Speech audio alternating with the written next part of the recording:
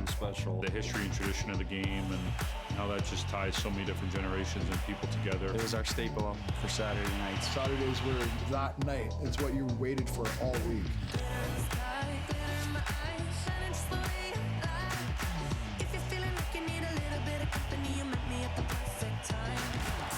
The goal is to always get that towel. You always want to have a good first period to get that towel over your shoulder. I actually got an interview and I got to keep my Hockey Night in Canada towel. You know, that meant the world to me. I'm fortunate actually to have 2 Hockey Night in Canada towels. Took a puck off the face and went in, so they gave me one. Those are one of my 2 prized possessions in my house.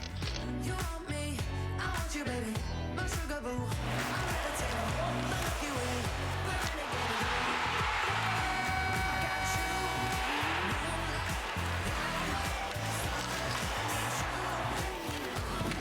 Come on, dance with me. As a kid, it was special for me. We'd kind of crowd around the TV, and it was appointment viewing for us. The memories of listening to Bob Cole and then their classic voices on Hockey Night in Canada.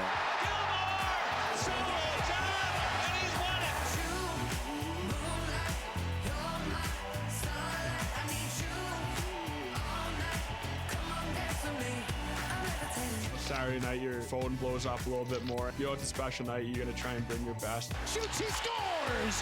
What a goal! The lights are a little brighter. It's a little more intense. There's always a little bit more juice in the room, a little bit more energy in the game. He's got a step. He's in. Look at that. Are you watching this?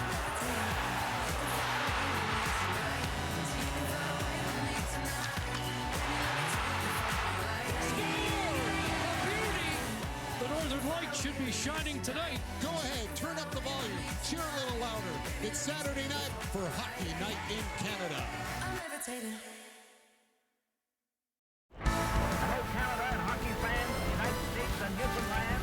This is Hockey Night in Canada on Sportsnet. You want action? We've got action for you here tonight. Oh, did you see that? What a performance. Doesn't get any better than this. He's got a stick. He's in. Scores. Here's a chance for Crosby. He scores. Absolutely amazing. Moon is nearly full tonight. The country's alight with the help of megastar Dua Lipa. What a way to begin. And the idea of Hockey Night in Canada, a Milky Way of white ice rinks glittering in Montreal and Toronto and Detroit and San Jose in Edmonton. Those who created the show over 90 years ago, could they have ever imagined the scope of the telecast in 2021? No, but they did imagine it all the same. Good evening. Welcome to Hockey Night in Canada. You saw a bit of the show's history off the top of the telecast, and we want to begin with something you may not know. In 1929, this show was actually an idea born on a golf course. 2 hours north of Toronto is beautiful Orchard Beach Golf and Country Club on Lake Simcoe, Cooks Bay, a 9-hole track where the general manager and owner of Toronto, Conn Smythe, was the club champion in 1929. That same summer, in June, he brought an executive from advertising, Jack McLaren, out, a buddy, to golf. And he said, you know what, Jack, I'm going to build a huge arena. We're going to fill it to capacity and grow the game. And Jack McLaren said to Conn Smythe, I'll go you one better. I'm going to create a national radio broadcast of your games and take this to all of the country. And on the 6th hole, there's the plaque that signifies the legacy. They came up with the plan, they shook hands and created the longest running sports program in history. And so that's a very big number for us. They wouldn't have known how big it's become, and they wouldn't know that 29 is now the popular number worn by superstars of our sport. Let's give you some examples. 5, in fact. There's Patrik Laine. A year ago, this was goal of the year, or one of them, as he went coast to coast to coast, and here he is in the preseason. He does it again. Patrik Laine of the Columbus Blue Jackets, number 29. The top goalie in the NHL last year, the winner of the Vezina Trophy. He's now with Chicago, of course, Marc-Andre Fleury. He's already made a couple of those saves. And there he was doing his thing with Vegas, winning the Vezina Trophy there in his family, celebrating number 29, the one that Ken Dryden made iconic. Here's another guy, 25 years old. He's already won the Hart, the Art Ross, the Lindsay. He's been fired this fall, Leon Draisaitl of the Edmonton Oilers, number 29. And in honor of Best on Best, we'll experience that this year in February in Beijing. Nathan MacKinnon, the last time the NHL Elite got to do Best on Best, he was the one with this incredible goal. Number 29 from Colorado, Nathan MacKinnon. And the best goal of the year in hockey, bar none, as she has done in the Olympics twice, Marie-Philippe Poulin scores the game-winning goal at the World Championships in Calgary in August, number 29. So it's a big number for players. It's a big number for us. And that's just one number. We have nearly 100 of them. We have our reporters set to tee up the games tonight, the early ones. You'll hear from Sean and Dan in a moment. But first to Scotiabank Arena and Kyle Bukauskas. Kyle. Ron, the Sens are perfect through one game, so no changes to their lineup. For Toronto, Justin Hall isn't feeling well, so Timothy Liljegren will make his season debut. But all the buzz this morning surrounded University of Toronto netminder Alex Bishop, who will back up Jack Campbell here tonight. And how about this scene from warm-ups a moment ago? There's Alex, there's his parents, Richard and Gay, who made the trip down to watch this one. What a feeling for the Maple Leaf family from Richmond Hill as Alex goes from the varsity blues to the blue and white. And we go to Sean McKenzie in Montreal. Kyle, it's Saturday night in Montreal with a sold-out crowd. This is a moment we have been waiting for a very long time. Nobody does an opening night ceremony quite like the Montreal Canadiens, and you just know the roof is going to blow off this building when they introduce number 92, Jonathan Drouin. The last time he played in this building was back in April, and he was asked this morning about what it means to be back playing in front of the home crowd. He said he didn't want to think too far ahead. He didn't want to think about it that much, but he knows it will likely be a night he will never forget. This will be a memorable night for everyone here in attendance as we now send it to Dan Murphy.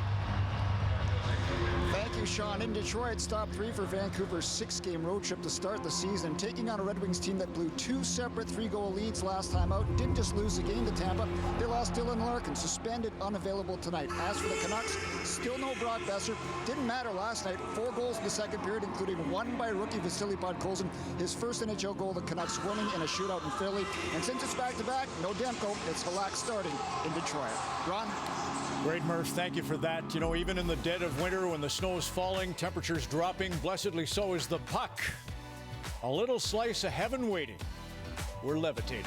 I got you, moonlight, you're my starlight. I need you all night. Come on, dance with me. I'm levitating. You, moonlight, you're my As an NHL All-Star, training never stops. We always look for ways to enhance my performance.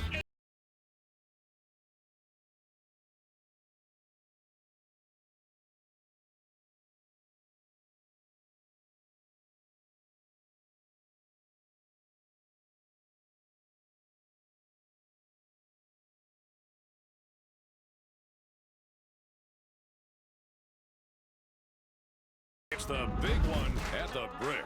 Get up to 20% off Canadian-made sectionals. Plus, shop huge deals in every department. 50th anniversary CD Posturepedic Pro Back mattress, twin, full, or queen size, just $479 each. Save up to 25% off bedroom furniture. LG 22 cubic foot stainless steel fridge, just $14.99. And this LG 82-inch 4K smart TV, lowest price ever. It's only $21.99. It's the big one at the Brick, saving you more.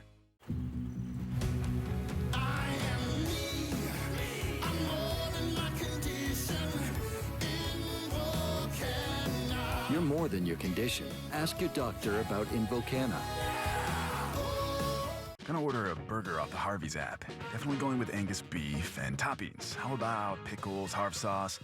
I shall name it the Simon Burger. Build your own burger by downloading the Harvey's app. Then skip the line. Plus, gain access to great offers. Harvey's. Biological weapon. They're going to wipe us out. It's in Emily. It's in her blood. We don't know what they did to her. Maybe it's better if everyone just stays away from me. Everybody's going to die. This is our only opportunity to defeat them. We have each other now.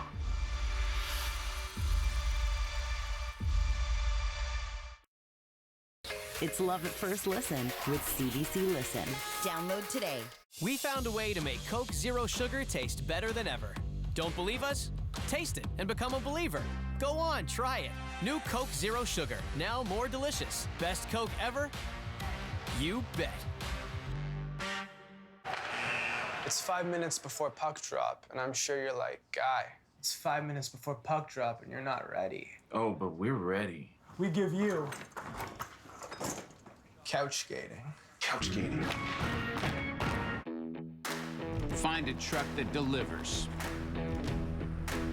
One that works as hard as you do and goes the distance. Find power at your fingertips. A lift where you need it. And a new way of seeing things. Find new roads. The Chevrolet Silverado. This period brought to you by Scotiabank. Hockey for all. See how we're changing the game at scotiabank.com/hockeyforall.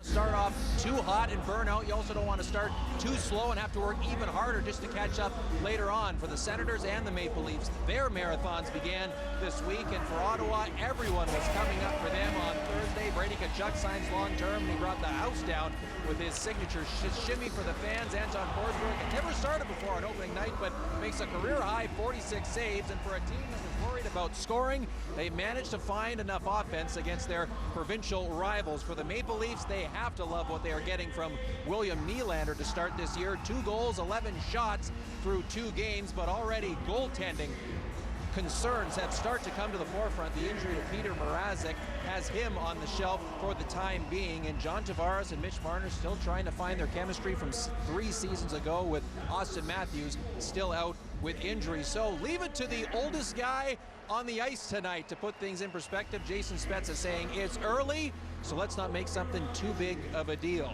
Yes, we are a long way from the finish line. The marathon has only just begun.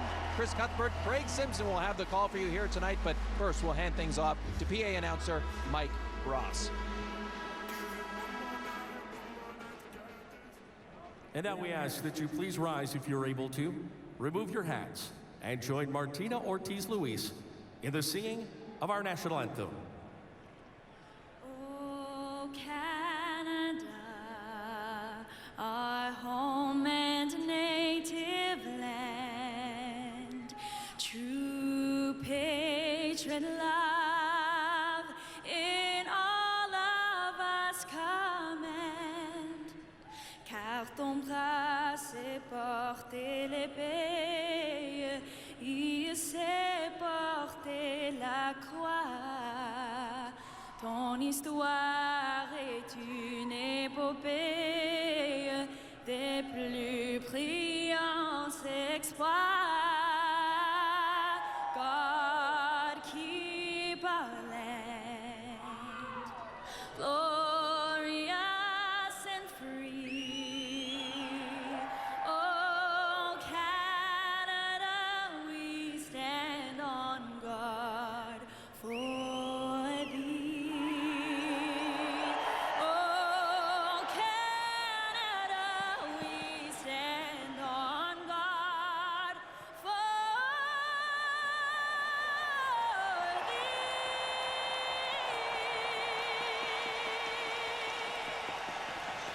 First Saturday night of a new season, the second meeting of a home-and-home in the Battle of Ontario at Scotiabank Arena on Hockey Night in Canada. After Ottawa kicked off its new season with a 3-2 victory on Thursday night, let's meet the starting goaltenders. And what a performance by Anton Forsberg 2 nights ago, the first star. His 46 saves, the 3rd highest in Sens history. And at the other end for Toronto will be Jack Campbell. He made 10 straight stops in relief of injured Peter Mrazek. And Campbell so far has made 41 of 42 saves in 4 periods of work. And there's Alex Bishop. And what could be going through his mind on the biggest night of his hockey career? Those eyes tell a story there, don't they? And you know the nervousness for the team. Sheldon Keefe said, though, you don't ever worry about the backup when you're getting into a game, but this might be one where it's kind of in the back of your mind. So we're underway, the 3rd line for the Leafs. David Camp along with Andre Kasha. Pierre Engvall start against Nick Paul with Shane Pinto in the middle and Connor Brown on the right wing as the puck stays in the Ottawa zone. Here's Engvall, who had a starring role in the opening night win against Montreal. Not so much on Thursday night. No, what you'd expect here is maybe a little bit more robust start here. The Maple Leafs in the two games, their biggest complaint has been their start to the game. First period hasn't been their best. They look to try to change that here in this one. High scoring team in the first period last year. Ottawa started with 3 first period goals 2 nights ago as Artem Zub sends it ahead. Batherson onto the near side. Here's Stützle playing it back to Zub, and he'll flick it wide of the net. Shabbat moved up, bumped by Marner, and the puck out to center ice. Around it goes and off the stick of Stützle down into the Leaf zone. Batherson's stick came up on Jake Muzzin, who took a number. It'll be kept in by Zub. Muzzin trying to kick it loose, and here's a look for Tierney across, and that shot whipped just wide by Batherson. The first good chance goes to Ottawa. I think Liljegren in his first game and his first shift might have got a piece of that one as well, but what a cross-seam pass to create that play. So Liljegren in for Justin Hall tonight. No changes for the Ottawa Senators as Rasmus Sandin gets it back from Travis Dermott. Alex Formanton on the ice. He had the game winner for Ottawa on Thursday night and seems to be at his best early in his career when he plays against the Toronto Maple Leafs. William Nylander shovels it in. Alex Kerfoot behind the net. Kerfoot looking for his first shot on goal of the season. Back to the line, and there's the first shot for the Leafs on Anton Forsberg. Well, one thing that you saw a lot of on Thursday was shots. 48-36 were the shots on goal. How about this little pass? Fake like you're going to shoot, go right across. What a great play by Liljegren. There wasn't much he could do. He couldn't close the gap on Batherson to get there, so instead made sure he got his body, then chipped it up, and might have saved the goal there early. Was thinking that Justin Hall was in that spot with a similar block with an empty net in the opening game of the season on that 5-on-3 penalty kill against Montreal. Jason Spezza digs in on the draw and wins it against Logan Shaw. Pass down for Sandin, scores! Tipped in front. Looked like Wayne Simmons, and the Leafs have the lead. Execution off faceoffs, always critical. You've got a right-handed shot in Spezza as he pumps. He's able to get that one alive. Good job, though, Bunting keeping it alive, but it's Sandin shuffling down the side. Nobody comes out and takes him away. Watch the delay by Mete. Doesn't get his stick in the lane. What a pass right through the legs, and then the tip in front. Simmons has inside position. This is what Kyle Dubas sees and thinks about this young player in Sandin, being able to be a heads-up, offensive-minded player, and he does all the work. Simmons in the right position and an early 1-goal lead for the Maple Leafs. 2:12 the time of the goal. The first time this season the Leafs have the icebreaker. They were 25-6-3 when scoring first last season. Forsberg out of the net, and he'll send it ahead. It'll be kicked inside the line by Amadio. And now Ottawa out through center, and Mete leads them in. Parker Kelly, who scored his first NHL goal in his first game against Toronto, on the ice, along with Zach Sanford and Logan Shaw. Zub with an outlet, and now out at center ice. Shane Pinto trying to get loose. Nick Paul will follow up. David Kemp for Toronto. Engvall hands it off, and Morgan Riley to the attack over the line with Kasha. Sliding through for Forsberg, and he's going to have to hold on. Wayne Simmons has a new little routine in the warm-up. He gets a little inspiration from his daughter, Corey. No better feeling in the world as a dad to have a look. Look at the inside position. Spezza's got his centerman Shaw dealing with him, and nobody takes Simmons inside. A nice job of Amadio getting on that draw too to clip it back, and the D do their work to make that one possible. Face off the Ottawa zone, won by Tavares, and it's Marner sending it back to the line. Nick Ritchie also out for Toronto as Tavares cycles it to the big winger. Gets it back to Tavares, and now Marner off the cycle, back to Liljegren at the line, looking for a deflection, and that was out of the reach of Tavares and played out to center. Third line for Ottawa on the ice, and each of them scored in the season opener. Marner in, and he just fired that wide, and Tavares missed the tip on the doorstep. Yeah, that was sort of a shot pass, wasn't it, as Marner at the last second. I think Tavares was trying to turn, didn't quite get there in time, but a near miss there in front. Stützle winds it up. Thomas Chabot ahead at center as Ottawa completes a change. Dermott will loft it back in, gloved down by Forsberg. Nylander was on the charge forechecking, but Ottawa moves it ahead.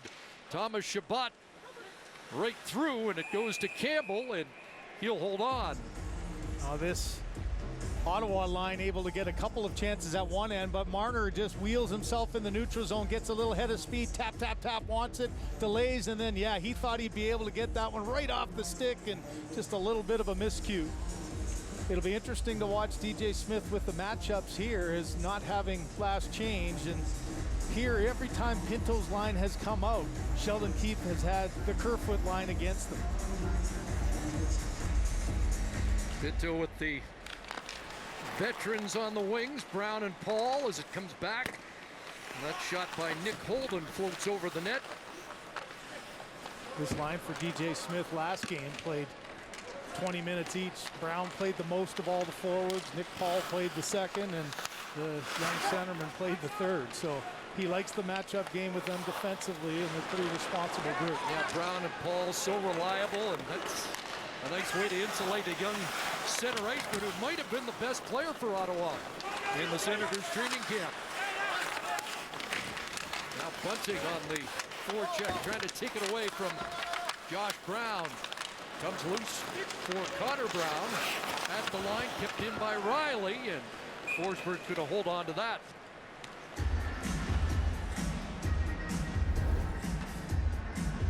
JackpotCity.net. Casino games perfectly made for you. Well, game one for DJ Smith, you know, the big win against an arch rival. He said he loved his team offensively, thought the legs were really going for his group, but as every coach would say, when you give up 48 shots, just need to be a little bit better defensively, have to take care of our own zone a little bit more efficiently. On this draw, the face-off won by young Josh Norris. Ottawa through center and into the Leaf zone. Matherson kicks it back to the line. Nikita Zaitsev shot off target. And now Michael Amadio comes back. A lead feed for Spezza. Jason Spezza back across. Amadio in front. Stopped by Forsberg with Simmons on the doorstep. And this fourth line for the Maple Leafs almost doubles down early. It's Spezza again. That shot wide of the net. Amadio's got it. Simmons back to Spezza. At the line for Riley, back to Spezza, and that didn't miss by much. And boomerangs back into the Leaf zone. Well, how about Jason Spezza turning the clock back this start of the season? Got a goal and assist against the Senators last game. He was the key face-off win on the goal earlier, and he made a heck of a play that almost ended in another one. Spezza now 28 points away from 1,000 in his NHL career, and 686 of those came as a member of the Ottawa Senators. Zub ahead too far for Logan Shaw, but Shaw's going to try and take it away from Liljegren. Neat back heel by Jake Muzzin. Alfonso Davies inspiration there, and it led to the charge down the ice by Toronto. And the hit that Sanford was trying to make on him, he was anticipating it, and he kind of gave him a bounce back, and Sanford went a little awkwardly back to the Ottawa bench. Thomas Chabot in behind his own net, the former St. John Sea Dog and teammate of Alex Bishop, who's on the Maple Leaf bench.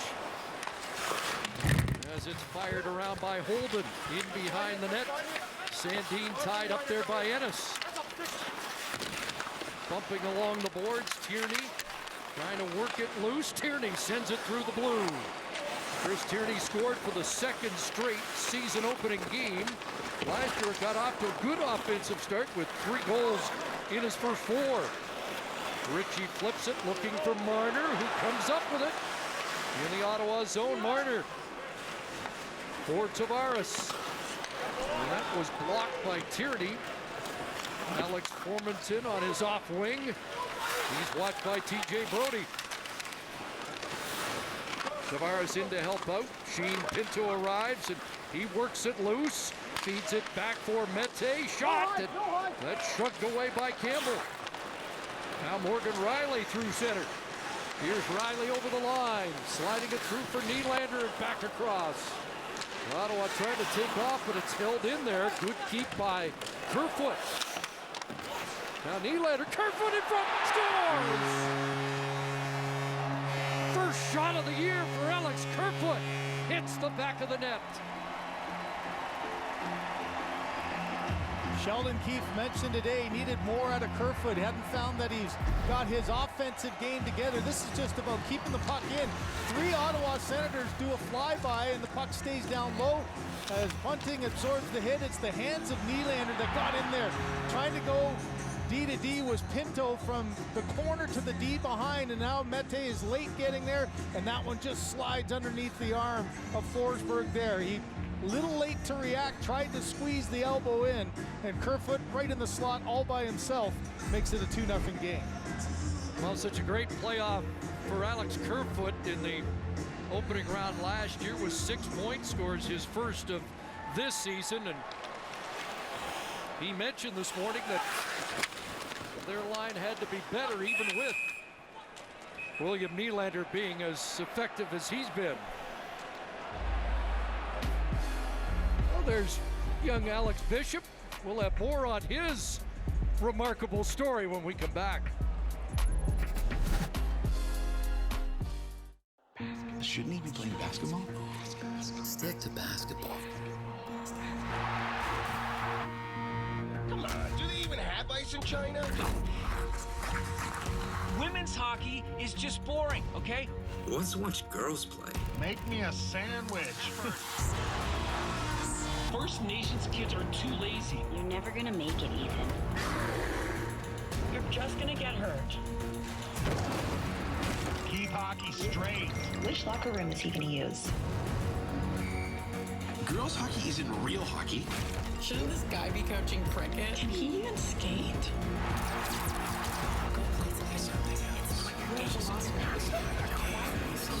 Go back to where you belong. Go back where we belong?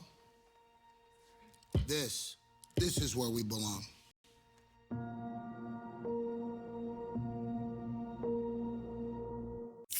We live for this. For getting the team together. For celebrating tradition. For face-offs and the sweet feeling of a win. This is our sport. This is our passion. This is our hockey. We live for this.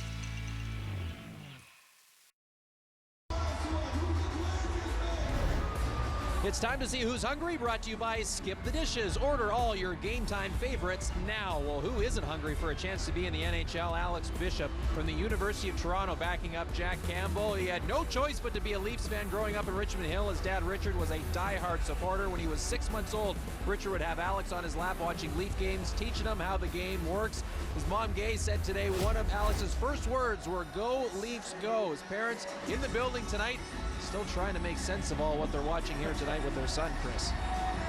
Well, he's been in the Quebec League with St. John, the Quebec Ramparts, Val-d'Or, played in Summerside PEI, former Newmarket Hurricane, Milton Menace, Hamilton Red Wing, and tonight he's a Toronto Maple Leaf.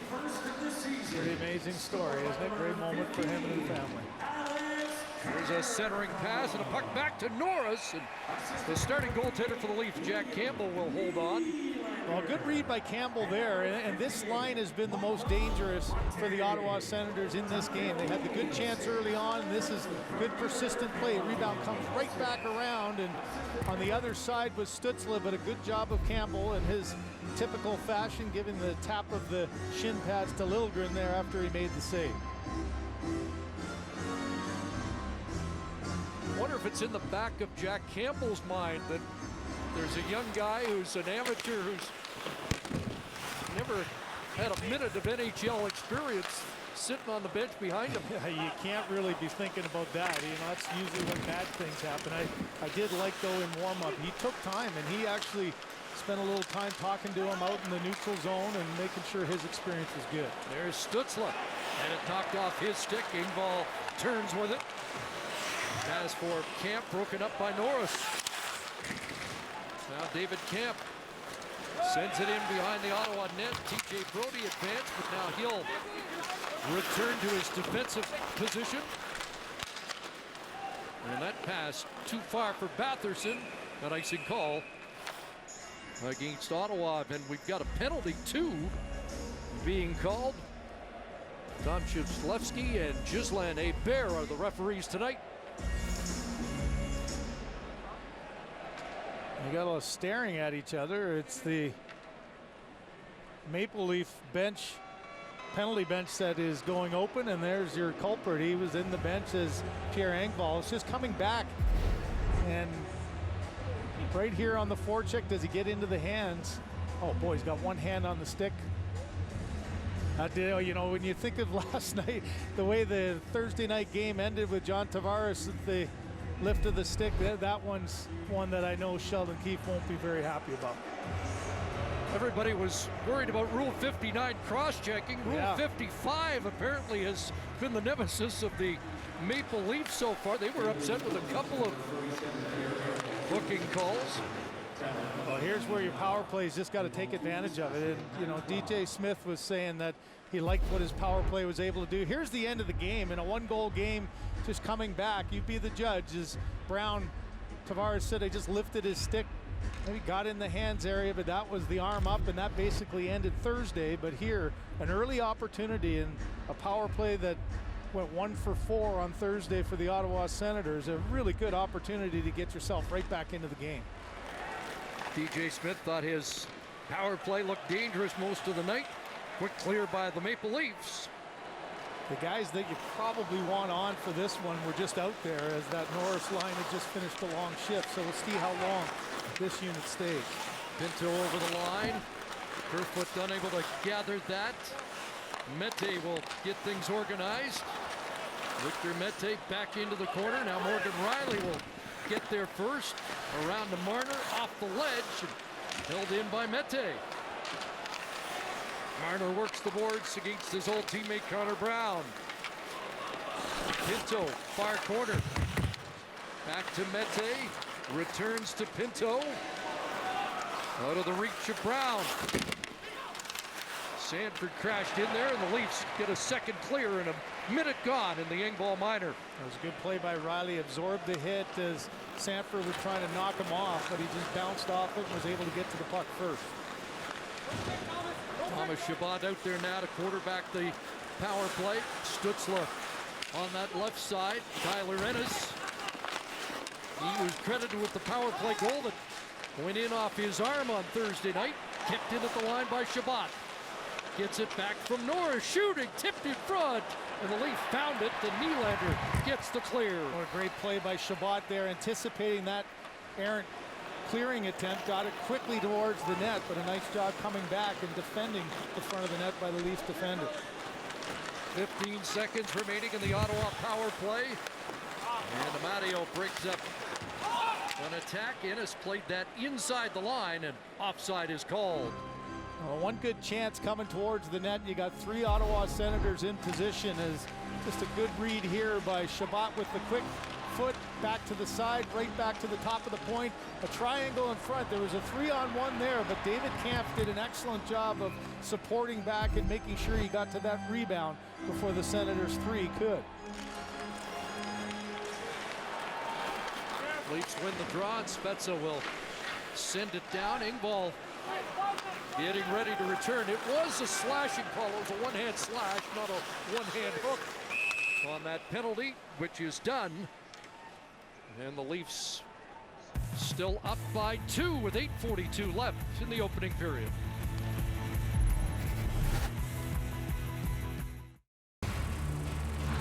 Weekend Warriors, meet your match. With a sport hood, a custom grille, and 20-inch black aluminum wheels, the Ram 1500 Warlock cleans up real nice. Ram, #1 brand in new vehicle quality. Get up to $9,750 in discounts, plus up to $3,000 in loyalty cash for select owners. Oh, what? Rain. Cancel and stay? Done. Go with us and get millions of flexible booking options. Expedia. It matters who you travel with. I am the Double Down. Other sandwiches wanna be me. Fried chicken lovers wanna eat me. I trip it up on hand breading, so you better double down and get me before you can't.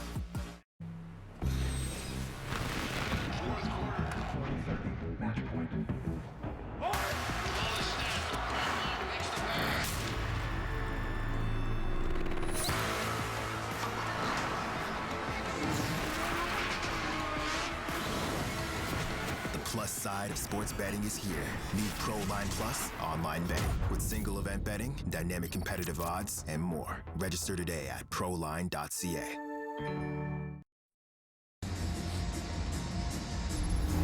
Much of the talk coming into this game for the Toronto Maple Leafs was their starts. They've been outscored 4-1 in the 2 games, and that was sort of their bread and butter last year, scoring first and scoring often. And here in this game, a couple of good plays to keep the puck alive, one off of a face-off, and then that one out of the corner from Nylander to Kerfoot makes this a 2-0 game. 2 on 48 shots on Thursday, 2 on 4 shots so far tonight.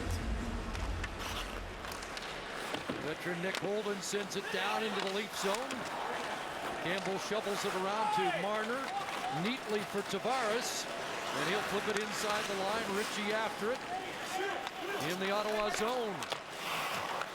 Logan Shaw reversing it, and Josh Brown ahead looking for Formanton, and that's icing against Ottawa. We'll get ready for a great night, starting with Heartland. Then it's the Great Canadian Baking Show and A Suitable Boy tomorrow, starting at 7 on CBC and CBC Gem.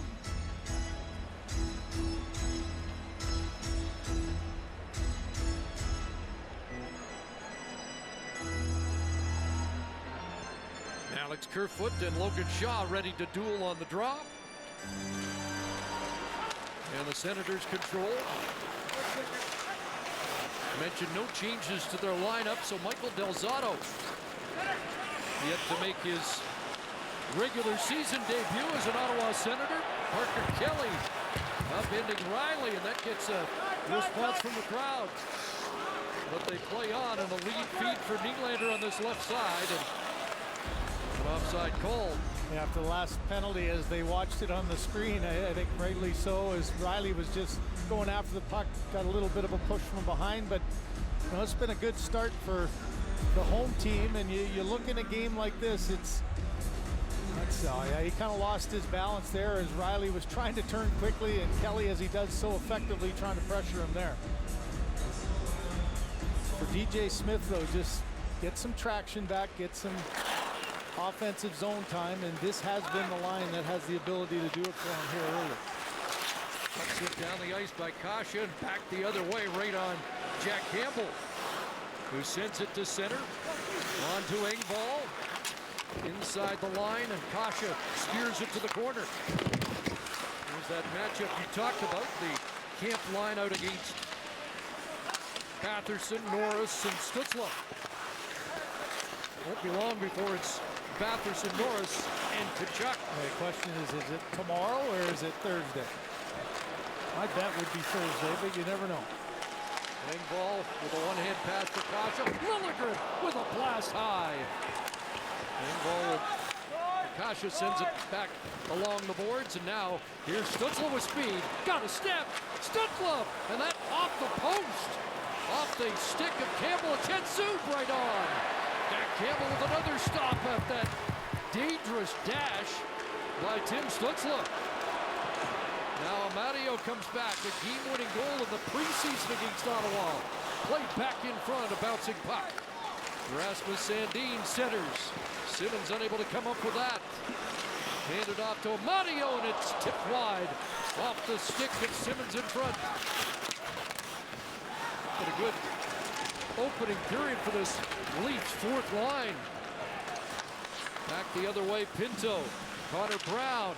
And that shot ramps off the stick and onto the screen. Well, one of the difficult things as a young defenseman, especially when you're caught flat-footed, with the speed of Stützle. Watch, Liljegren turns to the inside. That allowed Stützle to get to that outside quickly, and with one hand was able to sort of ride that one up the stick of Campbell as he gets in tight, can't get both hands there, and you can see Campbell tried to poke it, almost poked it up and off the bar and in, but instead off the post and out. Stützle with a dozen goals last year. A bit of a surprise, 11 of the 12 on the road. His only home goal, his first in the NHL, and that came against Toronto. Pinto back for Shabbat. Ritchie disrupting things.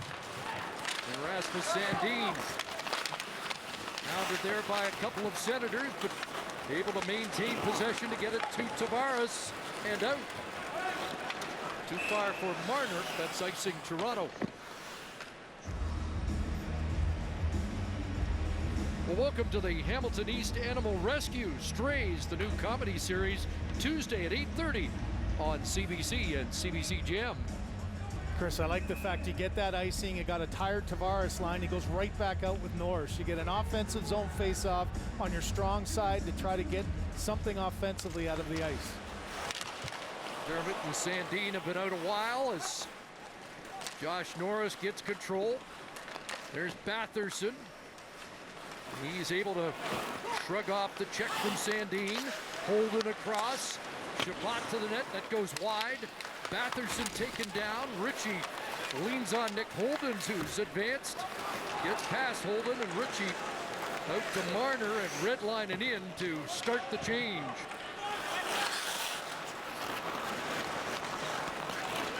Thomas Shabbat with an Olympic Team Canada berth in the back of his mind this season. Out there on the ice is Nylander. Plays it to Bunting. Those two both credited with assists on the Kerfoot goal that's made it 2-0 Toronto.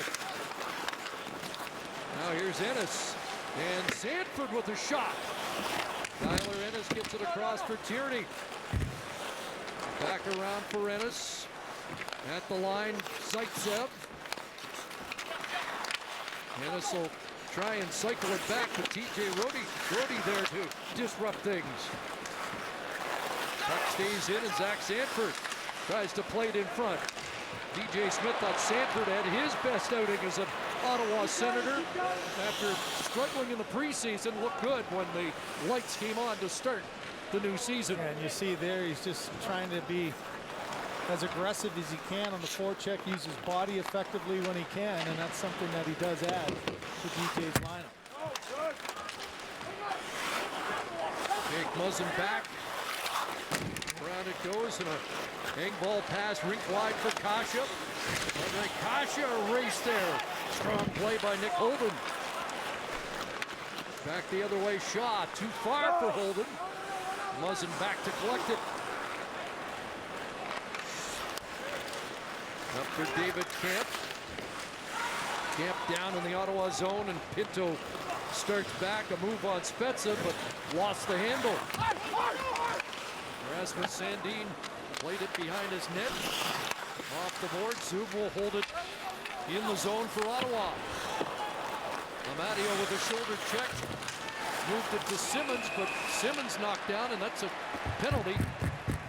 Cross-checking call coming up against Ottawa.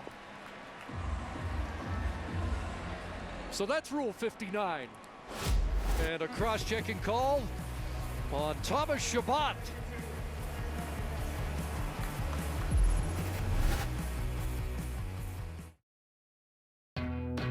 Jeep Adventure Days are here, which means more trails to blaze, more challenges to meet, more sights to discover. Get into a Jeep Wrangler, the most capable Wrangler ever. Or Jeep Grand Cherokee, the most awarded SUV ever. Jeep Adventure Days are here. Your adventure awaits. Get up to 10% off MSRP, plus up to $2,000 in loyalty cash. Get ready. Our most popular battery is even more powerful.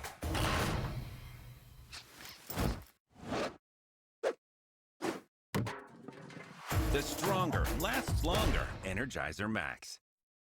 Roll Up to Win is back because Canadians deserve a reason to win now more than ever. When every roll wins, everybody has a reason to celebrate. Roll Up to Win is back. It's time to play, Canada. Canadians are making changes to help the environment, and we want to do our part too. Introducing new Royale Paper Pack. The same quality products in durable paper packaging that's recyclable. It's a small change that can help reduce plastic waste. Royale. We're fast in headache relief, so he can become faster in spinning this thing forever. Headache says you can't. Advil says you can.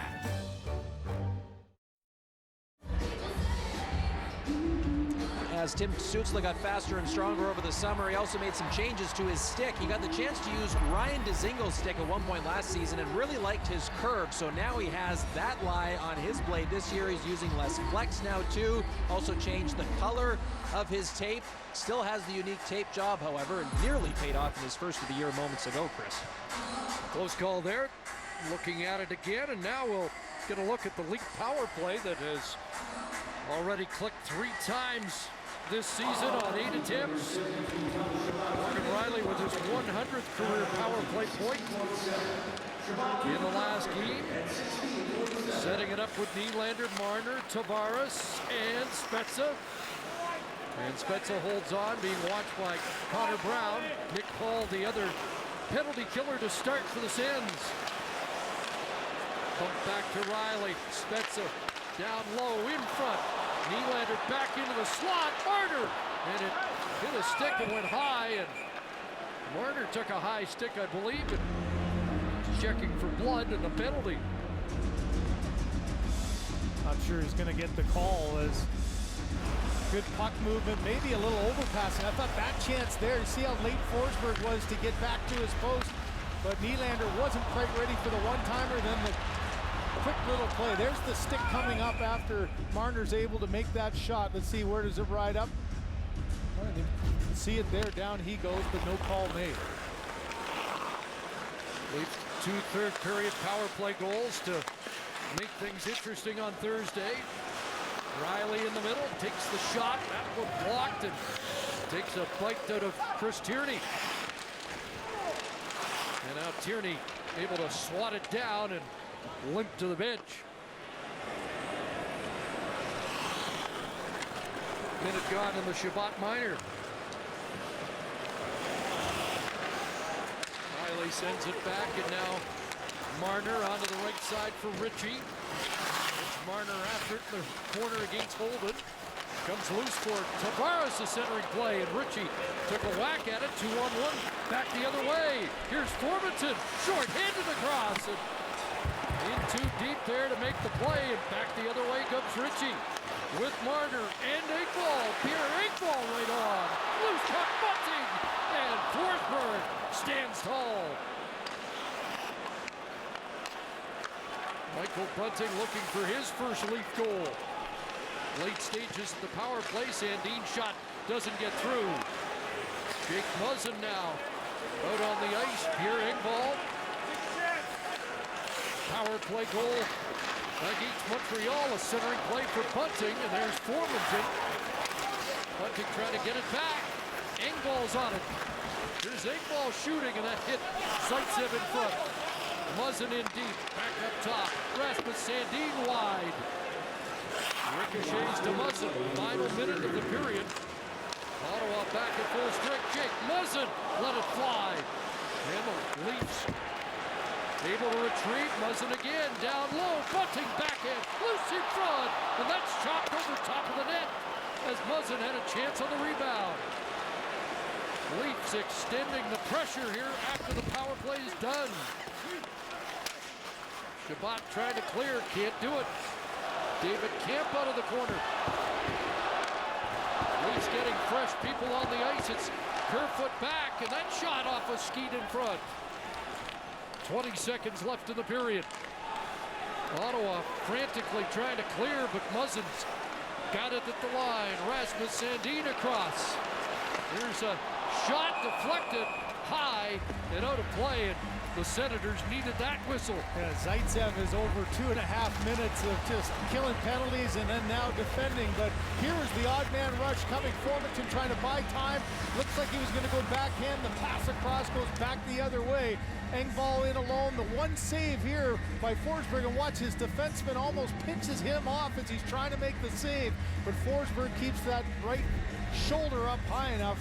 Zaitsev, though, that's a hard-fought shift of trying to just box out in front of the net. 2 minutes and 37 seconds for him. 2:08 for Alex Formanton. It's a pretty good late recovery, though, for Forsberg. You got beat that one of Kerfoot under the arm, but a couple of big saves to keep it a 2-goal game going into the second. Late stages of the period. Victor Mete will flip it along, down off the ledge. And the first period done. Shots 8-6. Wayne Simmons and Alex Kerfoot, the goal scorers. And the Maple Leafs on this first Saturday night of the season have a 2-0 lead through 20 minutes of play. Run of the gang and our first intermission coming up. This period brought to you by Scotiabank. Hockey for all. See how we're changing the game at scotiabank.com/hockeyforall.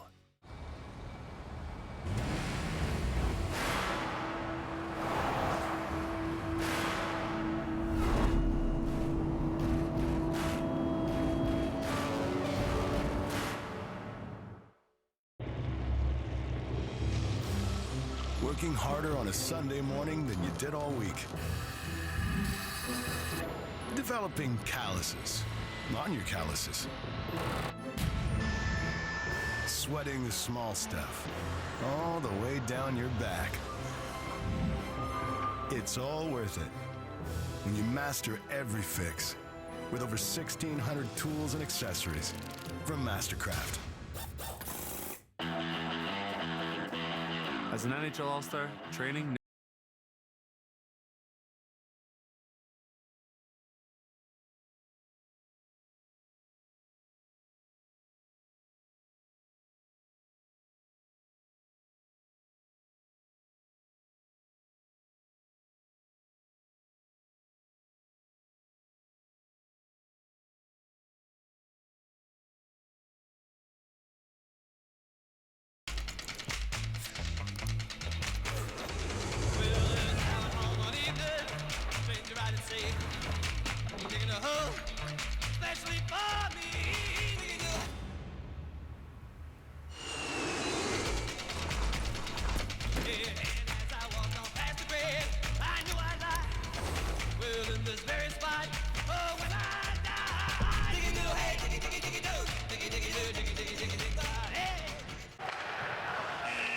"5 minutes before puck drop," and you're like, "Guy, it's 5 minutes before puck drop and you're not ready." Oh, but we're ready. You've heard of tailgating? I give you.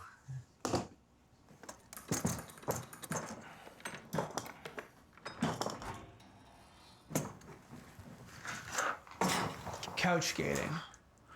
It's chicken wings and a couch. Canadians are making changes to help the environment, and we want to do our part too. Introducing new Royale Paper Pack. The same quality products in durable paper packaging that's recyclable. It's a small change that can help reduce plastic waste. Royale.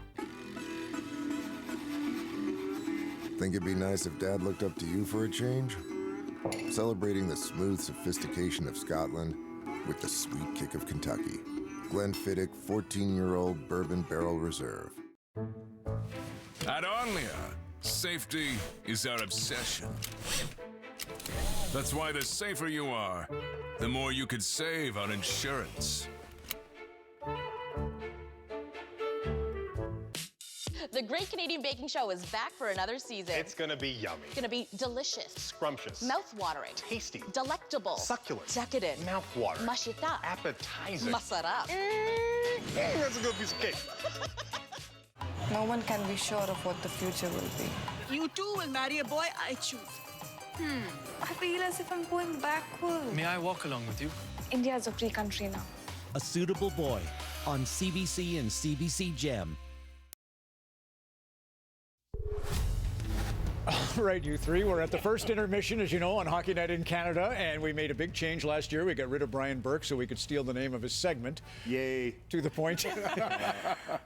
We have about 6 minutes here to discuss a couple of hot topics in the NHL. The cross-checking initiative, the crackdown, I thought was apparent when Matthew Joseph decided not to take it to Dylan Larkin. He hits him instead from behind. Larkin ends up swinging back and gets a one-game suspension, Kevin. Yeah, I'm just looking at the hit, and we can all agree it's a pretty awkward hit. And Larkin goes on the boards from behind. He's braced. He doesn't probably feel like he should be pushed that hard. He's a little bit vulnerable, so he gets up, and without any questions asked, he swings. Hits him in the face. He's unsuspecting. But my question is, why is Joseph so unsuspecting? Why is he so trusting? He was just involved in a really awkward collision where I think it was his fault.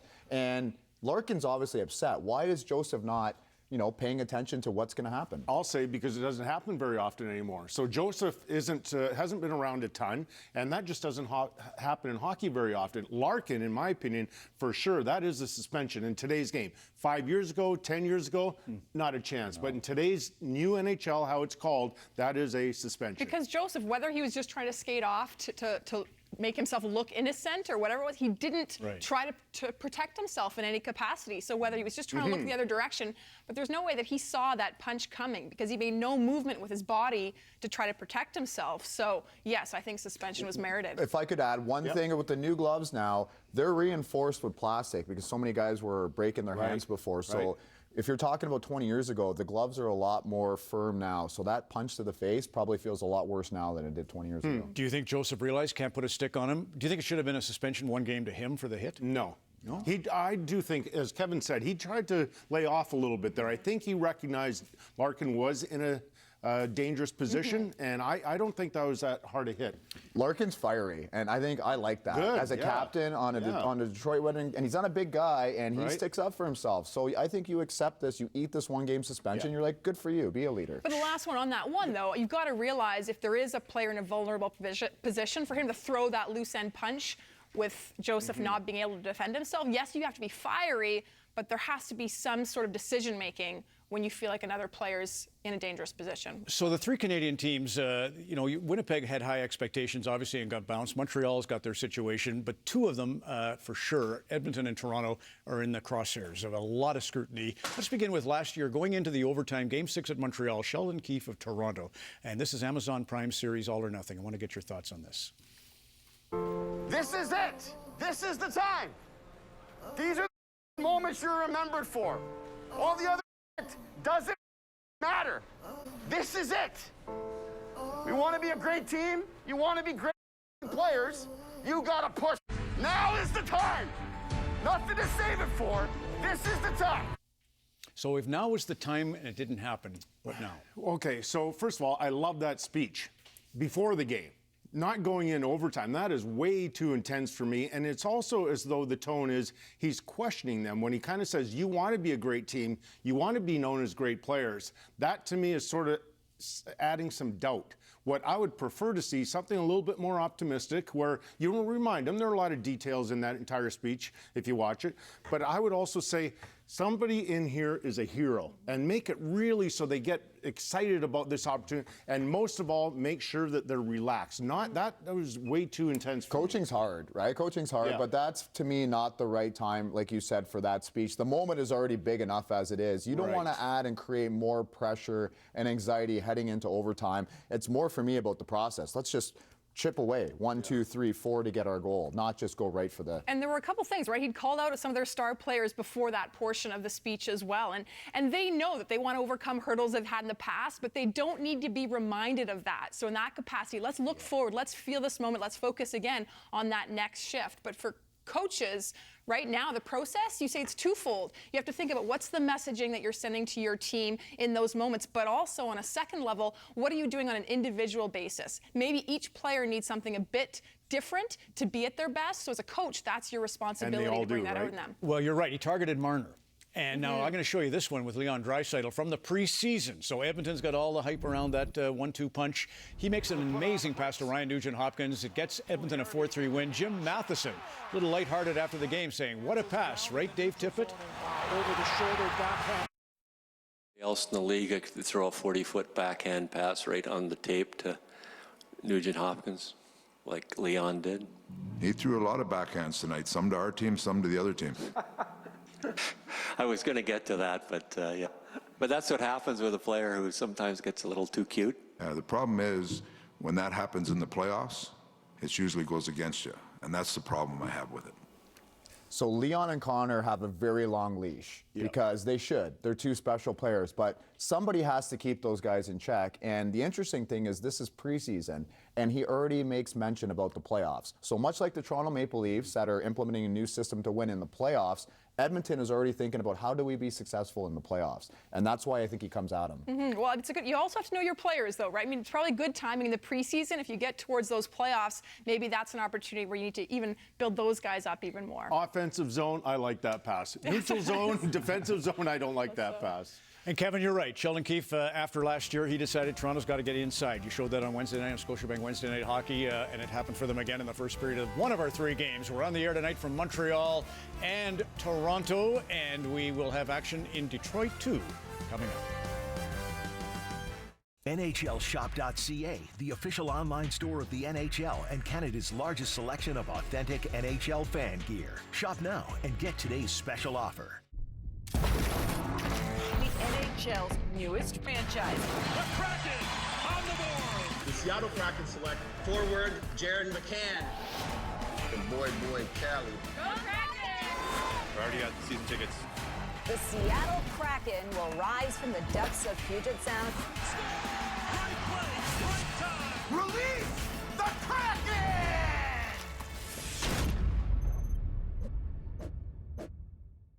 Now you can make your own Buble sparkling water at home with SodaStream and Buble drops. Cut! Do you want it more like Buble drops at home or Buble drops at home?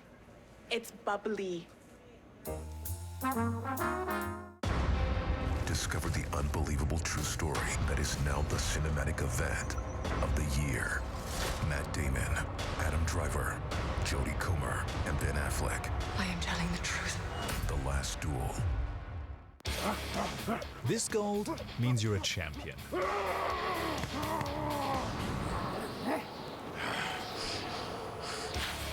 But this gold means you're a champion of warmth. Because Omni-Heat Infinity uses thousands of gold dots to reflect more of your body heat.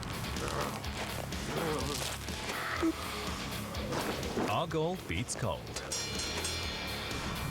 Omni-Heat Infinity from Columbia, the gold standard in warmth. We really need to update this garage before it gets cold. It is not pretty. All right, start making a list. Let me think. The car. Start making room for your new Toyota. The Get In and Go event is back with great offers on our most popular models. You did it. I did! Visit shoptoyota.ca. College keeping you busy? Yeah, I'm learning about real-time video compression algorithms. Sure. Which lets Prince know that it's not the mailman. A smart world requires a smart education. Get one at an Ontario college. Woo! Ah, the first cannonball of your vacation. Can the feeling get any better? Yes, if you used your annual round-trip companion voucher with a WestJet RBC World Elite MasterCard. Sorry, carry on. Woo! Every moment feels better when you save up to $1,350 on your next trip.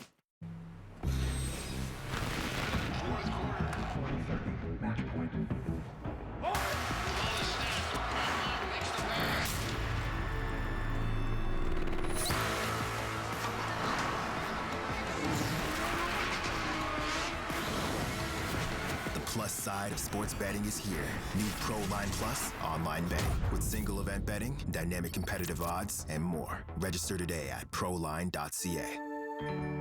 Why are you working here if you hate it so much? Mom sentenced me to hard labor after I tried to run away. Just means I can save up to pay for a ticket back to New York. You'll have enough for a bus ticket, like 20 years.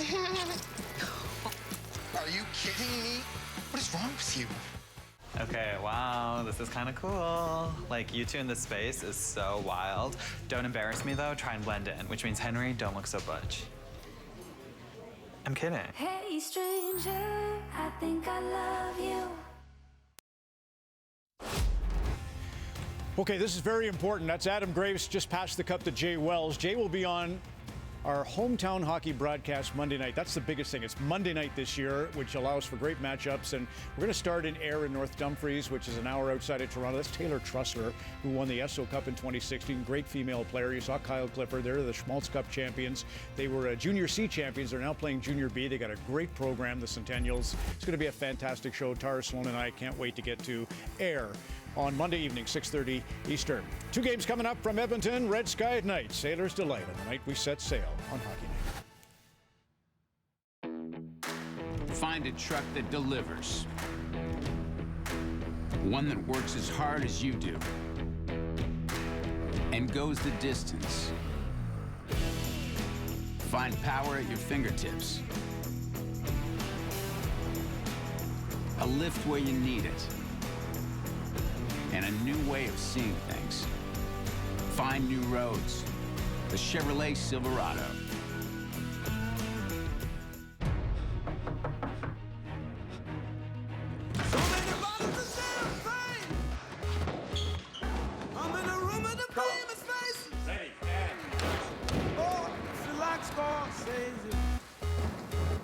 Yeah, it sure is like a movie. Oh, about to make a movie.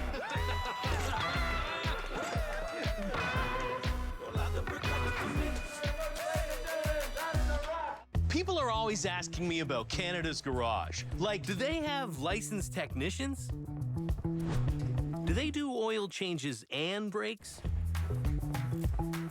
What about tires? That Canadian Tire guy looks so strong. How much can he bench? The answer is yes, yes, yes, yes, and a lot. With over 490 locations and a nationwide service warranty, trust Canada's Garage, where the answer is always yes. How's college going? Great. We're developing wearable photoplethysmography modules. How your watch monitors your heart rate. Oh! New record. A smart world requires a smart education. Get one at an Ontario college. Today, Malik didn't expect to need Intact insurance, but a forgotten lid, a guy who's distracted, a girl who just wanted to clean up, and a misplaced can of paint decided otherwise. And that's why Intact Insurance is always by your side. What's going on? You can catch an all-new episode of Strays. Sounds fun. I love it. Let's do it. I want all the deets. Only on CBC and CBC Gem. Oh, that's good. Extremely. People say I have a punchable face. Like a bag to a boxer. Have I ever told you about the time I got stuck in a shopping cart? Yes. They had to call paramedics to get me out because I went into a panic-induced paralysis. I said yes. Really put a damper on my entire first year of university. Strays, Tuesdays at 8:30 on CBC and CBC Gem. Closed captioning brought to you in part by Boston Pizza and Molson Canadian. Bringing you Call the Shot every Saturday night for a chance to win. Must be legal drinking age, no purchase necessary. Here in Tim's Innovation Kitchen, Shefflin, and we're going to be talking about our new freshly grilled wraps with 100% Canadian slow-cooked seasoned chicken. What do you think about slow cooking? For me, the only way to cook chicken is to slow cook it. So it's got a grilled corn salad, there's a nice big flavor in that. Delicious. We've got our Southwest and our spicy buffalo. Give it a try, I think you're going to love it. Tender, juicy, yum! New Tim's freshly grilled wraps with slow-cooked seasoned chicken. It's time for Tim's. Simmons and Kerfoot, the goal scorers, 2-0 Toronto after 20 minutes. The Finley Cullens have just inherited a legacy of drama. Moonshine, new series, Tuesday at 9 on CBC and CBC Gem. Well, Sheldon Keefe is still looking for the Alex Kerfoot he saw in the playoffs last year. He thought back then he had lots of confidence, he wanted the puck, was looking to make plays, but said this morning he hasn't seen that quite yet. Kerfoot himself was asked about his Lions play so far and simply said, "I think we can do better." So far tonight, they have been better and got rewarded with a goal there in the first, Chris. And Kerfoot's been the Swiss Army knife. He's seen a lot of action in the preseason on the wing, but center here as long as Austin Matthews is unavailable, and we wonder if we'll see Austin Matthews on Monday against the New York Rangers. Absolutely, and that is, I think, why Sheldon Keefe said when Tavares went down, he knew that he was relied upon. That's where Kerfoot got comfortable in that role and played arguably his best hockey. So there's a Matthews and a Tkachuk watch on when they will get back on the ice. Starting the second period, the shots 8-6 Toronto in the first period, and the Senators with just 2 shots from forwards in the opening 20. Chris, going back to Matthews, I mean, Sheldon Keefe's kind of getting tired of answering the same question. He looks good, he's shooting well in practice, but what you also realize is how often with that wrist, you just all of a sudden turn and you bump into a guy or you get a cross check, and the amount of pressure that puts on that part of the wrist, I'm sure is part of the issue. When you watch him in practice and you say, yeah, he's shooting the puck well, he looks really comfortable, I think that's what they're just protecting him to make sure nothing like that happens. And one of the little insights in the all or nothing, here's a play by Ritchie centering it across. In that series, Matthews describes how it happened in the first place with a little cross check. Connor Brown will dump it back into the Leaf zone. Pinto after it. Watching Marner there, who looked like he was fell awkwardly. Yeah, didn't look comfortable for a split second or two. As Liljegren finds Kerfoot. Kerfoot curls inside the line, able to hold the zone, got it to Nylander. Now Sandin across, bunting. Nylander, who scored in each of the first 2 games for the first time in his career. That shot fired right on, and Zaitsev there to clear the rebound, and Tyler Ennis after it in the Leaf zone. There's Ennis sidestepping Sandin. Now turning away from Dermott in front. What a nifty piece of work from Tyler Ennis. Well, Ennis has been a great fit, and DJ Smith was heaping praise. His first game, he scored a goal, and watch the little fake there. He just times it, thinking he's going to get the hit. Now a little stop back, and he does a nice job twice for Sandin. That's a shift that you want to get off the ice on. He missed him the first time, missed him the second time, but Campbell able to grab that one and get the face-off.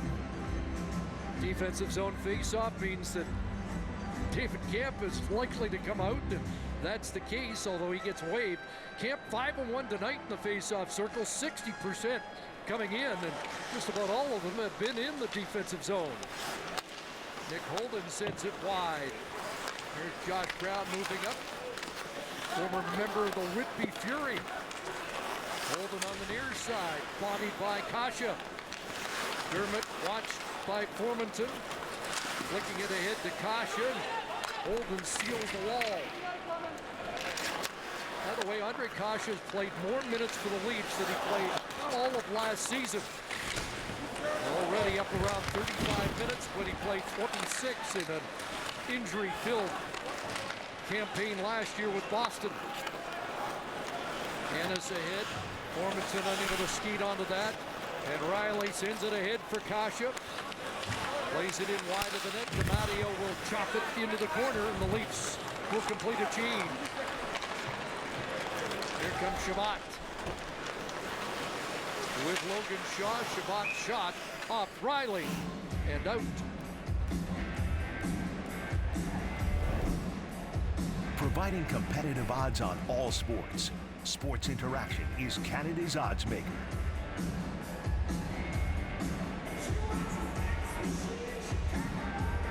Well, there's Andre Kasha, who the The Leafs are hoping can provide some secondary scoring and everybody with their fingers crossed that he can stay healthy.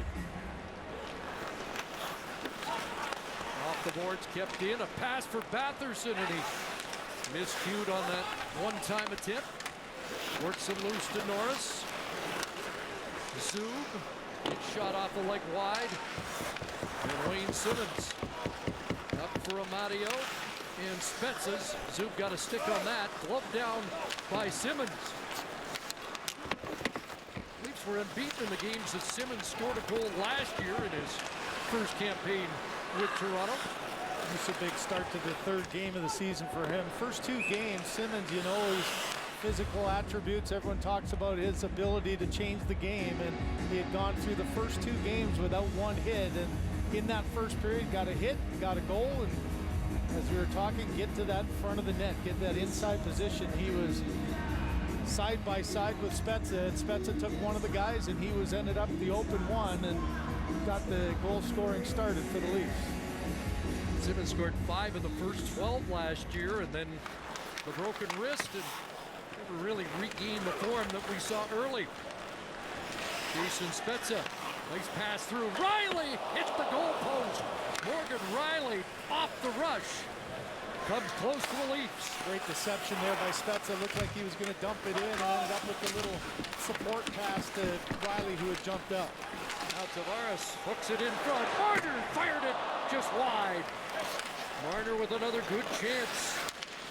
Ritchie fires it across into Marner's corner. Now Tavares, a backhand. That's off Forsberg. Sanford bumped along the boards by Ritchie. Pinto around.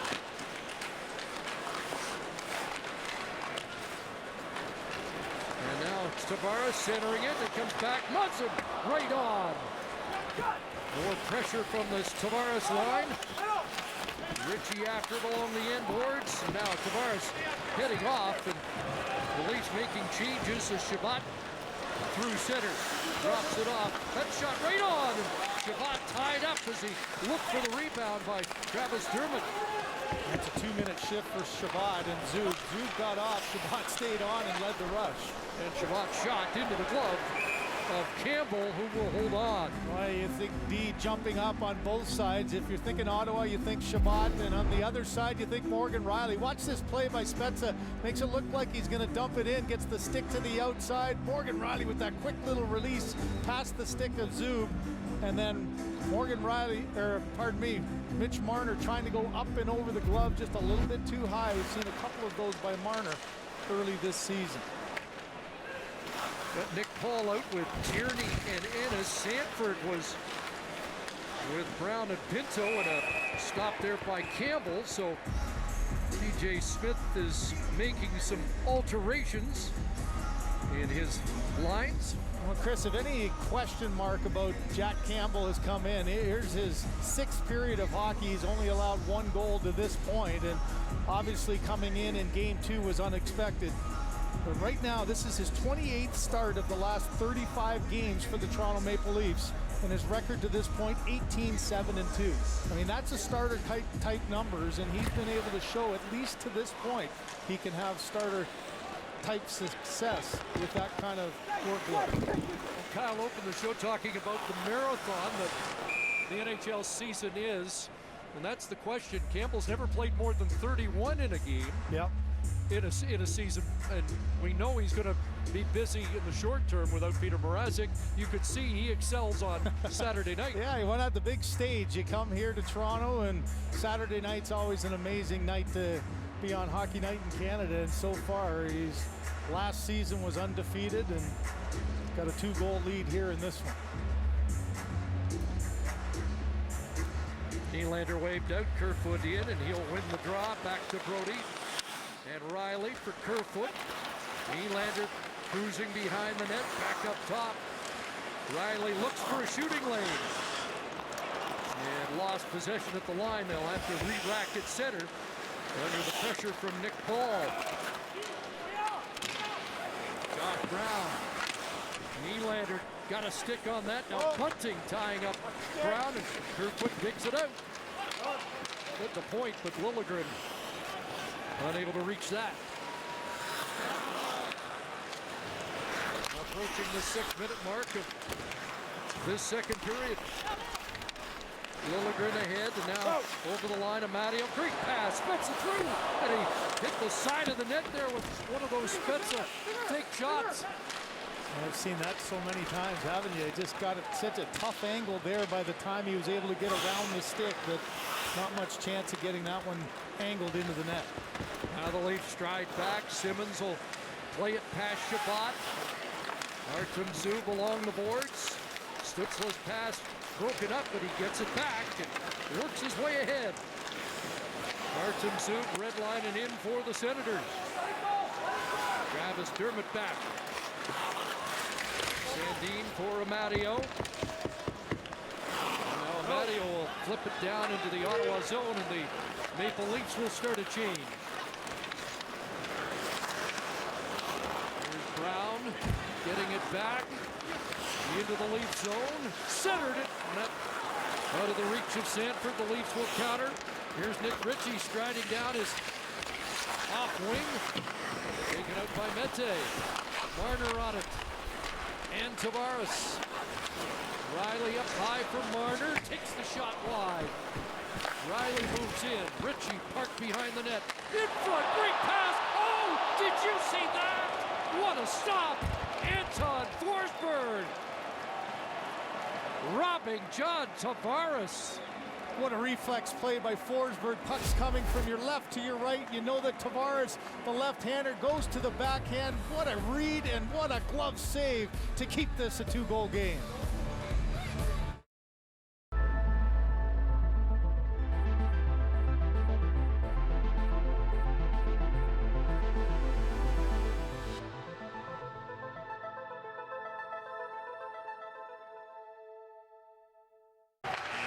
It's 5 minutes before puck drop, and I'm sure you're like, Guy, it's 5 minutes before puck drop, and you're not ready. Oh, but we're ready. We give you couch skating. Couch skating.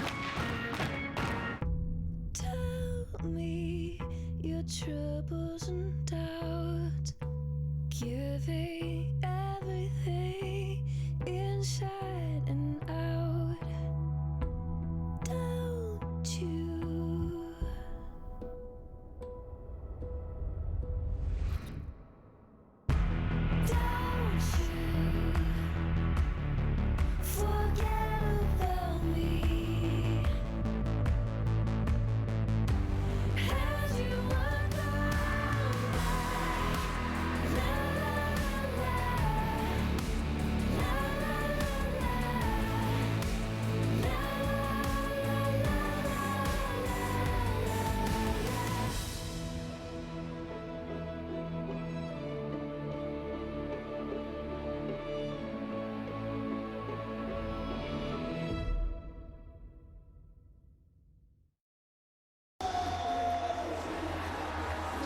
Ottawa was Anton Forsberg's 4th stop during last year's shortened season. That's kind of been the story for the majority of his NHL career. He has been down to the minors 20 times. He's been waived 5 times, traded a handful of times. He had a career-high 46 saves on Thursday. A few of them were 10-bellers, but none bigger than this one on the Maple Leafs captain moments ago, Chris. Well, that will stand up as one of the best saves of the year. Even the goaltender was smiling about that one. Yeah, you gotta like that. A little bit of a laugh to his teammates.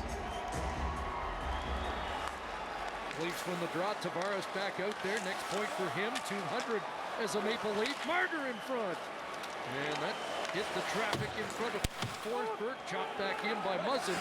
Leafs have to tag.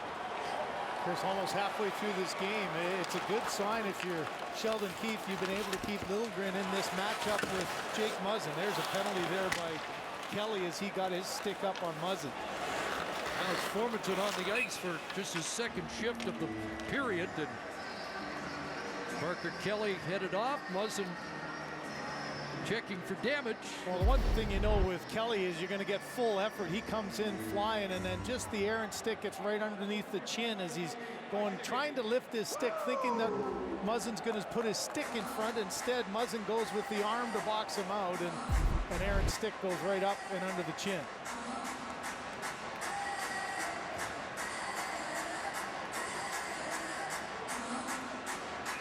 So the Leafs to their second power play of the night. They had 9 power play goals in the first 7 games last year. 3 so far this season. What have you made of it? I just think the confidence to get the puck moving without really delay. Quick puck movement side to side, up and down is going to be what opens up the lanes, what you need. Down low, Tavares in front. Can't tuck it. Pass Forsberg. Marner retrieves, gets it back to Spezza. Shooting, and Forsberg stops that. Looking sharp again here in this second period. That was a tough read for Forsberg, too. You think of the game on Thursday, you had Spezza who drilled one up and over his glove. This time, Spezza looks like he tries to go halfway. Yeah, just a little bit under.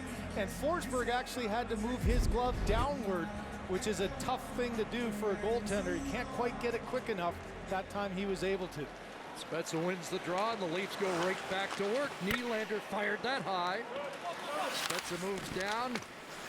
And the puck cleared there by Mete with 30 seconds gone, and the Parker Kelly penalty. And there's an example there of not a stagnant power play. Just a couple of quick puck movements and you attack the net, and that's something they've done pretty effectively to start. A lot of focus on Mitch Marner's new role in the middle. Won't get a chance here as Connor Brown turns them back.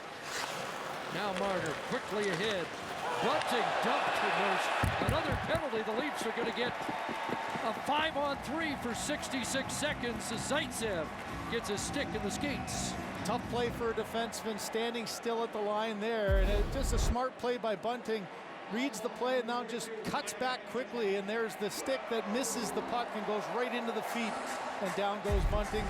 1:06 of 5-on-3 time. Well, a 5-on-3 for Montreal was a big story here in the season opener.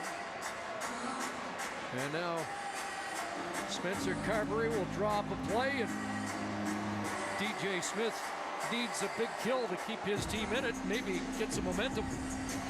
Well, you mentioned back to the Leafs 5-on-3 that they killed against Montreal. The key was selective pressure. They pressured the entry, they pressured any time a player had their back, and they did it to perfection. And I'm sure that's the discussion for Jack Capuano of just anytime you get looking at a numbers, try to pressure down and get your good active stick to take away those one-timer chances that they're going to try to open up in a 5-on-3. And the Leafs not sitting on a timeout here early. They take it with the lead and not even halfway through the game, but maybe a critical point in the game. Kind of an interesting lineup, isn't it, with Ritchie getting in there. You think of how effective early on Jason Spezza has been on the power play. He's got a goal and assist on the power play to this point, but on this 5-on-3, probably the net front presence will be number 20.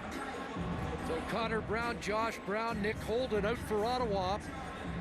3 skaters to 5. Brown went forward, but Nylander holds it in. And now the Leafs with about a minute of a 2-man advantage. Marner to Riley. Parked in front, Big Ritchie. Here's Tavares. Nylander fired right on. Loose puck in. Forsberg pounced on that. So the only one-timer option you have there was for Nylander when you go down to Tavares. The far down on the other side is Marner, and there was no way that any pass was going to get across with all those bodies there. So you try the Nylander one, but Forsberg, most importantly, Chris, able to find that rebound and pounce on it. And a face-off win by Brown, and Ottawa gets a big clear. Riley leads the charge, and back in comes Marner. Tavares slides off his stick, and he has to race across to make sure it doesn't leave the zone. Riley, one time, Nylander right on. Back up top to Riley, 20 seconds left in the 5-on-3. Here's Nylander again, one-time shot there by Tavares. And Forsberg comes across short side. Another tough angle, one-timer there by Tavares. He tried to go up and over the glove, but Forsberg stayed high enough, got a piece of it with his arm. Parker Kelly getting set to return. 7 shots so far on the power play, and out of the box is Kelly. And 47 seconds remaining in the second Ottawa penalty. So the Leafs 0 for 2 as Sandin brings them ahead, red line and in. Forsberg unable to knock that down. Bunting could get a stick on it. Engvall does. And now Spezza back out there on the power play. Bunting, Simmons to the front. Here's Engvall on the near side. Rasmus Sandin an assist in this game. And it's Spezza to Bunting. Sandin shoots it just wide. Engvall reloads for Sandin. Spezza over on that far side, and a Rick wide pass. Broken up, and Nick Paul able to come up with it. And the Senators do get the penalty kill they needed. And as always, the goaltender's always a big part of that. Forsberg, a couple of excellent saves, great mobility side to side to stop a good chance. Leafs had 7 shots over those 2 power play opportunities, but couldn't put another dent in Forsberg.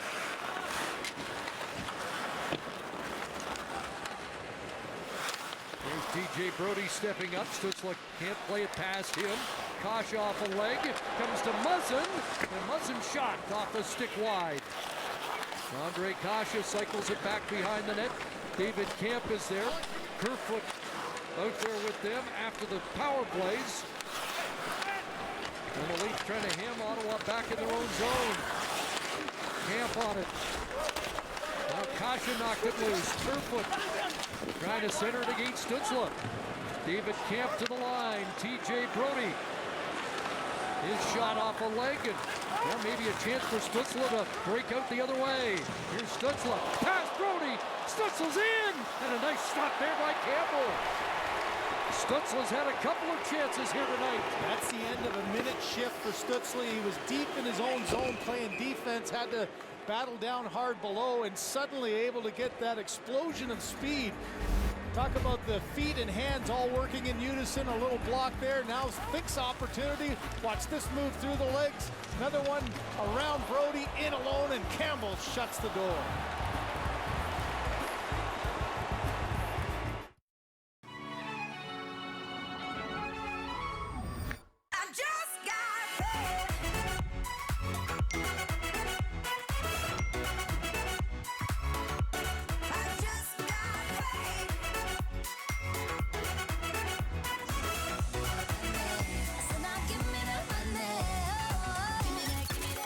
Know where your business stands.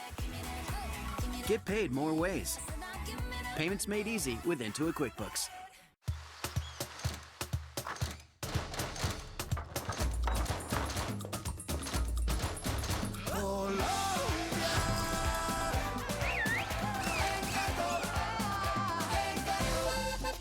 Mirabel, delivery! I gave you the special since you're the only kid with no gift. I call it the not special special. Thanks.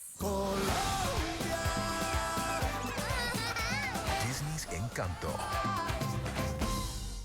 New season. You got this. New dragon. That looks very cool. New deal. Thank you so much. But not every pitch is a match made in heaven. I don't think this is gonna work, guys. Wow. An all-new season of Dragon's Den on CBC and CBC Gem. The CBC Listen app, award-winning podcasts, live local radio and news features, and hundreds of music playlists featuring Q with Tom Power, where artists and entertainers get personal. It's love at first listen with CBC Listen. 2-0 Leafs as we've got past the midway mark of the second period. A chance for the Leafs to break it open, but Anton Forsberg had other ideas. Well, you think of this year for Forsberg coming in, everyone thinking, okay, this is going to be the year Matt Murray gets in and gets his game back on track. You're kind of a surprise starter in game one. You're excellent. You get the win. You get down here on the road 2-0 early, but he has been able to shut the door, especially on that 5-on-3. And at the other end, Jack Campbell just continues to weave his craft, and he's had another strong effort as well. Not the busier of the two, but excellent all around. You stop off Stützle, otherwise the momentum is clearly behind Ottawa. I love the story of goaltenders with, a long path to becoming into this spot. You had a 29-year-old in Campbell getting his first opening night start, and at the other end at 28, as Kyle mentioned, all the travels of Forsberg, he gets his first as well. Two great stories in the nets. Jason Spezza wins a face-off in the offensive zone. Simmons around the net. Now Spezza back for Simmons. Amadio to the front. Simmons trying to center it. Spezza back on it. Best line, or best game for this fourth line for Toronto in their first three starts, but now Ennis is away. Ennis trying to skeet away from Simmons. Chris Tierney's on it. Sanford behind the net. Again, we've seen some different combinations for DJ Smith here tonight. He seems to like Sanford up with that Tierney line and Ennis, and that's been the last little while throughout most of this period, especially. Round check by Marner. Travis Dermott onto the left side. Rink wide. Ritchie off the skeet to Marner, who looked like he was getting loose. Shane Pinto deep in his own zone. Now it's bumped ahead. On the move is Connor Brown against Liljegren. Muzzin gets back in a hurry. Up ahead, Shabbat went to the bench, and Ottawa had too many men for a short time there as Liljegren moves it around. And now a good stick there by Liljegren. Looked like Pinto might have been pulling away. His partner Muzzin pinched in, wasn't able to get it. That was a good read to make sure you get back and break that one up. Would have been an odd man rush going the other way. Liljegren played with Muzzin during a lot of camp and in a preseason game against Montreal.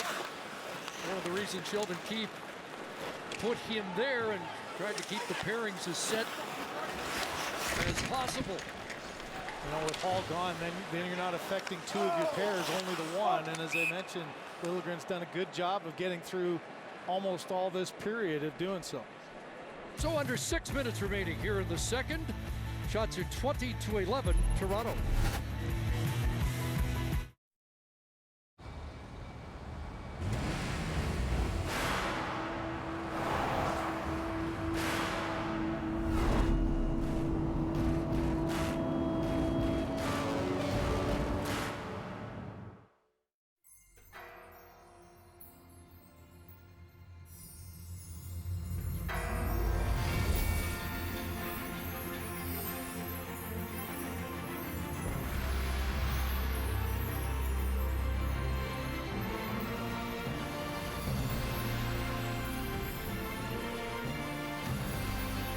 The magic is calling you to the Walt Disney World 50th Anniversary celebration.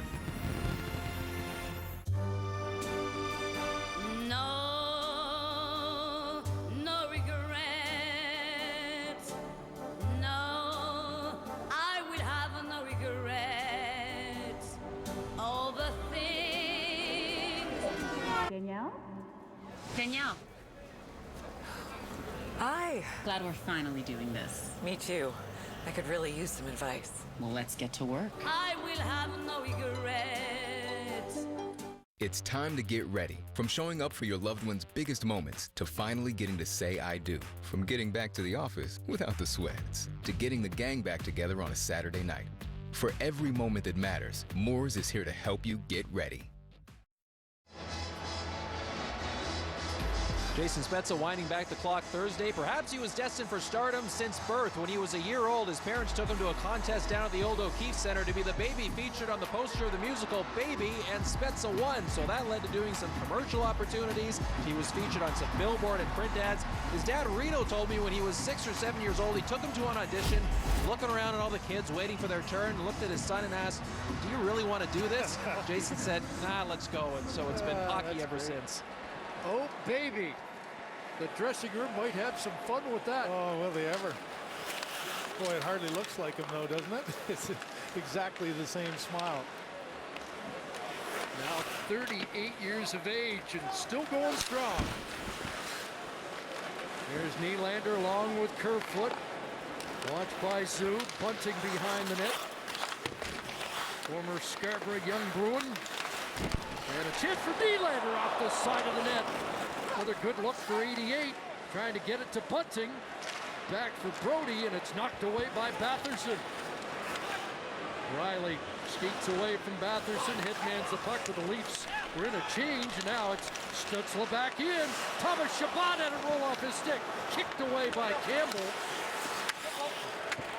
But that little fumble of a puck might have cost Chabot a grade A chance. Another great play by Stützle, though. You can see just his ability. That puck follows him around, a couple of quick moves with his stick, and he made a pass that just bounced a little bit on Chabot. Well, here's Formanton out on the fourth line again for DJ Smith, along with Logan Shaw and Parker Kelly. After it, deep in the Toronto zone, Engvall up the boards. David Kampf unable to force it out, but Engvall there. It's an area where he made that errant pass 2 nights ago, but this time makes sure. Goes in on the forecheck. Here's Rasmus Sandin, firing it across. Oh, that tipped just wide by Kasha. Just a little bit too hot for Kasha to get it to the net. Dermott now fires it, and that's cut off. Parker Kelly hemmed, but Logan Shaw able to work it out and send it down into the Leaf zone.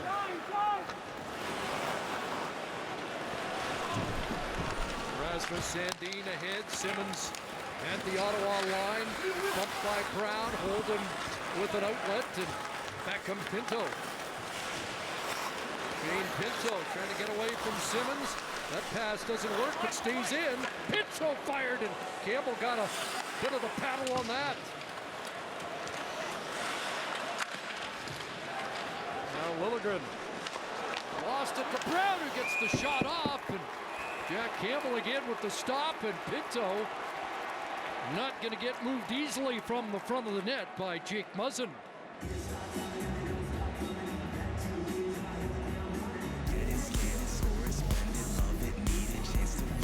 Scan your PC Optimum app on your next purchase for a chance to win 1 million points. Scan to win. Chris, you mentioned Andre Kasha trying to get something going offensively. This is through the legs. You can see the long reach. He just didn't get enough on it to get it towards the net enough. And what a little stick move there by Brown, but Campbell able to shut the 5-hole, hold on, and there was Sanford battling in front, trying to get to that loose puck. Connor Brown had 5 of his career-high 21 goals last season against these Maple Leafs, his former team. 6 in 13 career games, always brings his best against his former team. Here's Stützle back to the attack. 3 minutes left in the second. Stützle in the corner. Laid back for Chabot, right on. A loose puck in front.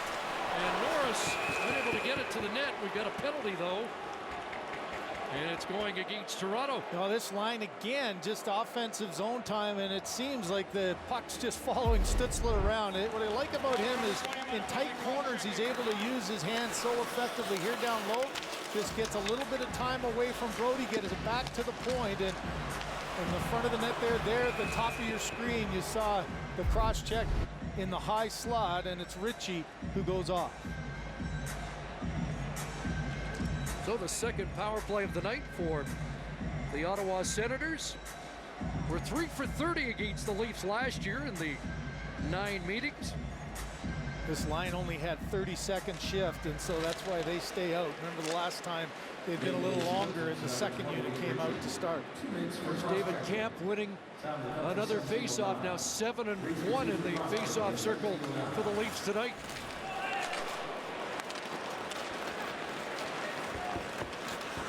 Batherson over the line. Norris watched by Muzzin. Liljegren out there in a penalty-killing role for the Leafs. Batherson after it. Ennis, hidden center. Batherson does. Wide open score. Josh Norris has Ottawa on the board. For a couple of battles down low that the Senators were able to keep the puck alive. Really aggressive penalty killing. You saw at 1.4 Toronto Maple Leafs behind the line. Good job of Batherson. And then Liljegren holds up Ennis. But watch this hesitation. Norris you got to think the mind of Campbell is to get across the net as quickly as he can and get down. Well, he slides down. Now he's got to wait and hesitate, and Norris just forced him to start getting back up again and found the 5-hole on Campbell, just a little bit off balance there. That's such a bang-bang play. Your instinct says the goaltender has to get across and expect a one-timer. Norris able to hold on to it and just deftly slide that one through the 5-hole. Third in rookie scoring last year with 17 goals and 35 points.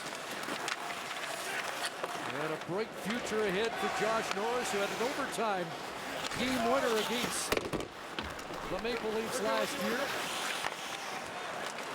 So it's game on after the Leafs had a 2-0 lead. They had a territorial edge in play, a 5-on-3 power play, but now it's just a 1-goal lead. TJ Brodie.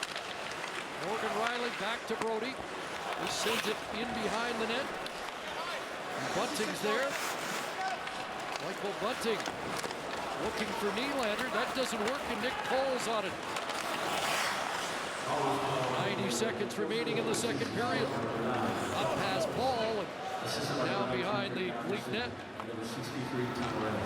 There's another assist for Ennis. I thought he did an excellent job of tying up Liljegren and keeping that puck alive to get it across. Oh, he's given that power play a little bit of a spark. Here's Connor Brown. DJ Smith said Tyler Ennis the kind of guy that plays his best when he's confident, and he gets his confidence from excelling on the power play. Loose in front. Ritchie took a whack at it. And that wasn't there for him in Edmonton last year. That was exactly what DJ Smith was talking about. Not a lot of open spots on that power play. No, there weren't, and they pretty much are there for the entire 2 minutes as well. Now Marner looks for Tavares, who's had a bunch of chances. Marner swings it across for Sandin. Half-minute left here in the second period. Rasmus Sandin off an Ottawa Senator, didn't get to the net. And here's Connor Brown dumping it back into the Leaf zone. Both teams making their last changes of this period. Engvall trying to wind it up here. Sends it in from the red line, and Forsberg doesn't want to hold it and get a face-off. Here's Batherson, nearly had a break. Campbell out, and it goes in. And it is a goal for Drake Batherson. Off his skated in, and the game is tied. Boy, a couple things here as Batherson just took off. I'm sure what Sheldon Keefe will be looking at two things. Was it an actual kick, or did it just hit his foot?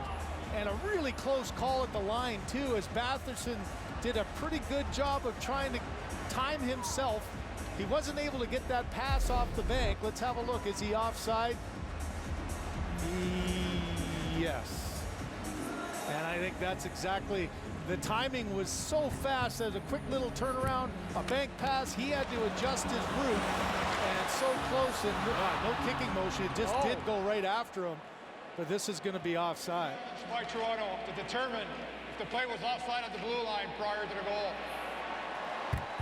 And look at Batherson down there as he watched that. The puck just hit right off the rebound. A poke check by Campbell off the back skate. But this one, I think, is coming back on the offside.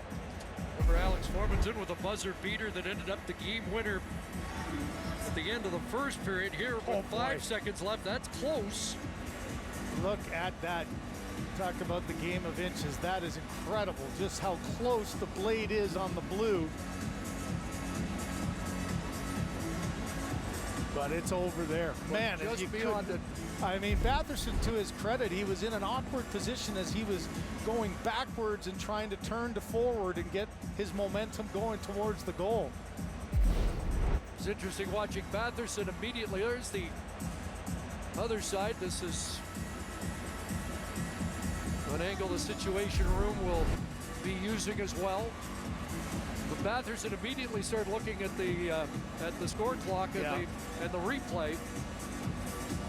Well, how about the late goals? You go back to Thursday, you had a power play goal with 1:02 left in the first period, and then a goal with 0.6 seconds that gave Ottawa that momentum and ended up being the game winner. But boy, that is just razor thin, isn't it? And remember, it has to be a definitive example to overturn, but I don't think I've seen too many that close. Leafs had one successful challenge of an offside play on a goal last year. Hoping they can have a successful challenge here. We'll get another blue line camera look. Well, they're taking their time with this. Hardly ever. So there's half a puck that's on the blue there, and it looks like that blade is over the blue already.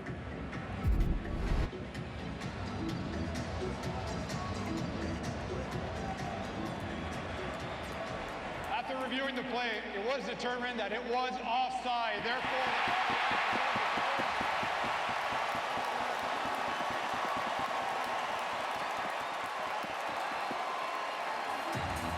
So it's still 2-1. They readjust the clock to 8.3 seconds remaining in the period.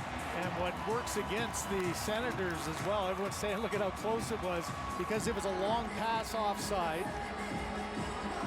It comes all the way down into the zone as well. So now Toronto has a last second face-off here to try to create something. An incredulous smile from Drake Batherson, who thought he tied it up. And the Leafs win the draw. Morgan Rielly to the net. And that one chipped up onto the screen as the Leafs come close. Oh, what a turn of events that would have been, but it's just an excellent read here, an aggressive move by Rielly as he looks up.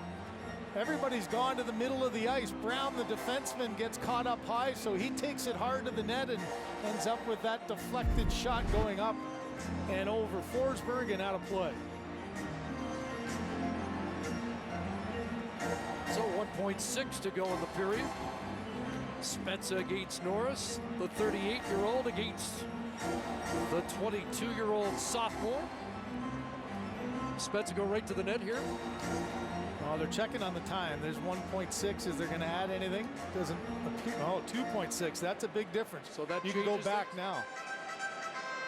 Back to Tavares and probably either across to Nylander or over to Marner.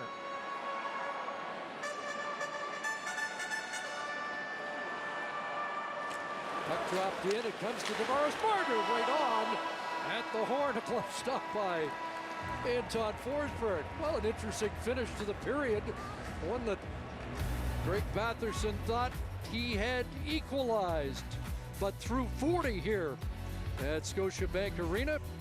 Maple Leafs with a 2-1 lead. We get set for the second intermission with Ron McLean.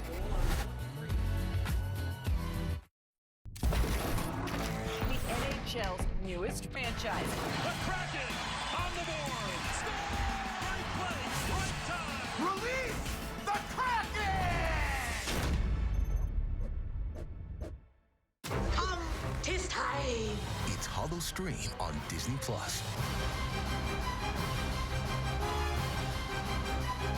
Howdly doodly.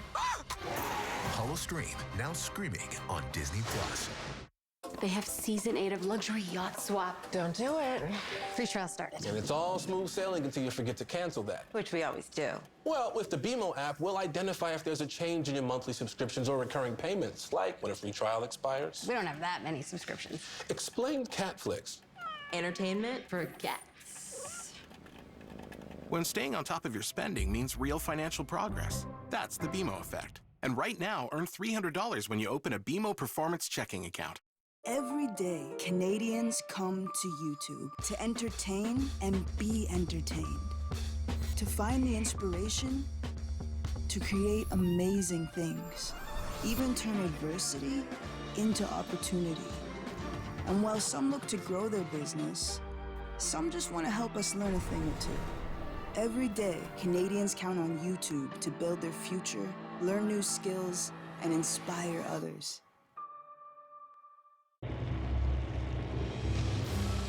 Working harder on a Sunday morning than you did all week. Developing calluses on your calluses. Sweating the small stuff all the way down your back. It's all worth it when you master every fix with over 1,600 tools and accessories. from Mastercraft. Cooperators offers financial services and advice tailored to you. Like the, we come from the Caribbean, yet somehow our daughter is a wizard on the ice, so we're saving for her future plan. For the Morgans. What makes us fall in love with a car is more than its handcrafted quality or spacious cabin. It's the way it makes us feel. The Mazda CX-5 with refined interior. The biological weapon. They're going to wipe us out. It's in Emily. It's in her blood. We don't know what they did to her. Maybe it's better if everyone just stays away from me. Everybody's going to die. This is our only opportunity to defeat them. We have each other now.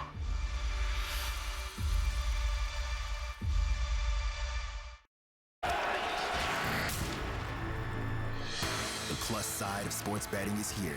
New ProLine Plus online betting with single event betting, dynamic competitive odds, and more. Register today at proline.ca. Looks like John and Andrea just bought a place. That was quick. They've been at Questrade for a while. The lower fees make a big difference. If we're ever gonna move, we gotta get moving. It's time to switch to Questrade, Canada's fastest growing online broker. All the news, scores, stats, and highlights. If it's hockey, it's here. The official app of the NHL.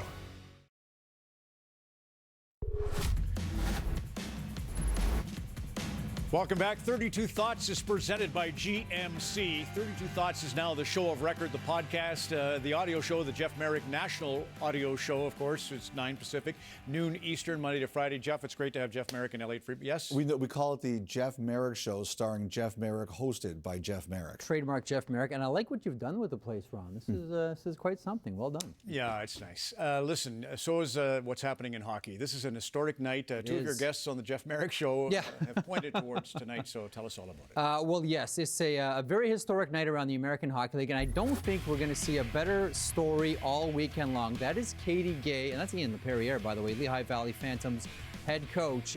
This is the Wilkes-Barre Scranton Penguins Lehigh Valley Phantoms game, where Katie Gay becomes the first woman to referee in the American Hockey League. Now, as we all know, there will be 10 women officials in the AHL this season. Have a look there. That is Katie with Brandon Schneider, JP Waleski, Patrick DiPruzzo as well. As you mentioned, there's been a couple of different female officials working. Kirsten Welsh worked an OHL game a couple of weeks ago, and then tomorrow Kelly Cook will work Rochester and Utica. So very historic day. And speaking of officials, by the way, in the NHL, the league is losing 4 of them. Brad Meyer, Dean Morton, Mark Chouinette, and linesman Vaughn Rohde calling it a career at the end of this season. Ron. Jack Eichel, Elliot. Well, this one's going to stay as a big story until something gets done here. But basically, what I understand is one of the biggest hurdles right now to getting a Jack Eichel trade done is that the Sabres, who, by the way, are undefeated to start the season, do not want to retain any salary. Now, they are willing to talk about taking contracts back to facilitate a deal, but it's still difficult with so many teams close to the cap, and also Eichel still having 4 more years and $10 million a season left on his salary. So I'm told that's one of the biggest issues at that time. Will the Sabres at all be willing to budge on that? For example, one team I believe made a call to Buffalo to see if there was a way to make it work was the Colorado Avalanche. But the Avalanche were told they weren't in a position where Buffalo was willing to take salary, and I heard the talks just stopped right there. So until that hurdle kind of moves a little bit, Ron, or there's a solution found to it, I think it's going to be one of the issues. Just before you do John Klingberg, Jeff, you were talking about Robert Haig, who you really appreciate. He and Peyton Krebs possibly going to Buffalo for Jack Eichel if Vegas were to make a trade. Have you heard anything further on that? The one thing I've heard is Vegas was in conversation with the Buffalo Sabres. Vegas did not want to let go of Peyton Krebs. Nick Haig is, as you mentioned, very much in that conversation as well. With all the injuries right now to the Vegas Golden Knights, and not just the Vegas Golden Knights, but also the AHL affiliate in Henderson, it's going to be tough for Vegas to do anything right now. Well, don't forget all these guys are going to come back. So even if you have the long-term injury relief, you still have to find a way to put them back. Pacioretty is out 6 weeks, and there's hope that with Mark Stone, it's not as bad as was initially feared, although we'll see. They say he continues to be under further evaluation. Okay, Dallas. All right, Dallas and John Klingberg. Okay, so as we all know, Ron, this was the offseason where defensemen got paid and got paid large. And there are three that are particularly, I suppose, salient to this conversation about John Klingberg. The Dougie Hamilton contract, the Seth Jones deal, and the Darnell Nurse deal. Now, one thing that I want to make perfectly clear to everybody here. The Dallas Stars, Jim Nill, general manager, want John Klingberg to stay. John Klingberg wants to remain a member of the Dallas Stars. But in contract negotiations like this, I guess it's always safe to say the devil is in the decimal point. This is the last year of a 7-year, $29 million deal for John Klingberg, and he's looking to go to the pay window, not unlike Seth Jones and Darnell Nurse, and making calls around. I can safely report that what he's looking for is something in the neighborhood of an 8-year contract in the mid-60s, so something between $62, maybe $66 million for Klingberg. Don't know that Dallas gets there, but I don't think it's a coincidence that in the offseason, Jim Nill went out and signed 3 defensemen, most notably Ryan Suter and Yanni Hakanpää. All right, just a couple of other notes we're keeping an eye on. First of all, Austin Matthews of the Maple Leafs. As everyone knows, they said he'd miss the first 3 games. Tonight is number 3. The next game is Monday against the Rangers. At this point in time, the best thing I can tell you is that it's undetermined, but if he doesn't play that night, they've got 3 days off before a back-to-back Friday, Saturday, San Jose, Pittsburgh. So I'm wondering if Toronto just waits, decides to do it that way. And Vitaly Kravtsov, the Rangers' 9th overall pick in 2018, given permission to seek a trade this week. I understand the Rangers have asked him, would you like to go to AHL Hartford and work your way back up? Kaapo Kakko got hurt tonight. At this point in time, he hasn't agreed. I don't know if he will, Ron, but the offer is out there to return. Great, man. A condensed 32 thoughts with Jeff Merrick and Elliot Friedman. Don't forget, we're in the second intermission here of the early game. Still to come, action from San Jose and Edmonton, and a quick report from our panel on Hockey Night in Canada is next. Celebrating the game of hockey is all about coming together, sharing in the passion, and following your favorite team, even if you aren't on Canadian soil. We live for this. A celebration of passionate hockey fans presented by Pepsi. My name is Tim Pipes. I'm the owner of the Angry Beaver, and I'm a proud Canadian living in the United States. I moved to Seattle, where I've always had a very deep connection with my Canadian roots and my love for the sport of hockey.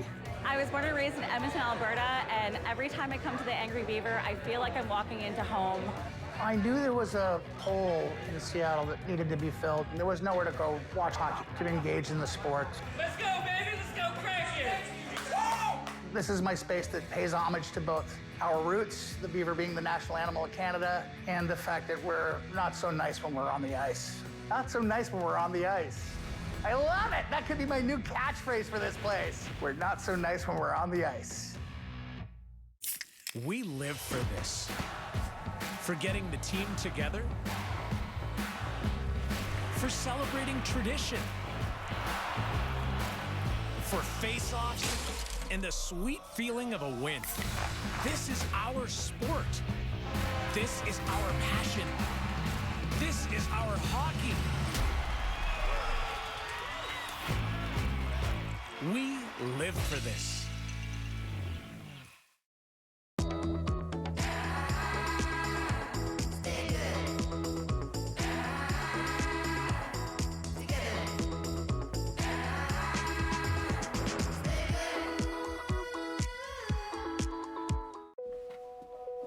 Good morning, Canada.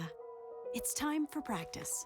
Sure, it's early and cold outside, but you're ready. Because you start with the warmth, nutrition, and energy of whole grain Canadian Quaker Oats. So when it's time for Canada's game, Canadian Quaker Oats help you start your day. When it's hockey season, Canadians aren't just hungry, we're hockey hungry. Proud partners of Canadian Hockey Mornings. So, what do you want to be when you grow up?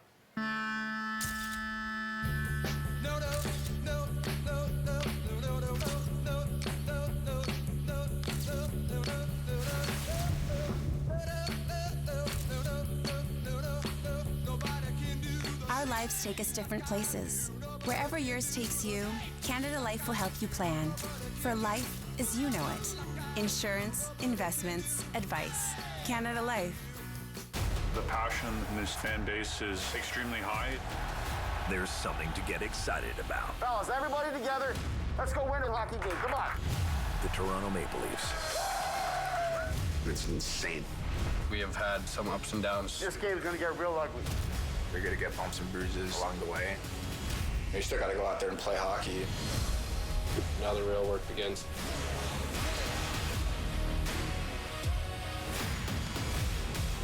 It's the big one at the Brick. Get up to 20% off Canadian-made sectionals. Plus, shop huge deals in every department. 50th anniversary CD Posturepedic Pro Bag mattress, twin, full, or queen size, just $479 each.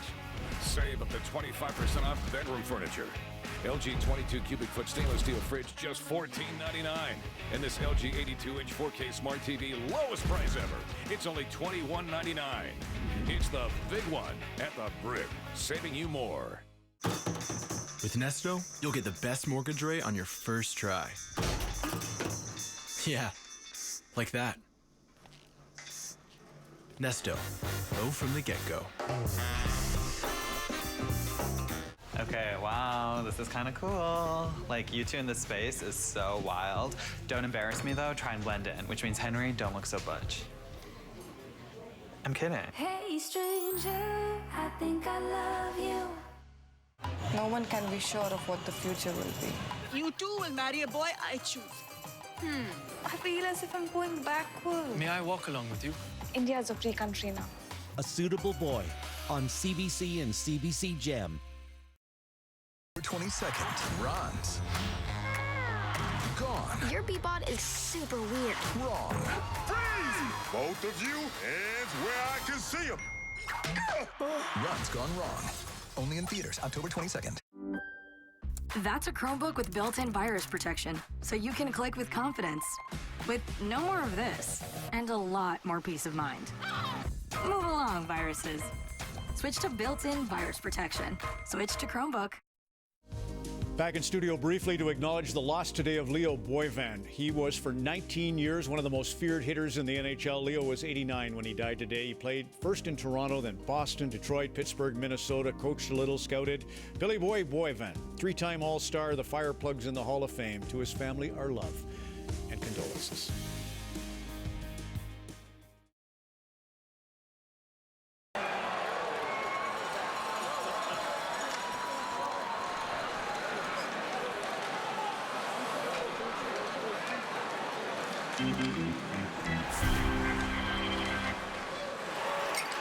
Gord! Connie! I've mastered human replication. Our reno can now get done in 1/5 of the time. Nice breakthrough, Gords, but check out this one. We just saved a bundle buying home and auto insurance with Sonnet. That was fast. Take a moment, save a bundle. Visit sonnet.ca.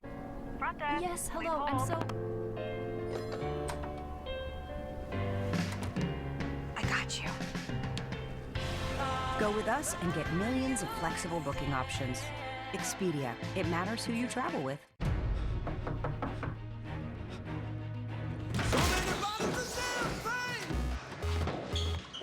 I'm in a room with the famous faces. Ready, and oh, feel like Scorsese. Yeah, it sure is like a movie. Oh, about to make a movie.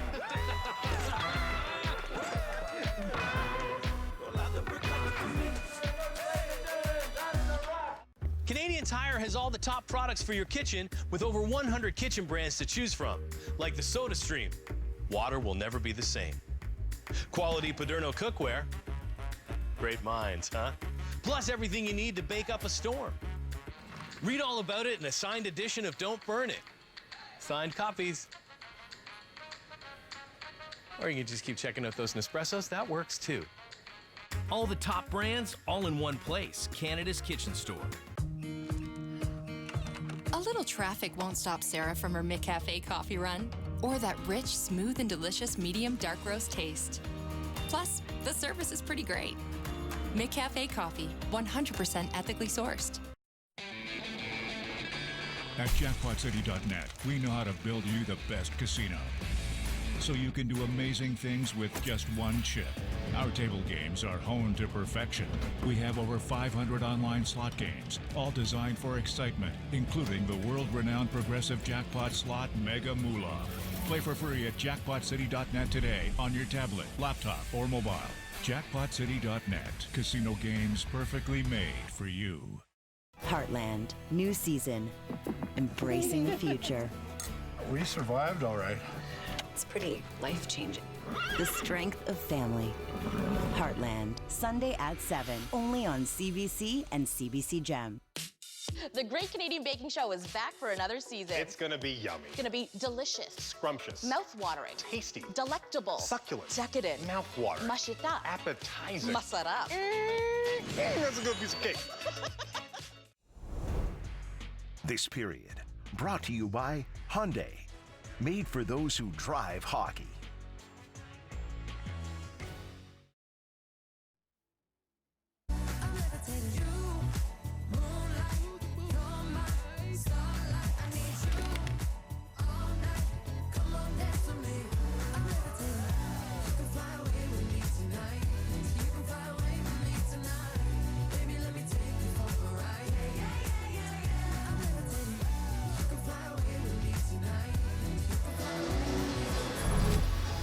The battle for Earth continues in the thrilling sci-fi drama War of the Worlds. New season Wednesday at 8 on CBC and CBC Gem. The Battle of Ontario continues. Toronto leading by a goal to start the third. Chris and Craig. Yes, Kyle, second of 4 meetings this year. Their next will be on New Year's Day. And the only time this year the Leafs will have a home-and-home series. There's one other for Ottawa in April against Detroit. We're getting set for a string of games against U.S. opponents coming up.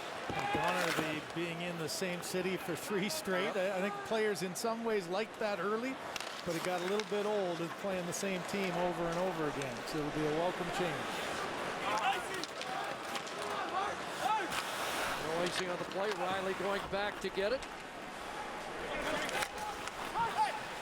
Wayne Simmons opened the scoring tonight. Alex Kerfoot also scoring for the Leafs. And Josh Norris in that second period cut the Leaf lead in half. Artem Zub behind the net. John Tavares comes out along with Ritchie and Marner. Tavares with 4 shots in the game and some grade A chances against Anton Forsberg. Jake Muzzin. Pinto there for the Senators along with Nick Paul. And out of the scrum, Brown nearly had a chance. Pinto, Paul, and Brown back together here in the third period. Brown plays it around to the left point for Mete, and now here's Zaitsev moving up. That shot blocked by Muzzin, and Marner's away. Maybe a 3-on-1 break. Marner with Ritchie, and Tavares shooting it high.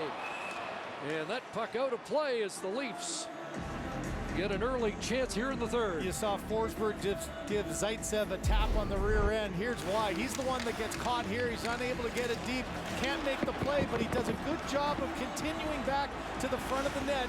And in the end, it's his stick right there that gets in the way of Tavares.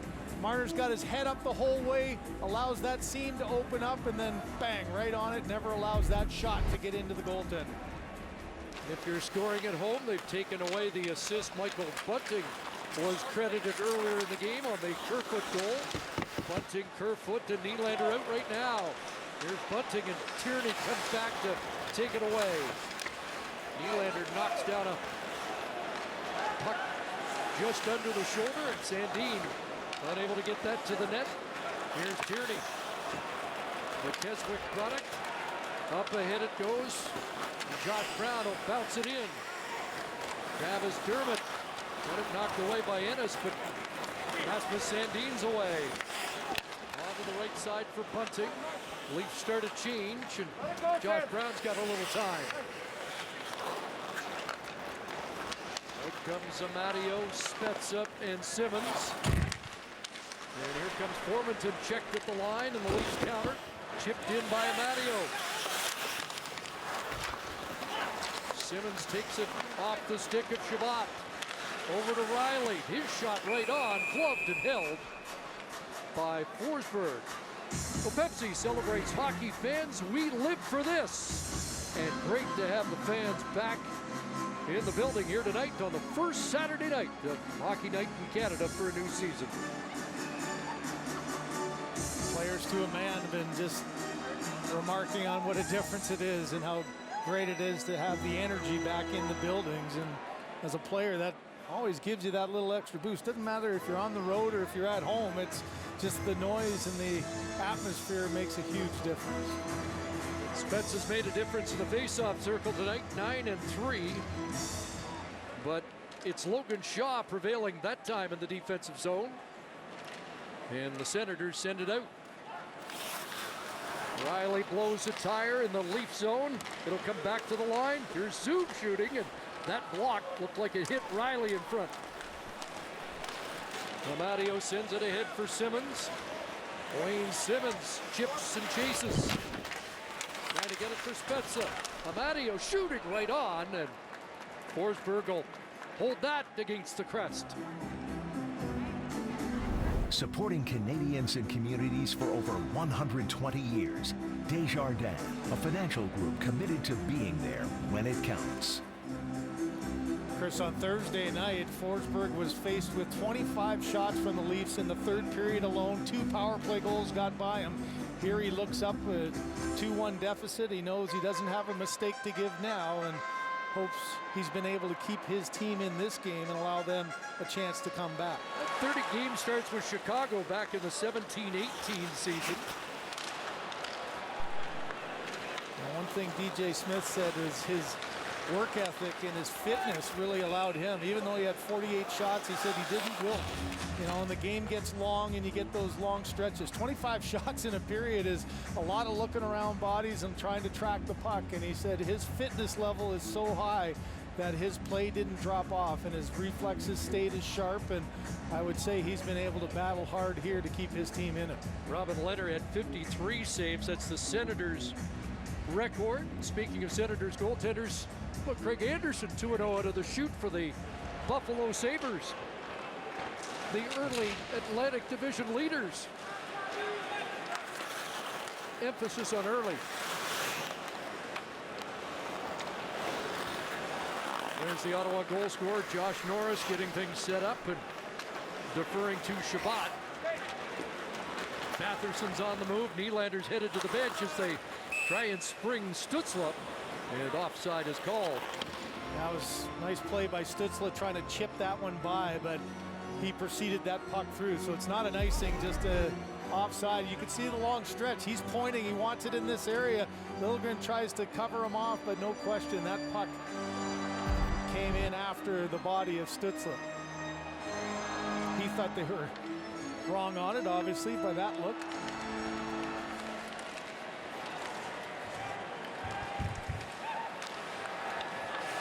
Here's TJ Brodie and Morgan Riley on the move. Riley into the Ottawa zone, looked in the slot for Tavares. Marner will swat it around, and it comes to Riley. 248 career assists for the Leaf defenseman. And back to 44 at the line. Brodie fired it off target. Tavares after the gate, Josh Brown. And away with the puck is Nick Paul. Right wing pass for Brown, broken up. Marner dashing back. He's got a lane to the net. And Forsberg to stop. Rebound loose in front. And Shane Pinto there. Mitch Marner and John Tavares have had their chances, haven't been able to buy one yet. And there's that just athleticism getting across with that left toe. As I think Mitch Marner thought he had waited long enough. They outweight the goaltender to get it around him. Sanford looks to center. Chris Tierney stopped by Kemp, and Travis Dermott looks up ice. Onto the right side for Kasha. Engvall sneaks onto it. Zaitsev watching him. Engvall stays on the puck along the boards, and now Victor Mete, former Toronto Junior Canadian. Mete will play it high, and now Ennis has got a break. 2-on-1 with Sanford. Ennis across, and good defensive play there by Travis Dermott. Ennis behind the net, working it back to the line for Mete. Deep again for Ennis. Campbell poked it right onto the stick of Ennis and had to make a stop off the former Leaf. Now Tierney to the line. Pressure from the Senators. And Tierney shot hit the post. That one through the traffic and off the far post. Well, that's one that Campbell kept that play alive instead of trying to get it, absorbing it in and get a face-off, and it almost cost him. Muzzin stops up the Shabbat rush. Stützle at center. He lost it to Muzzin, and now he'll counter along with Simmons. Simmons after it on the forecheck as Shabbat sends it around. It bounced past Spezza. Found by Batherson. He lost it. Now Mario, Spezza, Simmons side of the net, and a stop there by Forsberg. Perfectly positioned, short side. And now a chance here for Norris, and it ramps off the stick and out of play. Well, the game really opening up, some end-to-end action, some turnovers create opportunity. In alone as Marner tries to reach around, gets it off the side of the net. Ennis, great patience to the outside. How about Dermott getting that stick in a second effort? A one-time shot by Tierney gets deflected through and off the post and out. It's still a one-goal game. Introducing the all-new Hyundai Tucson with remote smart parking assist.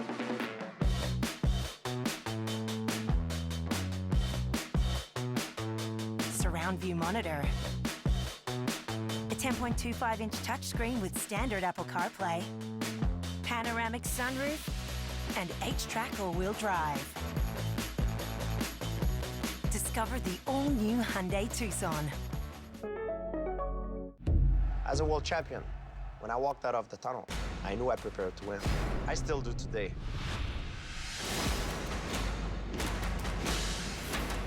Every game starts at bet99.net. We found a way to make Coke Zero Sugar taste better than ever. Don't believe us? Taste it and become a believer. Go on, try it. New Coke Zero Sugar, now more delicious. Best Coke ever? You bet. That first vacation bed flop. Could it feel any better? If your family got their first check bags free using your WestJet RBC World Elite MasterCard, then yes, it can. Yes, please, flop away. Every moment feels better when you save up to $1,350 on your next trip. The plus side of sports betting is here. New ProLine Plus online betting with single event betting, dynamic competitive odds, and more. Register today at proline.ca.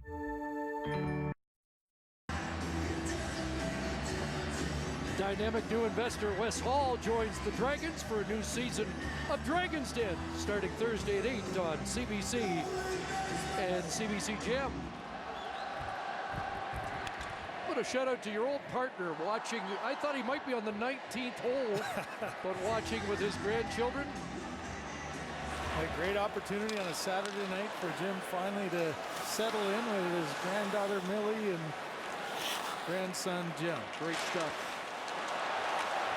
Great play, Hewson. Here's Nylander onto the right side for Riley. Drake Batherson for Norris, stopped up Tavares. Slowed down that attack. And played back into the Ottawa zone. Artem Zub around. And now Nick Holden will get things organized. 7:20 gone, third period.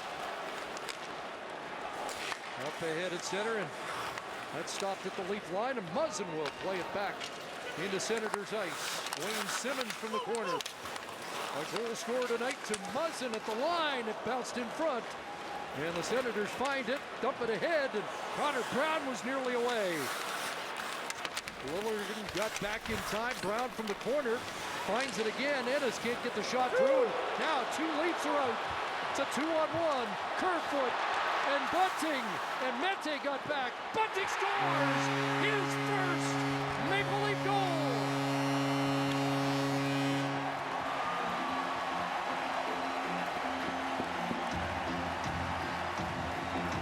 What an effort by Bunting to stop up and give himself a little bit of a separation between he and Mete. Here's the chance at one end that goes the other. So Mete's top of your screen, trying desperately to get back, and he overruns it a bit, but that little step by Bunting stopped up, took two quick strides, You're thinking goal here, trying to support Kerfoot as it goes from one side to the other. A stop up, 2 quick moves, and then right underneath the glove is Bunting. His reaction, first goal as a Maple Leaf, a great moment, and nothing but smiles going to the bench on that one. That mom Linda smiling too, and he had a lot of family and friends here for his debut in a Leaf uniform on Wednesday night against Montreal, and already there's some 58 jerseys in the building. Michael Bunting, the first to wear 58 as a Maple Leaf, and enjoying his first Maple Leaf goal here tonight. And Chris, if he just stops up and tries to shoot, he probably doesn't get that goal. It's that ability to create that little separation, change the angle on Forsberg, and he did it perfectly, and he gets his first. Well, the Leafs needed a little separation because Ottawa's been hanging around here, and they come close again. That shot just wide. Artem Zub bouncing it through, and Alex Formanton's on it. Plays it to the near side corner. Pinned in their own zone. Parker Kelly for Shabbat. Thomas Shabbat playing it to the net, knocked down by Amadio, and now Spezza on the tape for Simmons. He'll flip it down on the backhand into the Senator zone. Amadio and Shabbat hit the deck.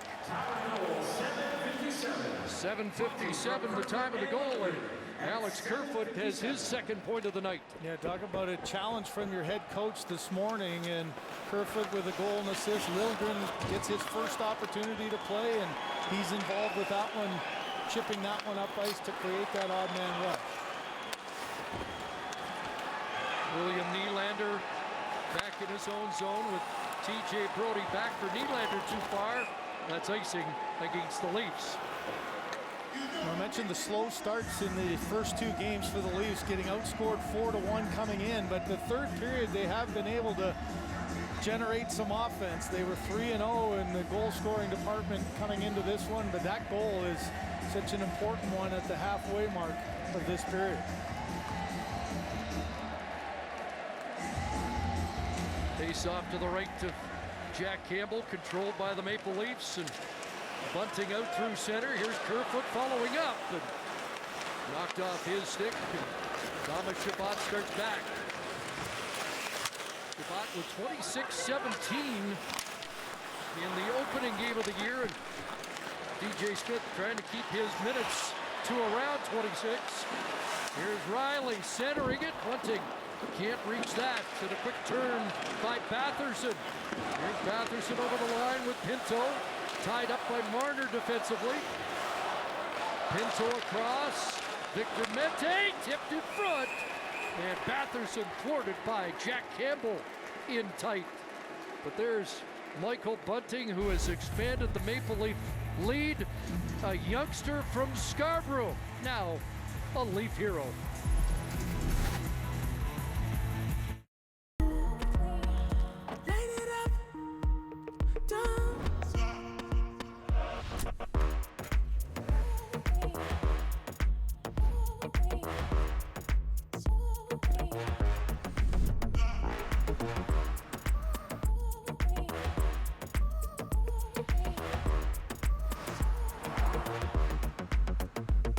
The newly redesigned Kona, the SUV for the city.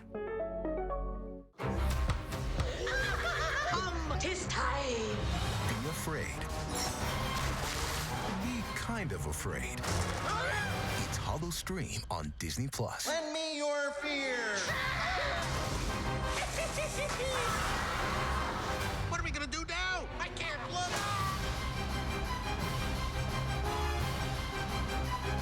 Howdly doodly. Hollow Stream, now streaming on Disney Plus. This McCafe Premium Roast Coffee comes from this tiny, 100% ethically sourced Arabica bean. It helps support farmers so their kids can go to school and their communities can prosper. It helps protect rainforests and the animals within them.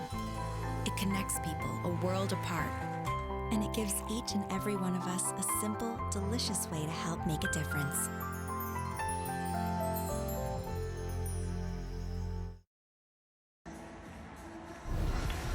Top Performers brought to you by the first ever GMC AT4 lineup. Well, Michael Bunting comes from a competitive family, but Michael is on another level, according to his mom, Linda. As for the habit of getting under the opponent's skin, his mom would always have the same conversation with him in the car after games. Why does it always have to be you in the middle of everything? Even now, she admits she doesn't love watching it, but Linda was at the home opener. She was in Ottawa Thursday and in the house again here tonight, and you know she loved watching that, her son's first as a lead, Chris.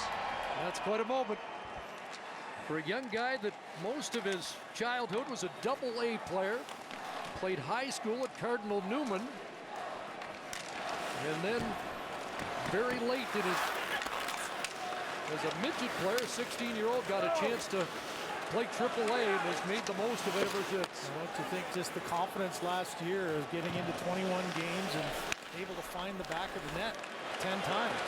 Pierre Engvall back to the attack. Riley across. Brody in deep. David Kemp had it hop over his stick, but Engvall there in support. Riley shot through traffic right on. There's Chabot finding the rebound ahead of Engvall, and that will end the Leaf shift. And the Senators start to change as well. Ottawa at home against Dallas tomorrow. And Maple Leafs Monday against the New York Rangers. And finally, fresh meat for both teams.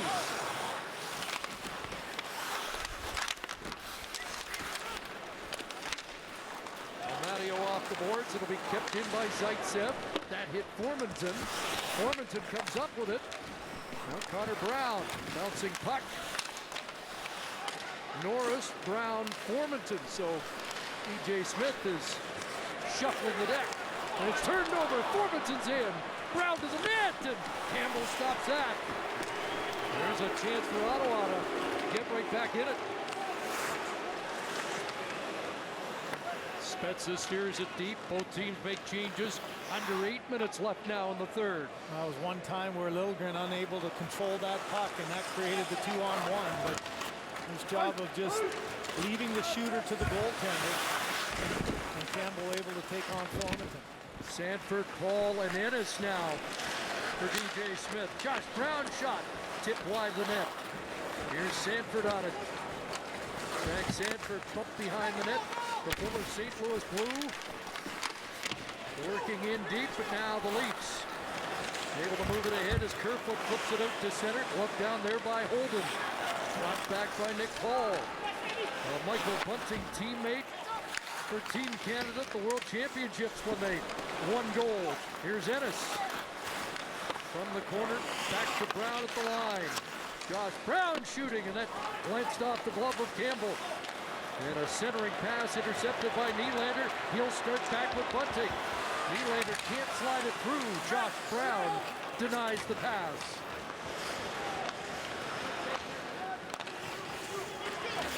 Stützle and Batherson try to get it going, and it's offside at the Toronto line. Well, turnover at your own line creates the odd man rush. Pass across here by Simmons, unable to control in the feet of Liljegren. So now you've got a 2-on-1. A nice job though. Just leave the shooter, take away any chance of the pass. Muzzin gets back there effectively to not allow any chance of getting that over to Connor Brown. Shots are 29-20 Toronto. Bunting in the third has made it 3-1. Stützle from an angle with that shot just wide. He's been dangerous tonight and has it again. Back to Chabot shooting, and that deflects off target. Zoom to Batherson. TJ Brody for the Leafs. And Marner trying to get it out, does. Ritchie hands it off to Tavares. Jumping with him is Riley. Tavares lost an inch along the boards. And now Ottawa will start back. Stützle turns it back. And now Chabot ahead. Senators changing behind him as he flipped it over the glass and into the crowd. So just under 6 minutes remaining in the third.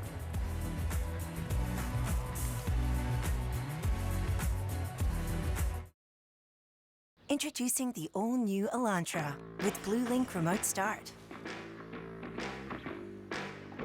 Standard Apple CarPlay. and features like blind spot collision avoidance assist to help keep you safe.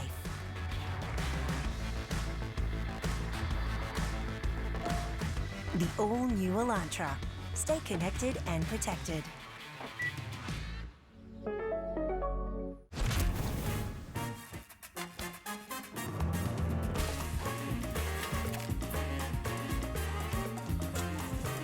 Every kitchen is a restaurant-ish. With Cavendish Farms restaurant-style fries. Discover the unbelievable true story from the studio that brought you The Revenant and the director of Gladiator. The truth will prevail. The Last Duel, now playing only in theaters. Looking for something, Jessica? Yeah, dinner. May I suggest black diamond cheese? I love diamonds. Black diamond. Let's add some pepperoni, tomato sauce, and bagels. What do we have? Dinner. Black diamond since 1933. This period brought to you by Hyundai, made for those who drive hockey.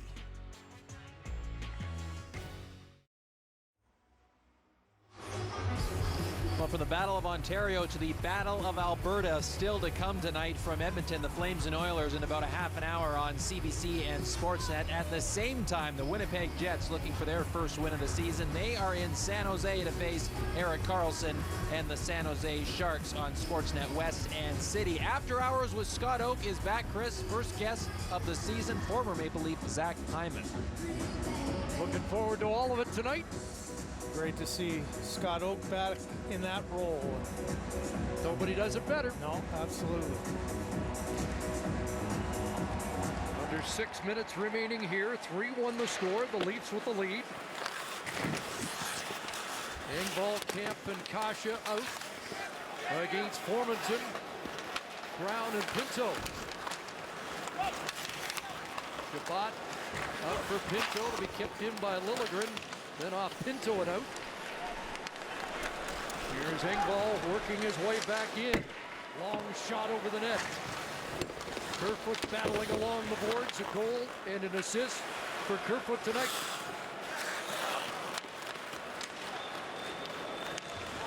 Here's Shane Pinto, who will be in the Calder Trophy conversation this year based on what we saw in training camp. Puck cleared and Bunting's on that. Riley jumps up. Michael Bunting with a move to the net. And a good stick there by Forsberg to knock the puck just off the blade. And Bunting got dumped and the fans wanted a call. Oh, nothing like scoring a goal to get your confidence. He showed a lot of patience there, didn't he? A deft move and could have been a call made. Josh Norris back but lost the handle. Bunting had a hat trick in a preseason game against the Senators. I think you'll remember tonight's goal even more. Yeah, I think a little bit more than the exhibition for sure. Wayne Simmons lost it there to Ennis, but helping out is Brody. Bob Spezza and out at center ice. Simmons trying to skate onto it and on it, but the play is offside. Well, a new series kicks off tomorrow night. Watch Heartland at 7, The Great Canadian Baking Show at 8, and A Suitable Boy at 9 on CBC and CBC Gem. You see Michael Bunting there talking to the ref. He said, well, okay, what happened there? He took a quick look back, and that little fake, great footwork, and then a hard cut to the net that the stick of Zaitsev goes on top there. He wanted a call, didn't get it, almost had a really good chance at the net there with a nifty move. Leafs control the draw. Dermott sends it in. Ritchie on the forecheck. In behind the net. Ritchie tied up with Holden. Ritchie trying to dig it out with Marner there. Nick Holden and Josh Brown for the Senators. Puck loose along the boards. Tierney put it right in front, and Forsberg tries to sweep it away. Batherson trying to get away against Sandin. They both go down, and play continues. Here's Tierney behind the net. Tierney in front. Batherson, Stutzla. He missed the target. Excuse me, that was Artem Zubin deep, and he slapped his stick in disgust. Stutzla covering at the point for him. Mete. There's Stutzla. Marner tracking him. Batherson up high. Can't get it to the net, and Ritchie knocks it away. And a chance for the Senators here with just over 3 minutes left. Well, that was one with Batherson. I think you could have called penalty on both the defender and the offensive player. And at the end, just a great play at the net that, you're right, Zub, I thought had half a net and put it right up and over. Zub seals the boards and prevents a clear by Engvall. Brodie will try the other side off Kasha and down the ice, and that one is icing as it goes through the crease. There's the battle out of the corner. Good heads-up play by Tierney. He takes the Sandin attack over. Yeah, just shanked it wide. Look at Zub. He was frustrated with himself. Right-handed shot there. Tried to get it in and ended up going wide. And with 2:48 down by 2, DJ Smith with the icing, forced to put his goaltender out, get the extra attacker. Leafs have won 65% of the draws tonight, but a rare loss for David Kampf. 6 on 5.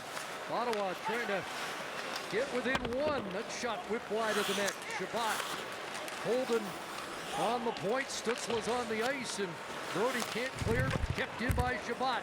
Norris with a shoulder check. Looks for Connor Brown. Spun there by Engvall.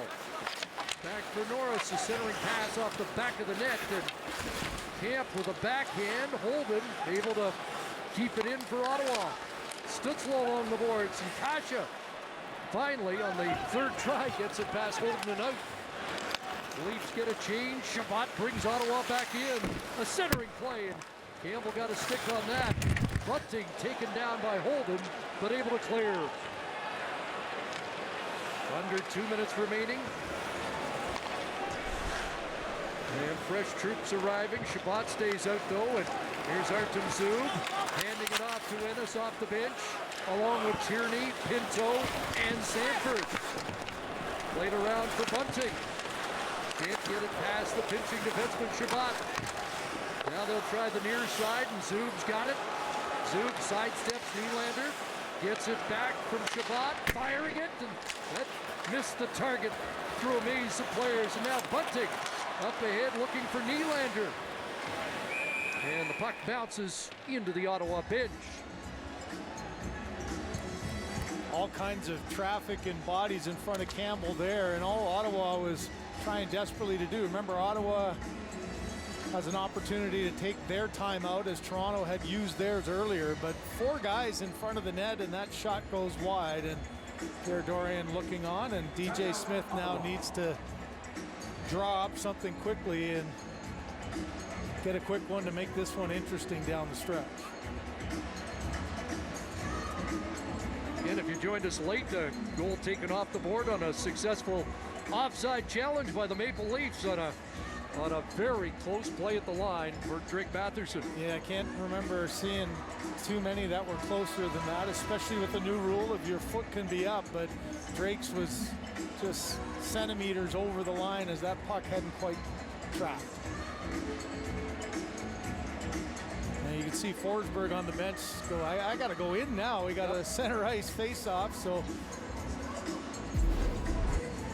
Just one more look at how close that was. And just a desperation play by Batherson at the end, that a poke check by Campbell ended up going off his leg and back in the net. And instead of being a tie game going to the third, it was a 2-1 lead for the Maple Leafs. Stutzla's pass intercepted by Kampf, who's out there centering along with Tavares and Marner here. And a pass for Batherson. And Norris, a backhand. Campbell with the stop, his 20th save of the night. Boy, Ottawa almost got a break there. Would hit the linesman's skate, and that created the turnover. Batherson trying to draw the defender, Riley, to the outside, makes a nice pass through the stick, and a desperation play by Brodie forces Norris to rush his shot a little bit on the backhand, and Jack Campbell, like he has been, he's got 20 saves on the night here, and that one an easy one with the backhand. John Tavares wins his 12th draw in 18 tries tonight. Morgan Riley there, Stutzla after it, Pinto, Norris stay out, net empty, 6 attackers and not enough for icing. Batherson winds it up. Just over 40 seconds left in the third. Red line and in for Ottawa. Jake Muzzin in the corner. He'll try and kill some time. And the puck comes out for Marner. And Camp gets it to center. Tavares on the other side. On the backhand, empty net. Hit the post. Kind of sums up the night for John Tavares in a goal-scoring way. Mitch Marner may be a chance, and he can't beat Shabbat. So the two guys that have been a little bit snake-bit tonight are thwarted in the empty net. Oh boy, you got a chance to get the zero off the board for both of them. And another chance, and that one bounced wide. It won't matter, because this one's going to finish 3-1 Toronto.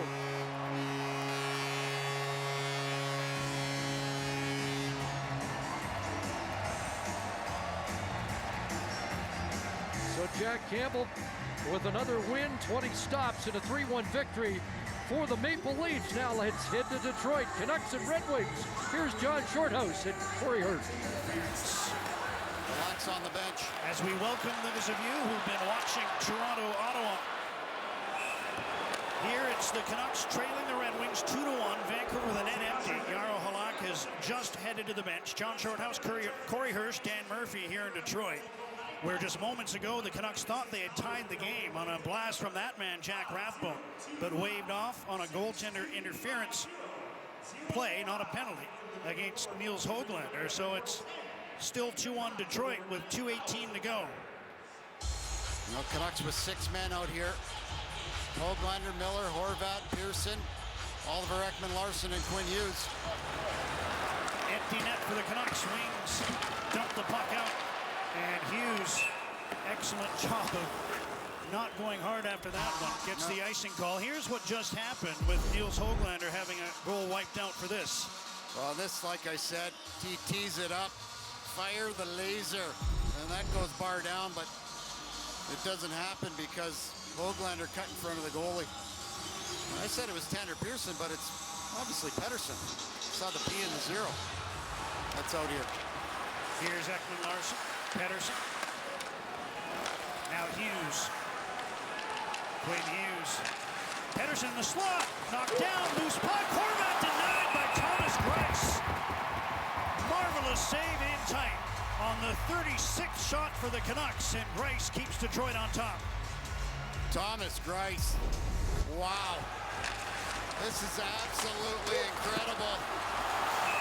I can't believe that Horvat doesn't score right here. A great read by Thomas Greiss, and holy guacamole, he gets off to the side and he stops Bo Horvat right in tight. Horvat on this face-off against Michael Rasmussen. Minute 56 to go. Puck to the slot, to the line now, held in by Ekman Larsson. Hughes takes his pass. Quinn Hughes to JT Miller. Canucks spread out. Hughes at the line, down to Miller again. Chiasson is the net front guy as puck comes back to Hughes. Miller from the corner has to sidestep the official, then his pass was disrupted. Horvat gets to it into the corner for Miller. Trying to protect it, threw it across the slot. Intercepted by Rasmussen, knocked off his stick by Chiasson, but the puck's outside the line. Tyler Bertuzzi had it stripped away by Hughes, and the Canucks will try to break back up ice. Chiasson drops back to Miller. And this will allow Detroit to change. Canucks might get some fresh legs out there as well, although it doesn't look like they're interested in that. Now, this is the issue with pulling your goalie too early. Detroit gets a change, fresh ice. You still have the same guys on the ice. Pettersson tried to carry and lost the puck. Empty net bid, and they score. Sam Gagner, the ex-Canuck, finds the empty net. And Gagner, with his first of the season, makes it 3-1 Detroit. I just said it. Whenever you pull your goalie too quickly, your players, they've got about a minute 20 without getting gassed. Detroit gets a change. They get fresh players on the ice. You have tired Canucks. Pettersson tries to do a little bit too much himself. He ends up turning the puck over, and Detroit seals the game. Pettersson about there a minute 58. JT Miller a minute 49. And now Myers loses the puck, but it comes back to him behind the net. He slides it up the near side. You got to get Halak out here again quickly. Here's Pearson from the corner, backhands one towards the goal, loose in the crease, covered by Grice with Matthew Highmore there for Vancouver digging away, and Mark Stahl takes a little exception to that. Well, Shorty, we've had a pretty good hockey game. First period was a little bit slow, but the rest of the game has just been off the charts with speed, hits. Connor Garland's been incredible, but what can you say about Thomas Grice? He's got 37 saves on 38 shots right now, and he's been the difference in the hockey game.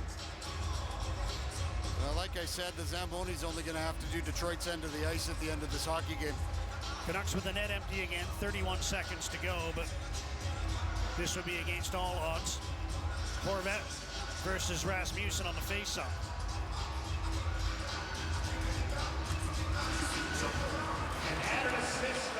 Chiasson taken to the ice after the puck. Pettersson gets it back to Hughes. Left point, Quinn Hughes, wrist one. Price the save. Horvat on the rebound, couldn't get it to go. JT Miller gets the loose puck, sends it across Rekman Larson, just out of his reach. Now from the blue line, he tries a shot, tipped by Horvat, stopped by Grice. He doesn't want the whistle to blow. Play continues. Here's another empty net shot, just wide.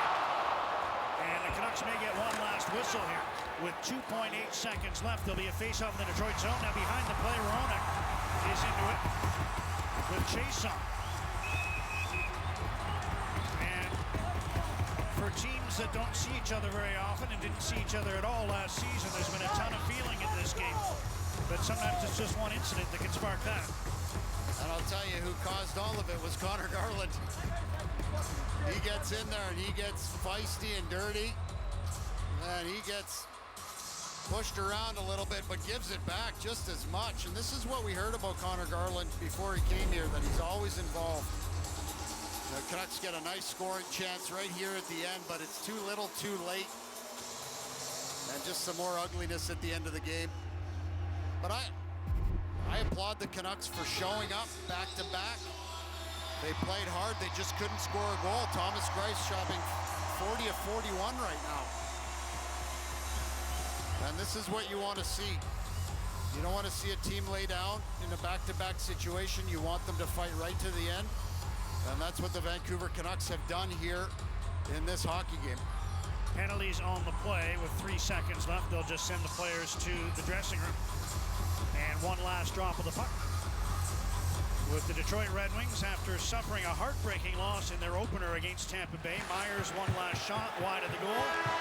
But the Wings, who blew that late lead against Tampa, lost in overtime on a goal by Andre Palat. They bounced back, needed the heroics of Thomas Grice, and he provided it. 3-1 Red Wings, the final. Canucks now 1-1-1 on their road trip as they lose 3-1. This one's done. Let's head to New York and Montreal. John Bartlett and Gary Galley. Tipped and just missed. Evans throws it through the slot. Panarin has got it. He'll clear it up onto the wing, and Hedl from center will take it in. Philip Hedl trying to drive the net, and he is cut off going to the goal as Petrie has got it. Under 2 to go now here in Montreal as we welcome our viewers of the Vancouver-Detroit game with Josh Anderson going to the net, trying to tie things up. And now a break for Lafreniere. Alexis Lafreniere shoots, kicked out by Allen. Lafreniere with a go-ahead goal for the Rangers in this game in the third. It'll stand as the winner here if the Canadians cannot equalize. Dvorak for Sherratt. There goes Jake Allen. He'll head to the bench. The extra attacker up for Montreal. Dvorak will settle it down. Has a look. Doesn't like what he sees. He'll feed it back for Sherratt.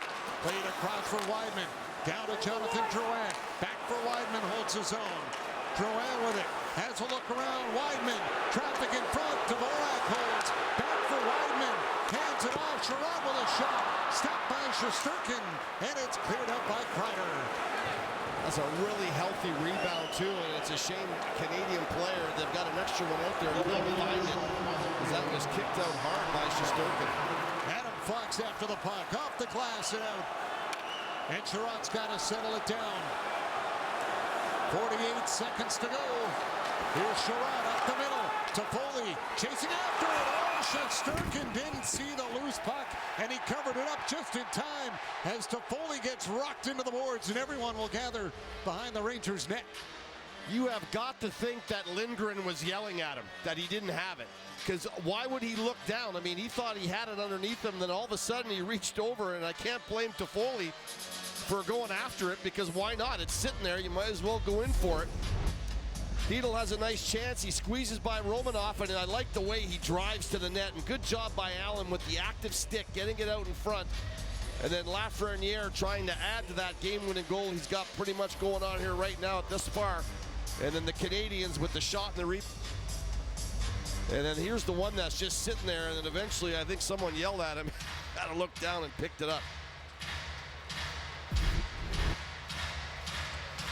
And Dominic Ducharme will use his timeout here, and he's also asking for the face-off to be on the other side of the ice. Stay tuned following tonight's Battle of Alberta for the return of After Hours. Scott Oak and Louis DeBrusque will welcome the Oilers' Zach Hyman to kick off another spectacular season of After Hours. I think everyone thought once Drouin got that goal that it would really put some energy into the Canadians and they'd really come on the back end of this period, but good on the New York Rangers to find a way to really put the flame out quickly within seconds. This starts with a pass across to Zibanejad. He throws it to the net and it rattles off apparently Kreider and then Romanoff.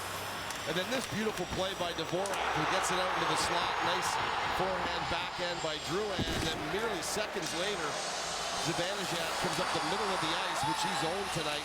And Lafreniere just drives to the net with his stick on the ice, and Zibanejad puts it on him. And Zibanejad with a couple of points tonight. And the kid, amazing. Gallant had him out there in the last seconds before the whistle blew here with the 6-on-5. And that's something for the youngster to get the opportunity and the coach's trust to be out there in a one-goal game. Dvorak will take the draw against Rooney. And Dvorak won it. Petrie from the point, moves across the blue line, holds on to it. Now Drouin with a sharp angled shot, and Shesterkin bobbles it, but will hang on. Nice job on the face-off to get the draw. Get it back to the point, and Petrie does a really efficiently, moves along the blue line and finds a hole, a lane to put the puck to the net on, and that's really important. You can't afford to get a shot blocked at this point. So move laterally along that line as much as you have to until you find a lane to put the puck at the net. Nick Suzuki won the draw. Tyler Toffoli has got it. Played it back in the net. Anderson going after it. Lindgren trying to work it up the boards. Traffic jam there as Toffoli tries to dig it out. Now Petrie looking to get a stick on it. Zibanejad, good job there trying to burn the clock. 15 seconds to go. It's now loose. And it's picked up by Rooney. He'll skate it to center. Drouin steps up on him, and Rooney puts it into the middle of the net. And it's 3-1 New York. Mika Zibanejad had the puck along the wall for about 10 seconds. I looked up, there was 25 seconds left, and when I looked up again, it was 16, and he had still had the puck along the wall. What an awesome job Zibanejad does, holding this puck. You've got 3-4 Canadian players jamming away at it, but no one can get it off the wall. And this is just time ticking away. Like someone's got to go in and just rip the skates out, just pull it out. And eventually it pops across the ice to Rooney, and he does a nice job of waiting it out till he finds the open net. And Mika Zibanejad not only gets some points on the board, but some really good down-low play by the centerman. Well, it's 3 goals in just 3 games for the Canadians to start the season. That's the fewest since the 95-96 season. It's also the last time that they lost their first 3 games of a season. And the Rangers are off the schneid. They'll get win number 1. Alexis Lafreniere, the game-winning goal, as New York takes it 3-1 on opening night for the Canadians in Montreal. Ron McLean coming up on the other side of our break as Hockey Night in Canada continues.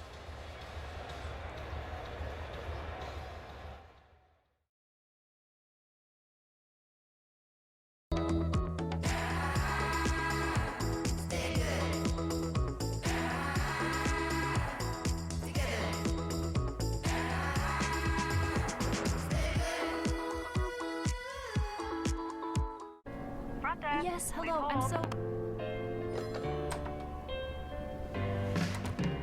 I got you.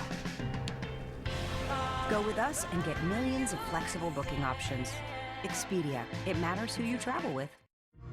Rated M for mature.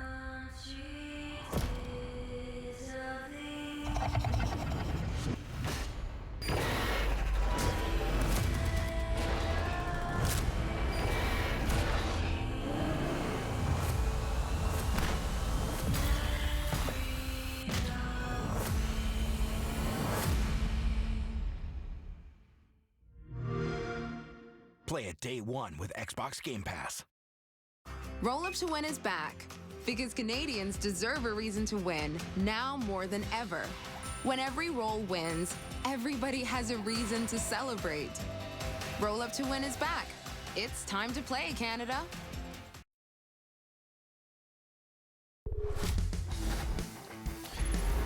Welcome back. The panel is like a lot of the goals this evening. Upon review, they have been called back, but they are here, and they'll carry on with David Amber through the coverage from San Jose and Edmonton. You see Montreal now 0-3, first time since 95-96. For Detroit, a big win tonight against Vancouver. Connor Garland, sensational. Doesn't look like the league will look into the hit on Zadina. He had a goal. He was impressive. And for the Leafs, obviously, Jack Campbell does it again. He's been great as the number one. They get a great goal by Michael Bunting, who was 4 hits plus 3. David, look, you know the drill. Rogers Hometown Hockey is back. Tatar and I are in air on Monday evening. That means you and I share Saturdays, and it's up to you. I can't wait to get home, be on the sofa, have a drink, and enjoy it. Yeah, it's going to be fun, Ron. We got 2 great games coming up. We're going to be out in Edmonton as well as out in San Jose. Hockey Night in Canada rolls on. Follow the NHL on social media for behind-the-scenes coverage of the biggest moments, original content with your favorite players, and highlights from the best plays in hockey. A can of paint or a can of genius. Premier. Snaps open and closed.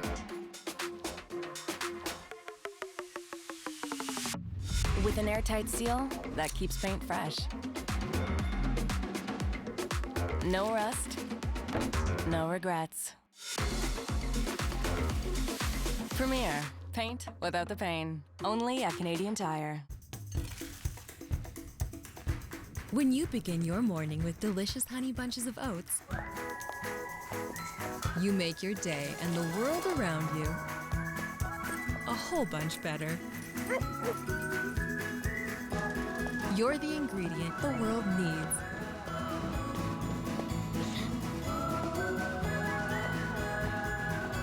So go on, make a bunch happen.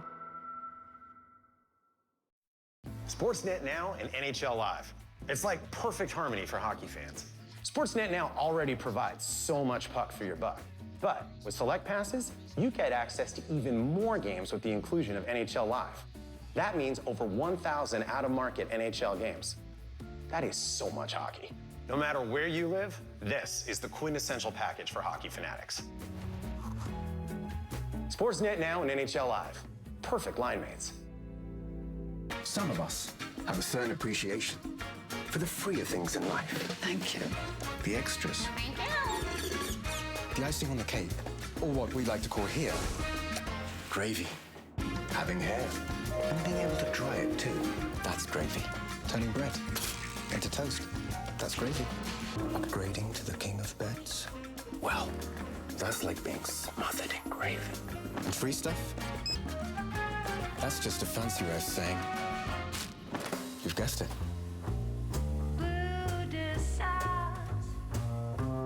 Gravy. A hotel that turns your towel into a duck. Just more gravy. And if that appeals to your heck yeah, pass me some of that Dyson vacuum. Then all aboard. It's about time you got a little taste. It's all gravy.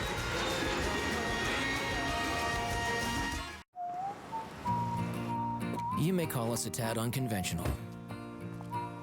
A bunch of wonderfully wild and colorful individuals. People who really do give a hoot about animals. Perhaps we are a little extreme, a little out there, or way out there. And yes, we do fuss over every small detail, but that's what makes us us. Welcome to Uncommon. What's going on? You can catch an all-new episode of Strays. Sounds fun. I love it. Oh, that's good. Extremely. Let's do it. I want all the deets. Strays. Tuesdays at 8:30 on CBC and CBC Gem. Great. Then it's a date. Why are you working here if you hate it so much? Mom sentenced me to hard labor after I tried to run away. Just means I can save up to pay for a ticket back to New York. You'll have enough for a bus ticket, like 20 years. Are you kidding me? What is wrong with you?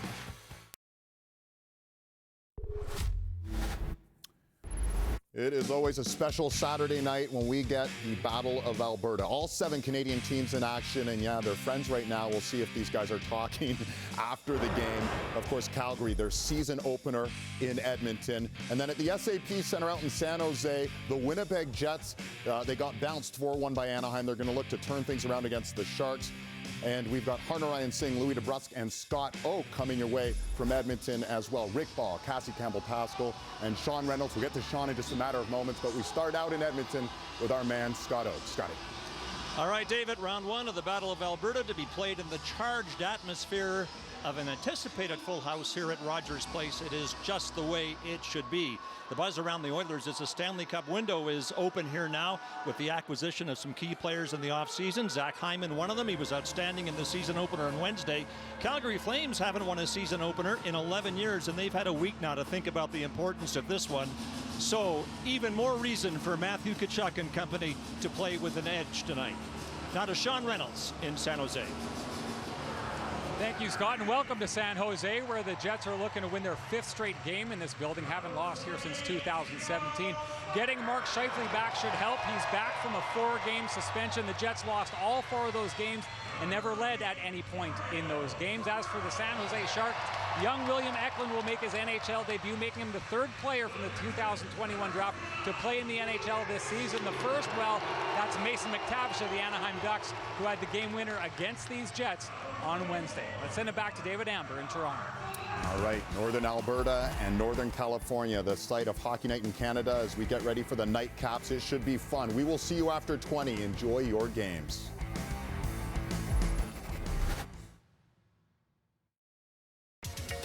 It's love at first listen with CBC Listen. Download today. Find a truck that delivers. One that works as hard as you do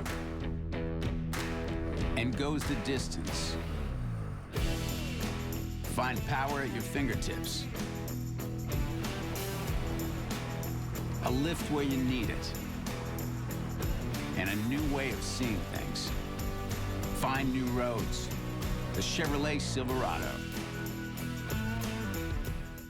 This period brought to you by Scotiabank. Hockey for all. See how we're changing the game at scotiabank.com/hockeyforall.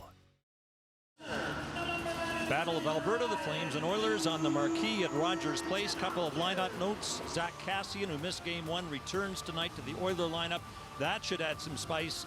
And Daryl Sutter with Blake Coleman outs going with 7 defensemen and 11 forwards. Oliver Shillington draws in as number 7. Al Stafford is the public address announcer at Rogers Place. Hockey heroes, visit ScotiabankSkaters.com.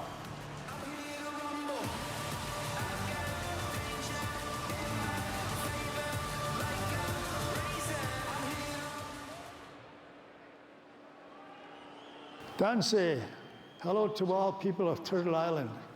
As chief, I welcome you here to Treaty 6 territory.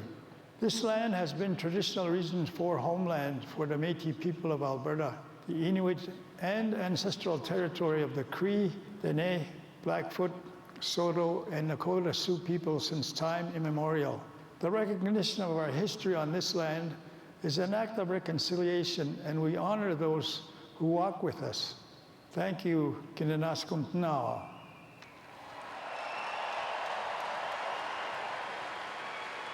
Fans, we would ask you to please stand if you're able. Remove your hats and join the singing voice of your Edmonton Oilers, Robert Clark, in the performance of the Canadian National Anthem.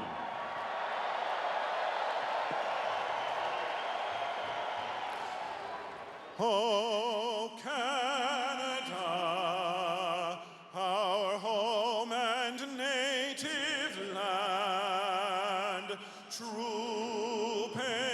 sweet love in all of us command.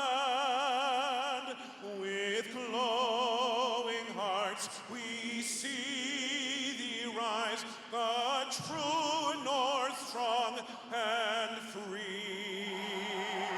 From far and wide, oh Canada, we stand on guard for thee. God keep our land glorious and free.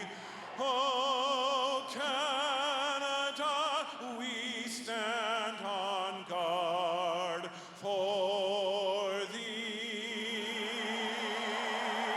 Oh Canada, we stand on guard for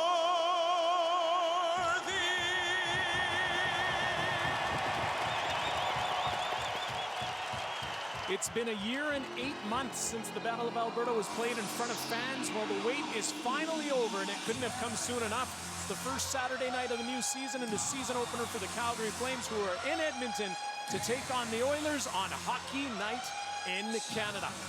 Jacob Markstrom will be between the pipes tonight, and it's a milestone night for him. He's making his 300th career NHL start tonight while beginning his second season as the Flames' #1 netminder. And at the other end, Mike Smith is making his second straight start to begin the season, and tonight it's against his former team. Smith played well, earning the shootout victory on Wednesday night in the Oilers season opener against the Vancouver Canucks. And Louis, excitement for the players and fans alike with the Battle of Alberta once again being played in front of the fans. Yeah, no question about it. Since February 2020, the first time the Battle of Alberta played in front of a crowd, you can imagine it's going to be pretty revved up in here with these two teams going at it. And the first edition of the Battle of Alberta this season is officially underway. The puck over the boards, and we have a whistle right away to start off. The newly formed line of Ryan Nugent-Hopkins up against the top line of the Flames, Johnny Gaudreau with Lindholm and Tkachuk, and this will be a matchup we'll watch all night long for Dave Tippett. Has the last change. We'll try and execute the changes he wants in the first Battle of Alberta. Face off from center ice, won by Ryan Nugent-Hopkins. Cody Ceci plays the puck ahead, and after it is Zach Hyman being watched by Rasmus Andersson. Hyman, of course, scored his first as an Oiler on Wednesday night on the power play for the Oilers. Zach Hyman trying to pick up the puck, but his pocket is picked by Johnny Gaudreau. Rasmus Andersson. And now Matthew Tkachuk looking for it. Ryan Nugent-Hopkins wasn't giving him any room, but Tkachuk has it now. Not able to chip it past Duncan Keith. Ryan Nugent-Hopkins picks it up, plays it safely to Cody Ceci. He's up at center ice. Work the puck ahead. Chris Tanev out there now. Trying to find newcomer Trevor Lewis. The Oilers get in between. Now it's at the point.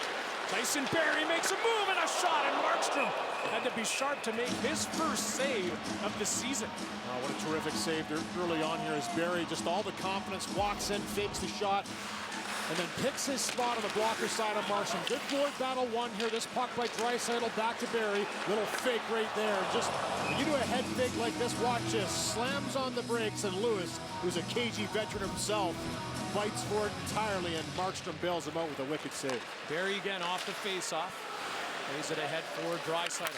In the corner, Tanev battling hard, able to get the puck up to Milan Lucic, former Oiler. Backlund over the blue line, carrying it, centering pass, and Lewis took a bat at it. Lucic with him, the puck was right there in front of the net. The Oilers escape unscathed. Draisaitl to Puljujarvi, tried to play it back. Draisaitl had to pick up the speed. A shot off the noggin of Markstrom. And the puck ricochets out of the Flame zone. Barrie quickly by design. Sorry about that, Louis. And here's McDavid. Nurse has to catch up to it. Now good Branson in the corner, making his debut with the Flames. That puck is all the way down the ice. Evan Bouchard now flips the puck out. Derek Ryan takes it there, and he takes a bump from Monahan. And play is called. Pretty quick pace here to start things off for both sides, and Lewis with a nice little drive to the net, chopping away. Backlund backhand, just throws it into the mix. And watch this little golf swing here. And Mike Smith was just a little bit quicker to get that puck with the stick than Lewis was. So a good little follow-up after a little move that eludes him. He comes down the other way, and that one went up and over top of the net. Didn't miss by a whole lot. Lucic was right there in the back door. Calgary Flames adding 5 Stanley Cups to their roster. Trevor Lewis coming in. Former player under Sutter with LA too, along with Brad Richardson, who's out with a lower body injury. Blake Coleman, of course, suspended tonight. 2-time Stanley Cup champion with the Tampa Bay Lightning the last 2 years. Here's Warren Foegele now. Collision there as Goodbranson was looking to take out Foegele, who just avoided that hit. Mangiapane over to Dylan Dubé looking to connect. He does. Dubé bringing the puck in. Evan Bouchard tracking him. Slater Cooper out there making his debut in this season. A shot. And that hit something in front. Brett Ritchie out there in the corner. Looking for Glenn Gaudin. Tkachuk out there as well. Ritchie tried a shot. Didn't get through. Perlini now. Brett Ritchie took it from him. Gaudin to Tkachuk behind the net. Looking. Tkachuk. A pass out front. Gaudin he had a shot off. Ritchie does now, but the referee has his hand up, and we have a whistle. It's going to be a penalty here to the Flames here. Great shift down low by this line. Tkachuk changed, goes in behind, enjoys Gaudin and Ritchie, and they went to work. Huge hit attempt, though, earlier on by Eric Goodbranson. He comes across right here, has Foegele in the sights, and they collide a bit. But I think Foegele eludes that just enough to make Goodbranson go by him right here. Great quality chance. Tkachuk wraps it around that little hook on the play to try and win that battle is where the penalty was called on Glenn Gaudin. The first power play goes to the Edmonton Oilers. 24-year-old from Richmond, Glenn Gaudin, who was drafted by St. Louis, but the Flames signed him, and here comes Connor McDavid on the power play. Drops it back. Draisaitl the shot, but that was off target. And the puck ricochets out of the zone. Yeah, didn't miss by much, and used the screen in front of Markstrom. For Markstrom, he has to follow McDavid, drop pass quickly, and that puck just whizzed by the net. It's kicked back to McDavid, but a little far away from him, but he picks it up. And he's going to start the breakout here. Connor McDavid through the neutral zone, flying in now. A shot, and Markstrom made the save. And play is called. Speed of McDavid again, driving through the zone, and no play to be made, so he just continues on. Here's that chance by Draisaitl. Great drive again to enter the zone by McDavid. Little drop pass, and he uses that screen of Backlund. You can see the flyby by Hyman in front. Not a chance for Markstrom to see this puck, and then to follow it up, it's McDavid that drives through. Good coverage there to deny him at the last second with a stick. Connor McDavid with 2 assists Wednesday night against Vancouver to start off the season. The Flames have been itching to go. They've been watching other teams play since Tuesday night. Chris Tanev talked about that. Sitting watching games, you want to get after it. And they were pretty hungry this morning. Every single man to a man on the Flames bench is like, you know what? Get the jitters out early, get a shift in, get a hit, be hit, whatever it takes. Get yourself into the game early. David over to Draisaitl. At the blue line, Ryan Nugent-Hopkins has some trouble with it. Dylan Dubé takes advantage. A pass to Mangiapane. He's in all alone, and Mike Smith forced to make a great save on a short-handed opportunity for Andrew Mangiapane. Draisaitl carries it in. Connects with Puljujarvi. He finds Nurse. Over to Bouchard. Nurse. Draisaitl now. Cross ice. McDavid centering pass. Markstrom able to just lay on top of it there to make sure the puck didn't go into the net. Big yes of Puljujarvi was right there on the doorstep. What a pass by Dylan Dubé here. Nice little steal, stays in the battle, wins it on the wall, and right here gets his head up and bam, right to Mangiapane streaking through. He picks his spot. Look how far out Mike Smith is to break and cut down that angle, making a big save on the glove hand side. And here's that chance in front. Goes off the Hanifin. That was labeled for Puljujarvi backdoor. And then a little extra afterwards, as we expect in the Battle of Alberta. Tanev to Lindholm, who clears the puck all the way down the ice. Just 10 seconds left in the Glenn Gaudin minor. Kyle Turris had the shootout winner on Wednesday night. Turris tried a centering pass, blocked by Oliver Shillington, who can really put on the Jets. He skating out there, gets past Evan Bouchard. Shillington. Gaudreau let the puck go. Zach Kassian at the boards. Got the puck to the neutral zone, but it's sent right back in by the Flames. Evan Bouchard quickly trying to get past Gaudreau. Darnell Nurse. The pass all the way down the ice. Ryan McLeod trying to get to it first, but the linesman called that on the icing.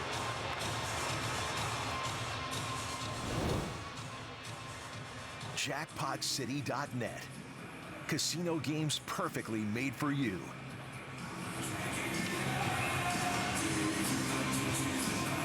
Face off to the right of Mike Smith.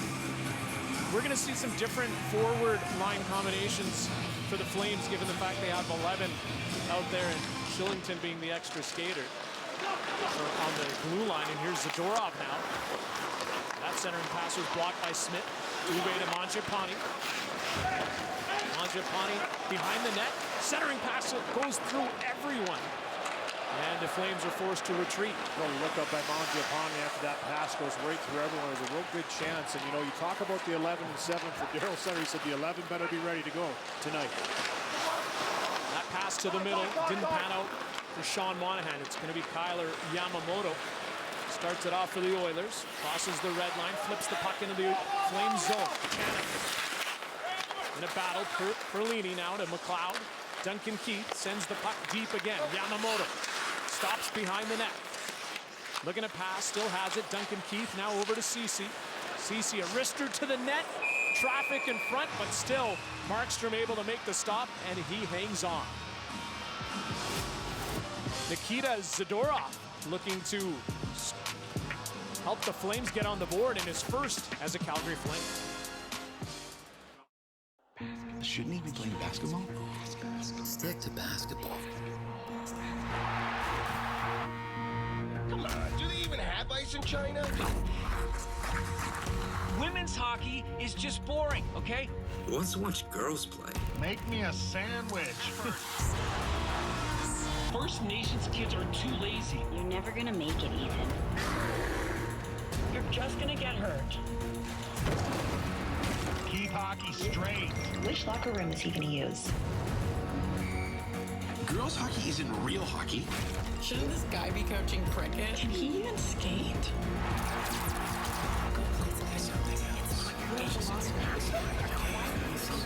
Go back to where you belong.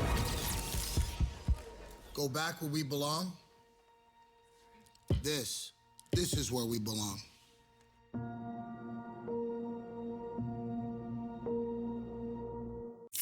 We live for this. For getting the team together. For celebrating tradition. For face-offs and the sweet feeling of a win. This is our sport. This is our passion. This is our hockey. We live for this. It's time to see Who's Hungry, brought to you by Skip the Dishes. Order all of your game time favorites now. Well, who's real hungry is the Calgary Flames to try and get a first win of the season for the first time an opener in 11 years. And for Daryl Sutter and the Flames, 8 days off to start this season. So they've been sitting, waiting, watching, and they're starving to get right back into the action. It's been a fast-paced start to this one. Markstrom's made some good saves, and they would like to start things off in the win column. Flames have control off the face-off. Darnell Nurse. Pass behind the net over to Barry. Tried to chip it out of the zone, he couldn't. Backlund takes advantage. Lucci shoots, and Mike Smith has the answer on that one. McDavid over to Nurse. Draisaitl moving up is Puljujarvi, but the Oilers are called on the offside.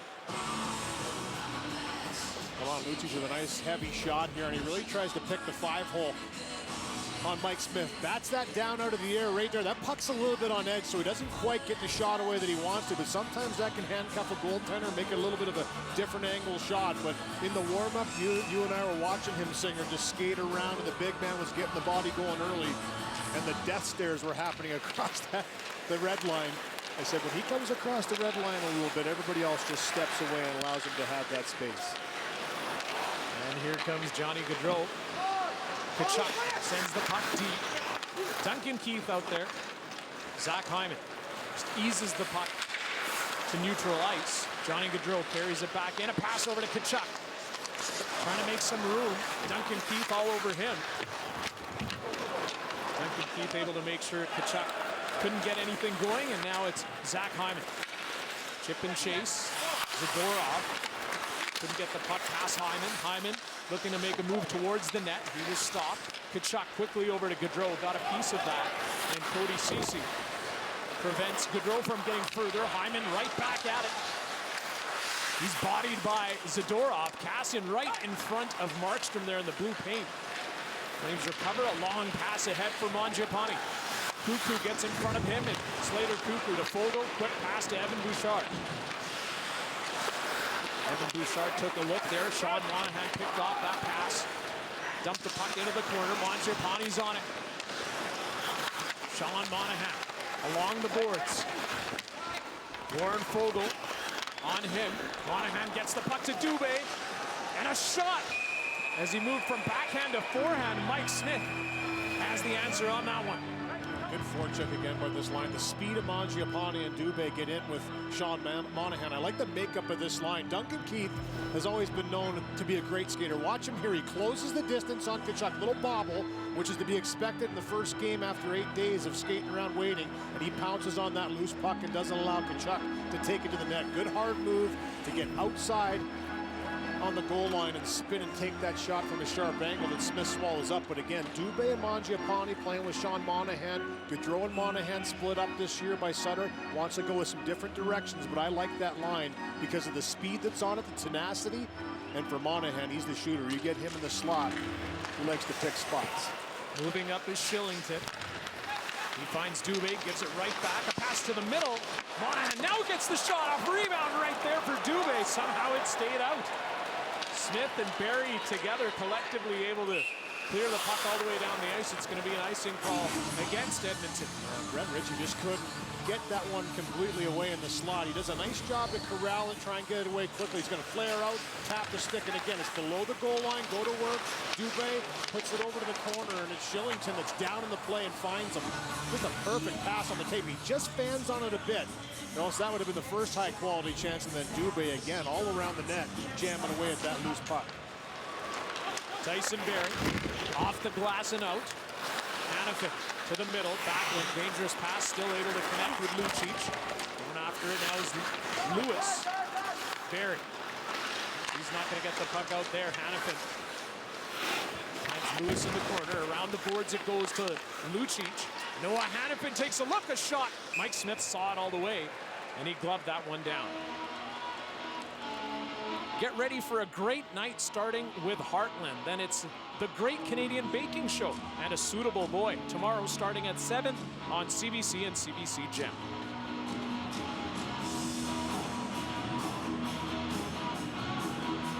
Face-off in the Oilers zone.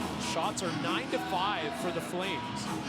Something Dave Tippett talked about, the energy that the Flames are going to bring to this game, their first of the season. The Oilers have to be ready for it, try and match it, because they're pumped up, they're ready to go. Haven't played in a while, want to get after it. Hanifin. And here's a quick one-timer from Rasmus Andersson. Mike Smith able to make the stop. And a real shot mentality early on, and you know, that's something for the Flames that you like to see. Just continue to get pucks to the net. Anderson's going to come right down to the top of the circle, let that one go. A little knuckle puck as that one was up on edge. And Smith with a good read to get over there, be tight on that post, and swallow that up in the chest. Hanifin finds Tkachuk. Duncan Keith though. Pass picked off by Gaudreau. Tried to center in front of the net. It was loose. It still is. Johnny Gaudreau and Tkachuk in there. The Oilers have possession, but Lindholm had other plans. Ryan Nugent-Hopkins trying to get the puck out of the zone. He does. Zach Hyman pushing the pedal to the metal there with his acceleration. Cody Ceci now up top, has a look, a wrister, and it just trickled near the net through everyone. Flames dodge a bullet there. They're making a change. Daryl Sutter talked about how he wants his team to play with more pace, to play a fast game. Said he wasn't happy with the team's conditioning last season, but he is this time around. Well, they go hand in hand, Singer. You want to play high pace for 60 minutes, you better be in shape. You have to be conditioned to play with that high energy, and that's exactly what he said this morning again. Play with pace, have to play fast. You can be big, which he likes. He likes to have a big back end. They've really bolstered that up this year, but you have to move the puck quickly, let it do the work for you, and make plays in a hurry. Glenn got it. Sends the puck down low. Mike Smith out to play it. Uses the glass, connects with Perlini. His pass to the middle was a dangerous one. From the neutral zone, the Flames dump it in. Mike Smith. Lucic on him. Mike Smith in trouble. And the puck just came to Turris. Fortunate bounce for the Oilers right there. Otherwise, the Flames were looking to take advantage. And this ice is tilted here in the last 5-minute segment here as the Flames have gone to work, and it's an aggressive forecheck that's given Edmonton a lot of trouble. This time it's Smith that comes out and just tries to knock this down. But look at Lucic. He keeps the feet pumping. He knows exactly what's going to happen here. Being a teammate of Mike Smith, and goes in there, picks it off, and that one goes right through the slot as everybody converges back in, almost a little too in tight for the Flames to finish that one off. But the forecheck again creating the offense. Lucic again in that same area, now in the corner. Tried to find Monahan. Perlini comes up with the puck for the Oilers, and he's going to flip this one out safely to center. Good Branson, quick pass to Dubé. Sends the puck deep. Nice and buried. Tried a little fake. Zach Kassian. Derek Ryan working together, but Johnny Gaudreau stopped them for a little bit of time, and now Derek Ryan. Moving up, a shot from a sharp angle. Markstrom made the save. Rebound cleared by the Flames, and Dubé has it now. It's taken from him by Nurse. A pass to Fogle. He's got room to move in. Fogle drops it back for Ryan. Derek Ryan spent the last 3 seasons in a Flames uniform. Kassian sends it behind the net. Hanifin has an opportunity to play the puck ahead. Tkachuk to Gaudreau. Johnny Gaudreau flips it up. It's batted down with Darnell Nurse with his hand. And play is called. Derek Ryan trying to score on his former team. You're watching Hockey Night in Canada. We'll be back after this.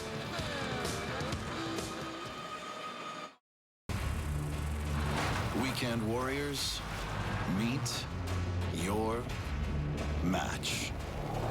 With a sport hood, a custom grill, and 20-inch black aluminum wheels, the Ram 1500 Warlock cleans up real nice. Ram, #1 brand in new vehicle quality.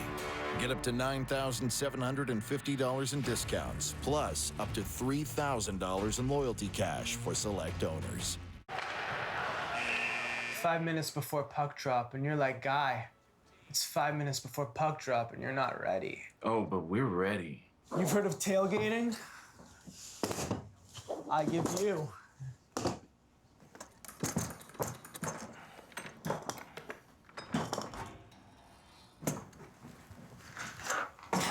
Couch skating. It's chicken wings and a couch.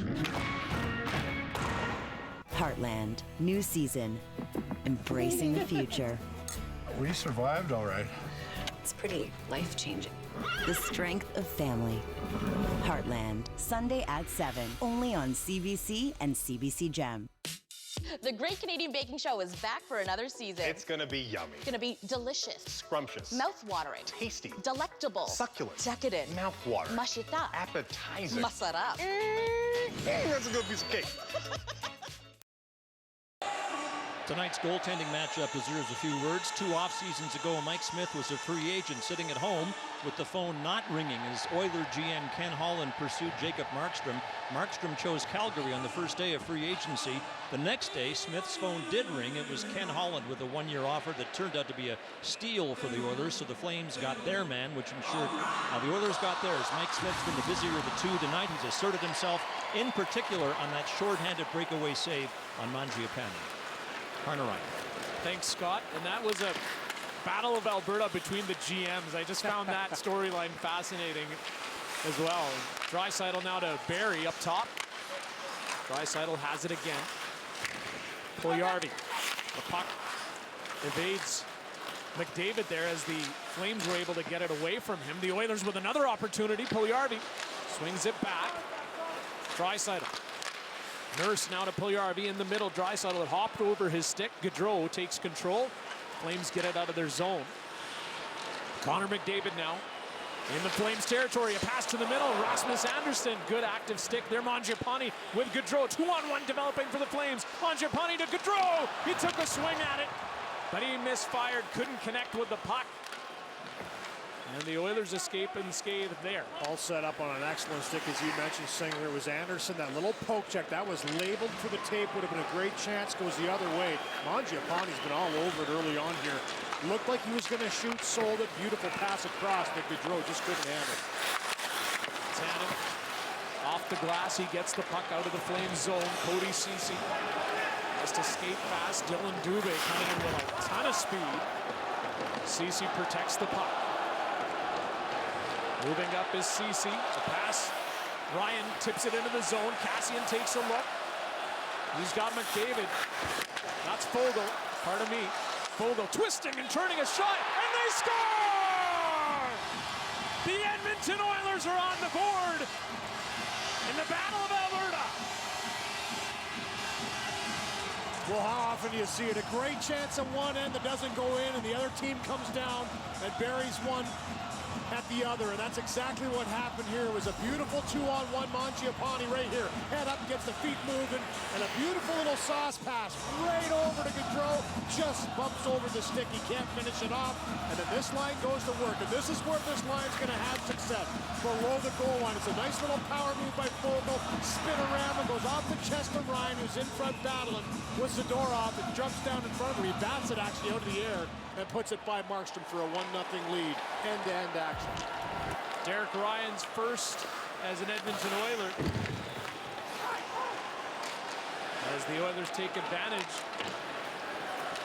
The Flames, as you mentioned, Louis, you said it earlier, the ice was tilted. Flames were unable to get on the board, and now the Oilers are the ones with a 1-0 lead. Ryan Nugent-Hopkins flips the puck deep. The Oilers making a change.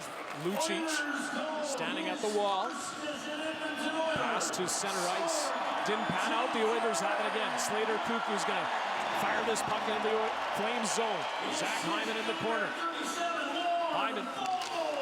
Yamamoto looking for it. Lucic corrals the puck. He finds Brett Ritchie. Ritchie with a chip and chase. Mike Smith way out of his net to help. Evan Bouchard sends the puck to neutral ice, so Derek Ryan's goal coming from Foegele and Kassian have the assists on that one. Taking a look is Bouchard, connects with Slater Cuckoo. Rifles the puck into the Flames zone. Markstrom had to be careful there as Yamamoto was coming in hard on the forecheck. Matthew Tkachuk. McDavid gets in between. Yamamoto to the net, trying to force it in. The puck's loose. Markstrom found it, and he covers up. And here we go. Some pushing and shoving behind the net. Yamamoto and Anderson, who drops the gloves. He's letting them fly. The linesman now got in between. Sorry, Lou. And Yamamoto followed through here and bumped right into Markstrom, and that's why Anderson was irate. So the first scrum in the Battle of Alberta ensues as Anderson goes after Yamamoto. And I'm pretty sure that might have been the initial penalty, but we'll have to wait and see. Right there, he just continues to follow through. Anderson didn't like it, and then they go at it in the corner for a while. We'll sort this out when we come back.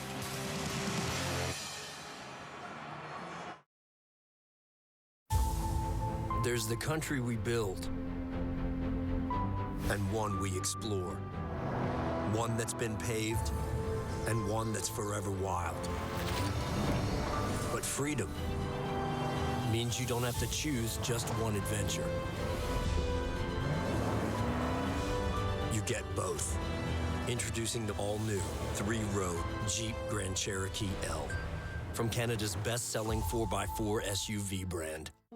Something new is on the horizon, where the most fantastical, magical things happen, and your wishes really do come true. Roll Up to Win is back. Because Canadians deserve a reason to win, now more than ever. When every roll wins, everybody has a reason to celebrate. Roll Up to Win is back. It's time to play, Canada. As an NHL All-Star, training never...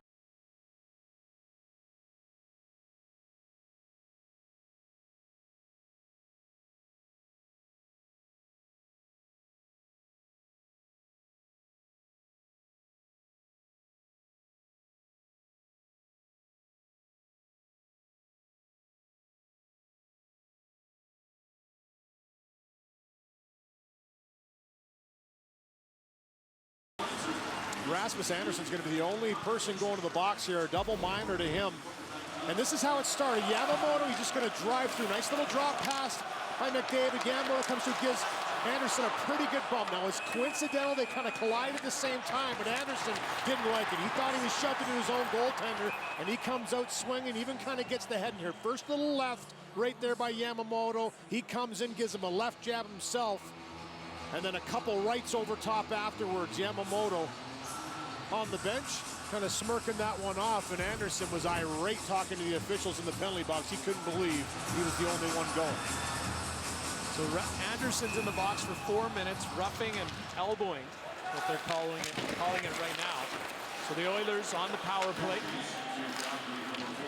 Flames able to get the puck out of the zone. And the Oilers were able to capitalize on their power play on Wednesday night. Here comes Tyson Barrie.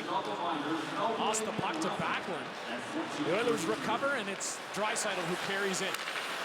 Ryan Nugent-Hopkins back to Draisaitl. Fires a pass, rink wide to McDavid. Back up top. Barrie to Draisaitl. Back to Barrie. Draisaitl again. Shot right on Markstrom, no rebound. Made the save, but some more pushing and shoving right in front of the net. Yeah, big Eric Branson clearing the way with Puljujarvi standing in front. And this play here, just a nice pass by Draisaitl. With a shot off, he was looking for maybe a shot rebound off the pad. And for Puljujarvi standing his ground in front, but a big battle ensued afterwards. And that's exactly why Goodbranson was brought in and signed, was right there, that big body in front to clear the lane. Ryan Nugent-Hopkins. Down low pass. McDavid back to Barrie, one-timer. Markstrom makes the save, but he might have been taken out by Puljujarvi, and tempers are flaring. Welcome back to the Battle of Alberta. Well, it didn't take him long for the Heat to go right up in this battle. Couple little bumps of Markstrom, some action around the blue paint, and it's been a fast-paced first period here. Both teams have been going at it, and again, it's Puljujarvi in the mix of it. He's going to be escorted off here into the penalty box. There's going to be at least one penalty, and it looks like that's going to be the only one here. You want to stand in front of the power play, you got to stand in there, pay the price, and you got to be around the goaltender. Penalty 13, 2 minutes, roughing.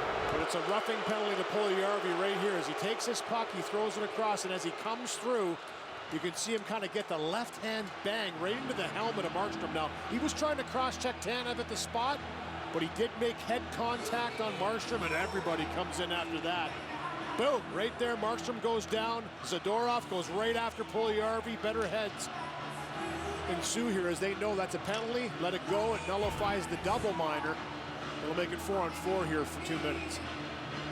Face off in the Oilers territory, won by the Flames. A shot from Shillington, stopped by Smith. Dubé takes the rebound. Monahan finds an open Hanifin, moves up. That puck was tipped. Monahan has it. McDavid has it now, and he takes off, drops it off. Draisaitl, backhand to forehand. Nice stick there by Shillington to intercept the pass. Dylan Dubé. Shillington was too far ahead. The Oilers take advantage, and it's McDavid to Nurse. Couldn't get the shot off. Shillington saved his own break. Nurse and Monahan. A collision there at the boards. The physicality just getting ratcheted up here. In this crowd, you can hear every single hit, every single close call. It's just wooing and awing, and I think that's generating a little more energy to the players. They haven't played in front of fans for a long time. The Flames haven't, that is. The Oilers have one game under their belt, some exhibition games, but this is the first Battle of Alberta since February 2020 with a full building. Johnny Gaudreau, Evan Bouchard in front of him. Puck came loose to Duncan Keith. The Oilers are up and on their way. Zach Hyman crosses the blue line. Bursting after it, a shot. Markstrom makes the save, picks up the rebound himself, and he'll hang on. A real tight checking game, and both teams moving their legs, skating. The penalties have been more in the scrums than only in the scrums and around the net, but when it's end-to-end action, both teams are skating. Here's the chop right here at the last second to deny Nurse from that chance, and he follows through with a pretty high hit on Monahan, rubs him out along the wall. They go at it for a brief second, a little stare down afterwards, and then this save, Markstrom, as this puck comes through again. Never really a clean lane. There's always somebody flying by, a stick in the lane, a body, a leg, and both goaltenders have had to fight through that to make saves. Darnell Nurse almost lost the handle there, but he recovers. Rink-wide pass to Tyson Barrie. Moving in with speed. Stopped there by Zadorov. Tanev. He's looking to connect with Mangiapane. Pass was a little far for him. Smith now to Warren Foegele. Darnell Nurse with it. Decides to carry the puck in. Nurse knocked off the puck. Nurse gets it right back. Joining him now is Draisaitl. Over to McDavid. Back to Draisaitl on the backhand. Couldn't get a shot off. Puljujarvi does. Here's a goal! Captain Connor McDavid on the board!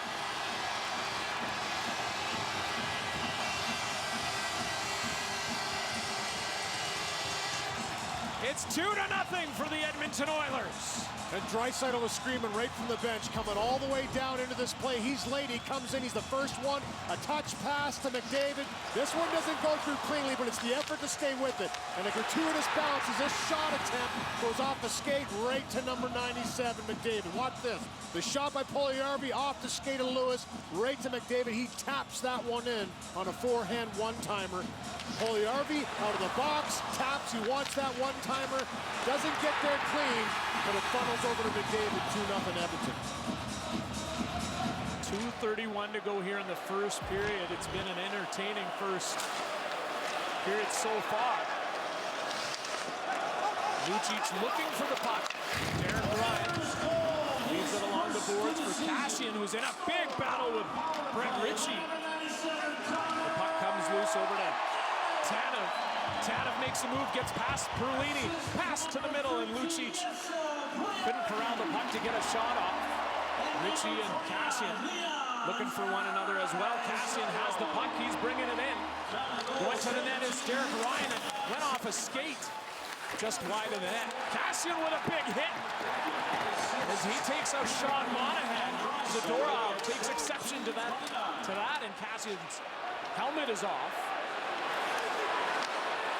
And Bouchard, and here in front of the Flames bench, Zadorov says that's enough.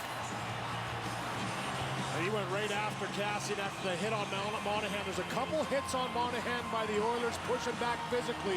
And then Zadorov, the new Flame, just said, you know what, I'm going to hang around him. Kassian's helmet came off. He's got to go off the ice when that happens. But he gets tangled up with Zadorov heading through. And they'll sort this out again, but continuing the scrums after plays. Both teams have come out physical. Both teams have come out testy. And wow, ratcheted it up once again. Zadorov heading to the box. And obviously for Zach Kassian, he got injured in the preseason, that concussion. Was able to make it back to this game. Follows through on the hit on Monahan. That one kind of rocked him a bit. He was a little bit turned from the back as he came through the tunnel. And there's how he comes over top on Kassian. He pulls the stick out of his hands. Zadorov says, don't do that. The chuck comes off the ice too. Those two have had history, as everybody knows about. And then the scrum ensues on the bench. No fight happened afterwards. Everybody kept the gloves on, but a lot of chatting afterwards, and Zach Kassian with that toothless smile we've seen quite a few times in the Battle of Alberta. Blows a little kiss.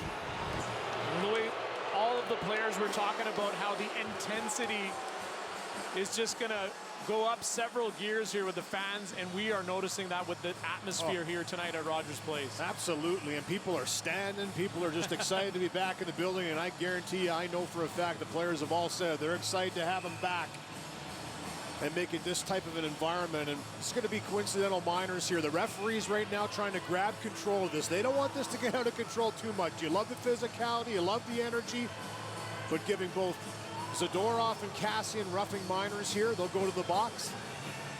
No other penalties in front of the bench there. But this is kind of exactly what we expected, Singer. We knew this. You know, this is the first Battle of Alberta since February of 2020, and you just knew it was going to be a full house. People were going to be excited to see it go down. And it's lived up to it early on here. And for the Flames right now, they're like, listen, we had the momentum early on. Edmonton has gained the 2-0 lead on some power plays and momentum swings. And they're going to need to dig in to get that momentum back and dig into this game. Michael Backlund brings the puck in with speed. It's on the brakes. Sends the puck around the boards.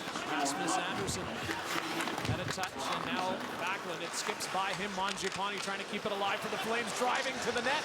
As Mangiapane passed back, Backlund couldn't shoot. The Oilers got to him. And now it's McDavid again to Draisaitl, looking, shooting. Markstrom blockered that one away. Draisaitl. As the puck, as we enter the last 60 seconds of the first period, Draisaitl going towards the net, makes a move. Markstrom with a beauty save. The puck's still loose. It comes free to Barrie. Darnell Nurse with it. Tees it up, lets it go. And Markstrom up to the task. And we have some more extracurricular activities. Oh boy, I'll tell you, both these teams just continuing to buzz the tower. What a save by Markstrom, though. That was an absolute 10-beller right there on Draisaitl, who walked in, looked like he had him down and out. And all 6'6" of Markstrom stretches across with that right pad. Watch this save. Little dangle, goes around Hanifin, brings to the forehand, and he just extends to the far post and denies. That is a huge save. Remember that one. In a 2-0 game, doesn't allow him to get that next one. And then Darnell Nurse just kind of flies into the blue paint. Little shoulder-to-shoulder Mangiapane. The little honey badger comes right in there afterwards, and they continue to go. 40 seconds left on the clock here in the first. The Flames win the draw. Oliver Shillington leaves it for Gaudreau. Lindholm came in to help. Tanev connects with Johnny Gaudreau. Moving to the middle. His shot off of Ceci and Rye. The puck laying there for Hyman. He's taken down. Penalty upcoming.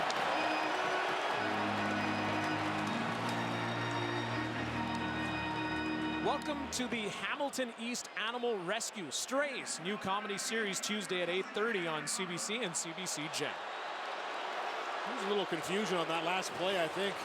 Elias Lindholm thought he was going to the box, but it's going to be Zach Hyman, and it's the right call. They got tangled up here as this puck comes down. Lindholm comes through.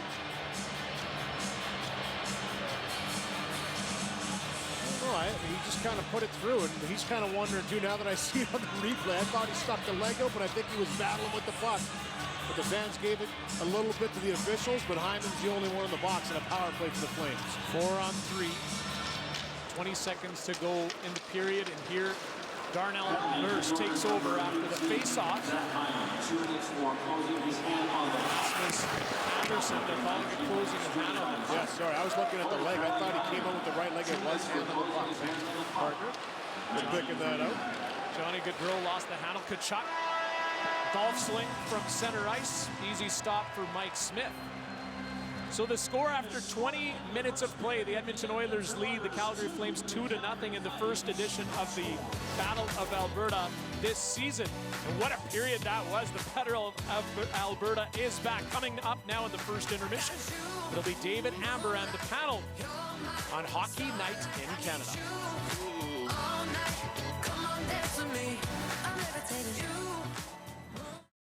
This period brought to you by Scotiabank. Hockey for all. See how we're changing the game at scotiabank.com/hockeyforall. I am the double down. Other sandwiches wanna be me. Fried chicken lovers wanna eat me.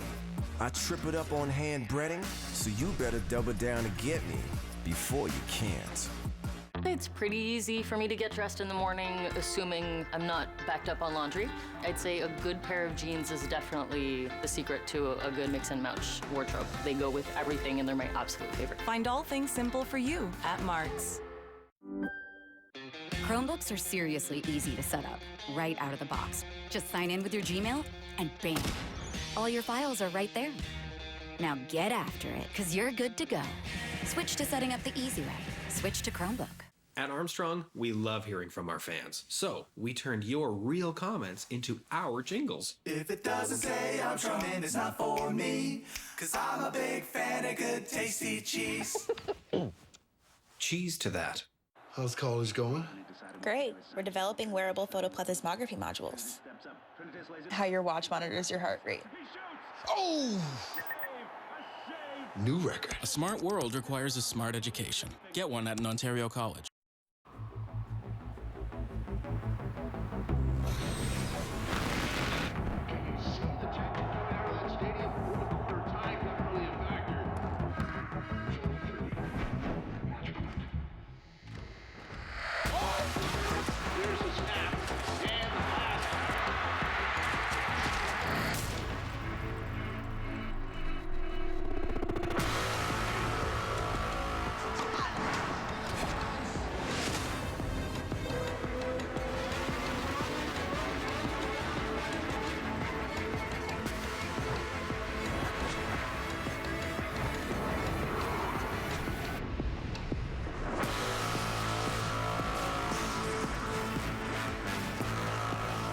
Plus side of sports betting is here.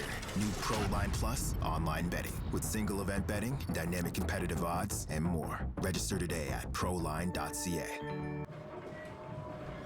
Tonight, I'll be eating a buffalo chicken panini with extra hot sauce. Tonight, I'll be eating salmon sushi with a Japanese jiggly cheesecake. Jolly good. Fire. Naz? Yeah? Spare a pound? What? You know, bones, shillings, lolly. Lolly. Bangers and mash. I'm sorry? I don't have any money. You don't look broke. My rocket is skint. There's a better way to avoid stressful accident claims. TD Insurance Auto Centers. Claims advisors, repairs, and rentals. All in one shop. TD Insurance. Ready to help you move forward. What's going on? You can catch an all-new episode of Strays. Sounds fun. I love it. Let's do it. I want all the deets. Only on CBC and CBC Gem. Oh, that's good. Extremely. People say I have a punchable face. Like a bag to a boxer. Have I ever told you about the time I got stuck in a shopping cart? Yes. They had to call paramedics to get me out because I went into a panic-induced paralysis. I said yes. It really put a damper on my entire first year of university. Strays, Tuesdays at 8:30 on CBC and CBC Gem.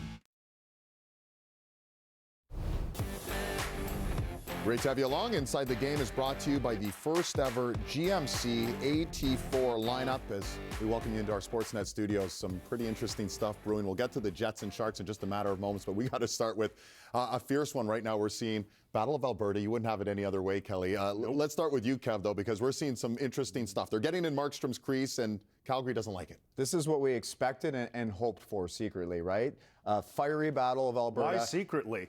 Well, maybe not so secretly anymore, but I think there's a premeditated message here by the Calgary Flames that they want to be a big, tough team, hard to play against, and they want to protect their goalie because of what happened last year, because this is not in Rasmus Anderson's nature. And he kind of gets away with a little bit of a headbutt there. Doesn't really get away with it because he got a double minor, but he doesn't usually do this. And Yamamoto is not a guy that's going in there with malicious intent. He's around the goalie. They bumped Markstrom a couple times that period, but Calgary had some very excessive reactions. And that's because I think of the message in that dressing room. You know, Kevin, I look at Calgary. First of all, you know it's a Daryl Sutter team, so you know what their identity is. Then you look at the lineup. Finesse, yes, they're known for their finesse. you look at the lineup. There's Goodbranson, there's Zadorov, there's Lucic, there's Kachuk, who actually was pretty quiet most of that period. And I wonder, in this league, like Kelly, when you played, like everybody had 15 guys like that. Yeah. It's so different now, and there's so few teams that play like this.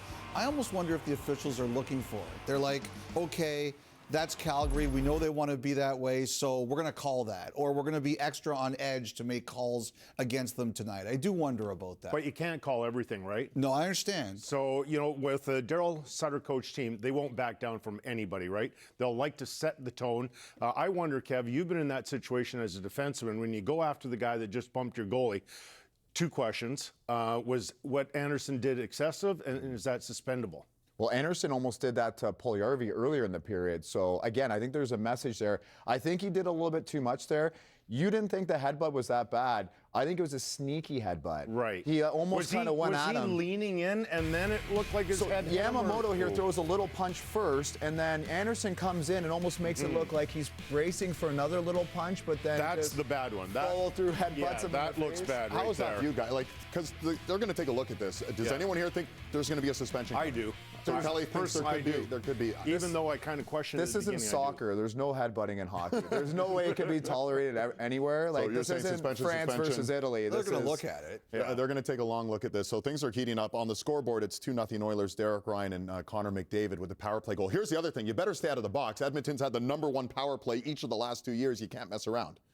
100%. And, you know, you look at the talent, and McDavid, I thought, was quite quiet until he scored that goal. And the beautiful thing, and I've been saying this forever, when you're in that situation, you have to elevate. And, of course, you don't have to tell McDavid that. Meanwhile, at the SAP Center, the Winnipeg Jets, a good start for them. Pierre-Luc Dubois. They'd love to have this guy involved. He had a horrible start last year with the Jets. He said, I have no one to blame but myself. Yep. Early thoughts. Okay, so I did the game Winnipeg in Anaheim on Wednesday. And here's the interesting thing about him. I thought he was okay. Tonight, we're seeing signs where he's actually been quite good. He scored the lone goal for the Jets. He had a couple other scoring chances. But I think when you have a guy like Dubois, and I like this one, this little exchange, because he's taking ownership again. I thought he was a little quiet last year, which would make sense when you're struggling and trying to find yourself. But when you look at the importance of Dubois, when you have Scheifele, your #1, Dubois #2, Lowry is maybe the best third-line center in the league, and then you have a real good veteran in Nash. It's so important that Dubois finds himself really early here in this season, because if he's great, the Jets will be great. You know, the other thing, too, is they didn't have Scheifele the other night. And even though they didn't play too badly and Gibson was great, at least you're getting a look at the Jets tonight with how they ideally would like to look. And some of those Ehlers-Dubois plays, that's a nice chemistry. Dubois just got to start bearing some of those. And listen, there's always going to be that comparison. Dubois for Laine. Laine, by the way, scored an overtime goal to give Columbus the win tonight. What does Dubois have to do, Kevin, in your assessment, to sort of equal the loss of Laine? Well, I was hoping to just pass it on to Dylan. We've done the Dubois thing now. Can we get Dylan in? You want to talk Brendan Dillon? Let's talk Brendan Dillon. Yeah, well, this is Kelly's. You're going to talk about what the host tells you to. Well, like, I feel like we all have a little bit of host in us here tonight, right? But no, like, Kelly, you started the Dylan thing. Like, Dylan's been effective, and it all started in preseason. Absolutely. In training camp, in fact, there's a scrimmage. So let's go back to Dylan. Sean Reynolds found this in the Wednesday broadcast, and here is Dylan laying out Scheifele, of all guys, with a big hit. Then he's going to go after Vesalainen behind the net. And lastly, he has Connor right here lined up. And yeah, right? But take a look at Blake Wheeler. Okay, bud, that's enough of that.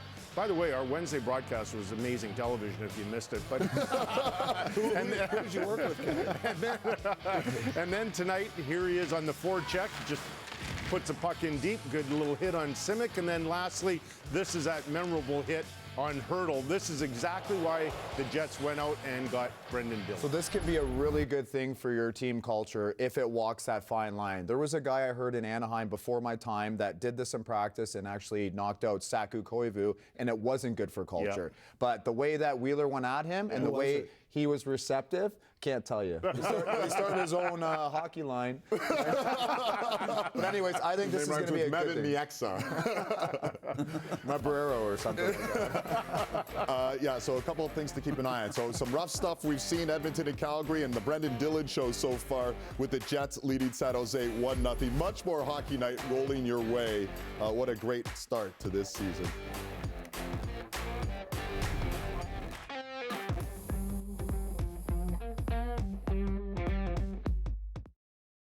Look how much money my investments made this year. How come you're doing better than me when my accounts have lower fees? I guess my advisor was right. Fees don't tell the full story. Coast to Coast Monopoly at McDonald's is back. Feel the thrill every time you play. With over $80 million worth of prizes and 1 in 5 chances to win, the time to get in the game is now.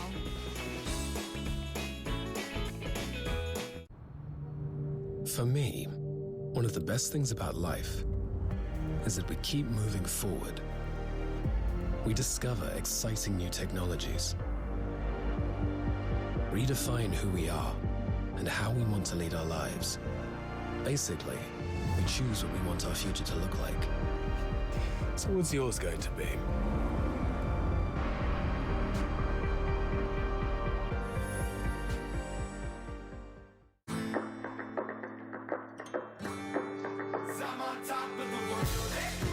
Lay's brings a whole lot more enjoyment to the household altogether. Every time Lay's would introduce a new flavor, my dad would bring it home. And then we eating together, and then we have a little bit of family time. Joy is grabbing a bag of Lay's chips, sitting back and relaxing with each other.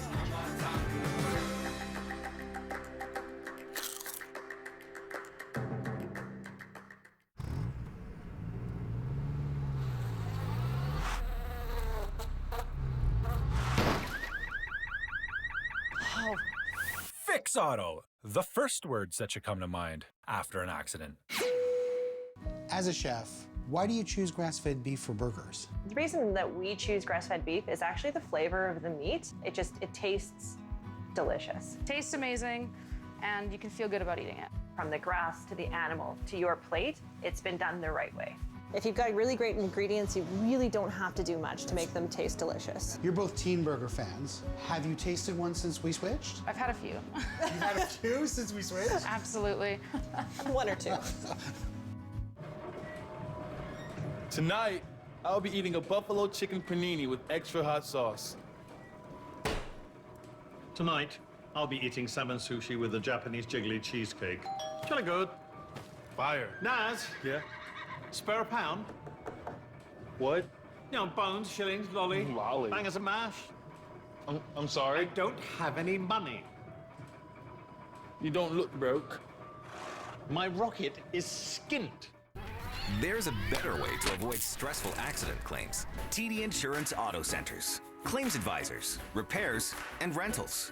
All in one shop. TD Insurance. Ready to help you move forward. The biological weapon. They're going to wipe us out. It's in Emily. It's in her blood. We don't know what they did to her.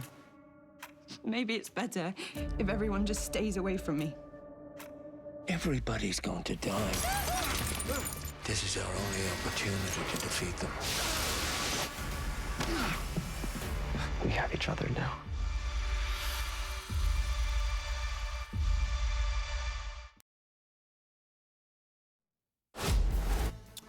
2-0, the Oilers lead after 20 minutes. 10th overall pick a few years ago. Evan Bouchard standing by with our Scott O. Scott. Evan, the fans are into this game clearly. The temperature on the ice is rising. How does this episode of the Battle of Alberta feel to you? It's awesome. It's always fun to play these types of games. The fans make it that much better, but I guess that's what you kind of expect in the Battle of Alberta. You certainly appear to have won the favor of head coach Dave Tippett. You played over 20 minutes in Game 1. You were on the ice in the final minute of a tie game. How would you describe the growth of your game since the Oilers drafted you in the first round? I think it's grown a lot. I think it's rounded out well. Just come down to hard work, but I guess it's just having confidence in yourself and your teammates in the last couple minutes to make the plays. Thanks, Evan. Appreciate your time. All right, thank you, Scott. Yeah, all smiles and yes, even some kisses so far in the Battle of Alberta. We'll see what the second period holds. That's coming up next on Hockey Night. NHLShop.ca, the official online store of the NHL and Canada's largest selection of authentic NHL fan gear. Shop now and get today's special offer. The NHL's newest franchise. The Kraken on the board. The Seattle Kraken select forward Jared McCann. The boy Cali. Go Kraken! We already got the season tickets. The Seattle Kraken will rise from the depths of Puget Sound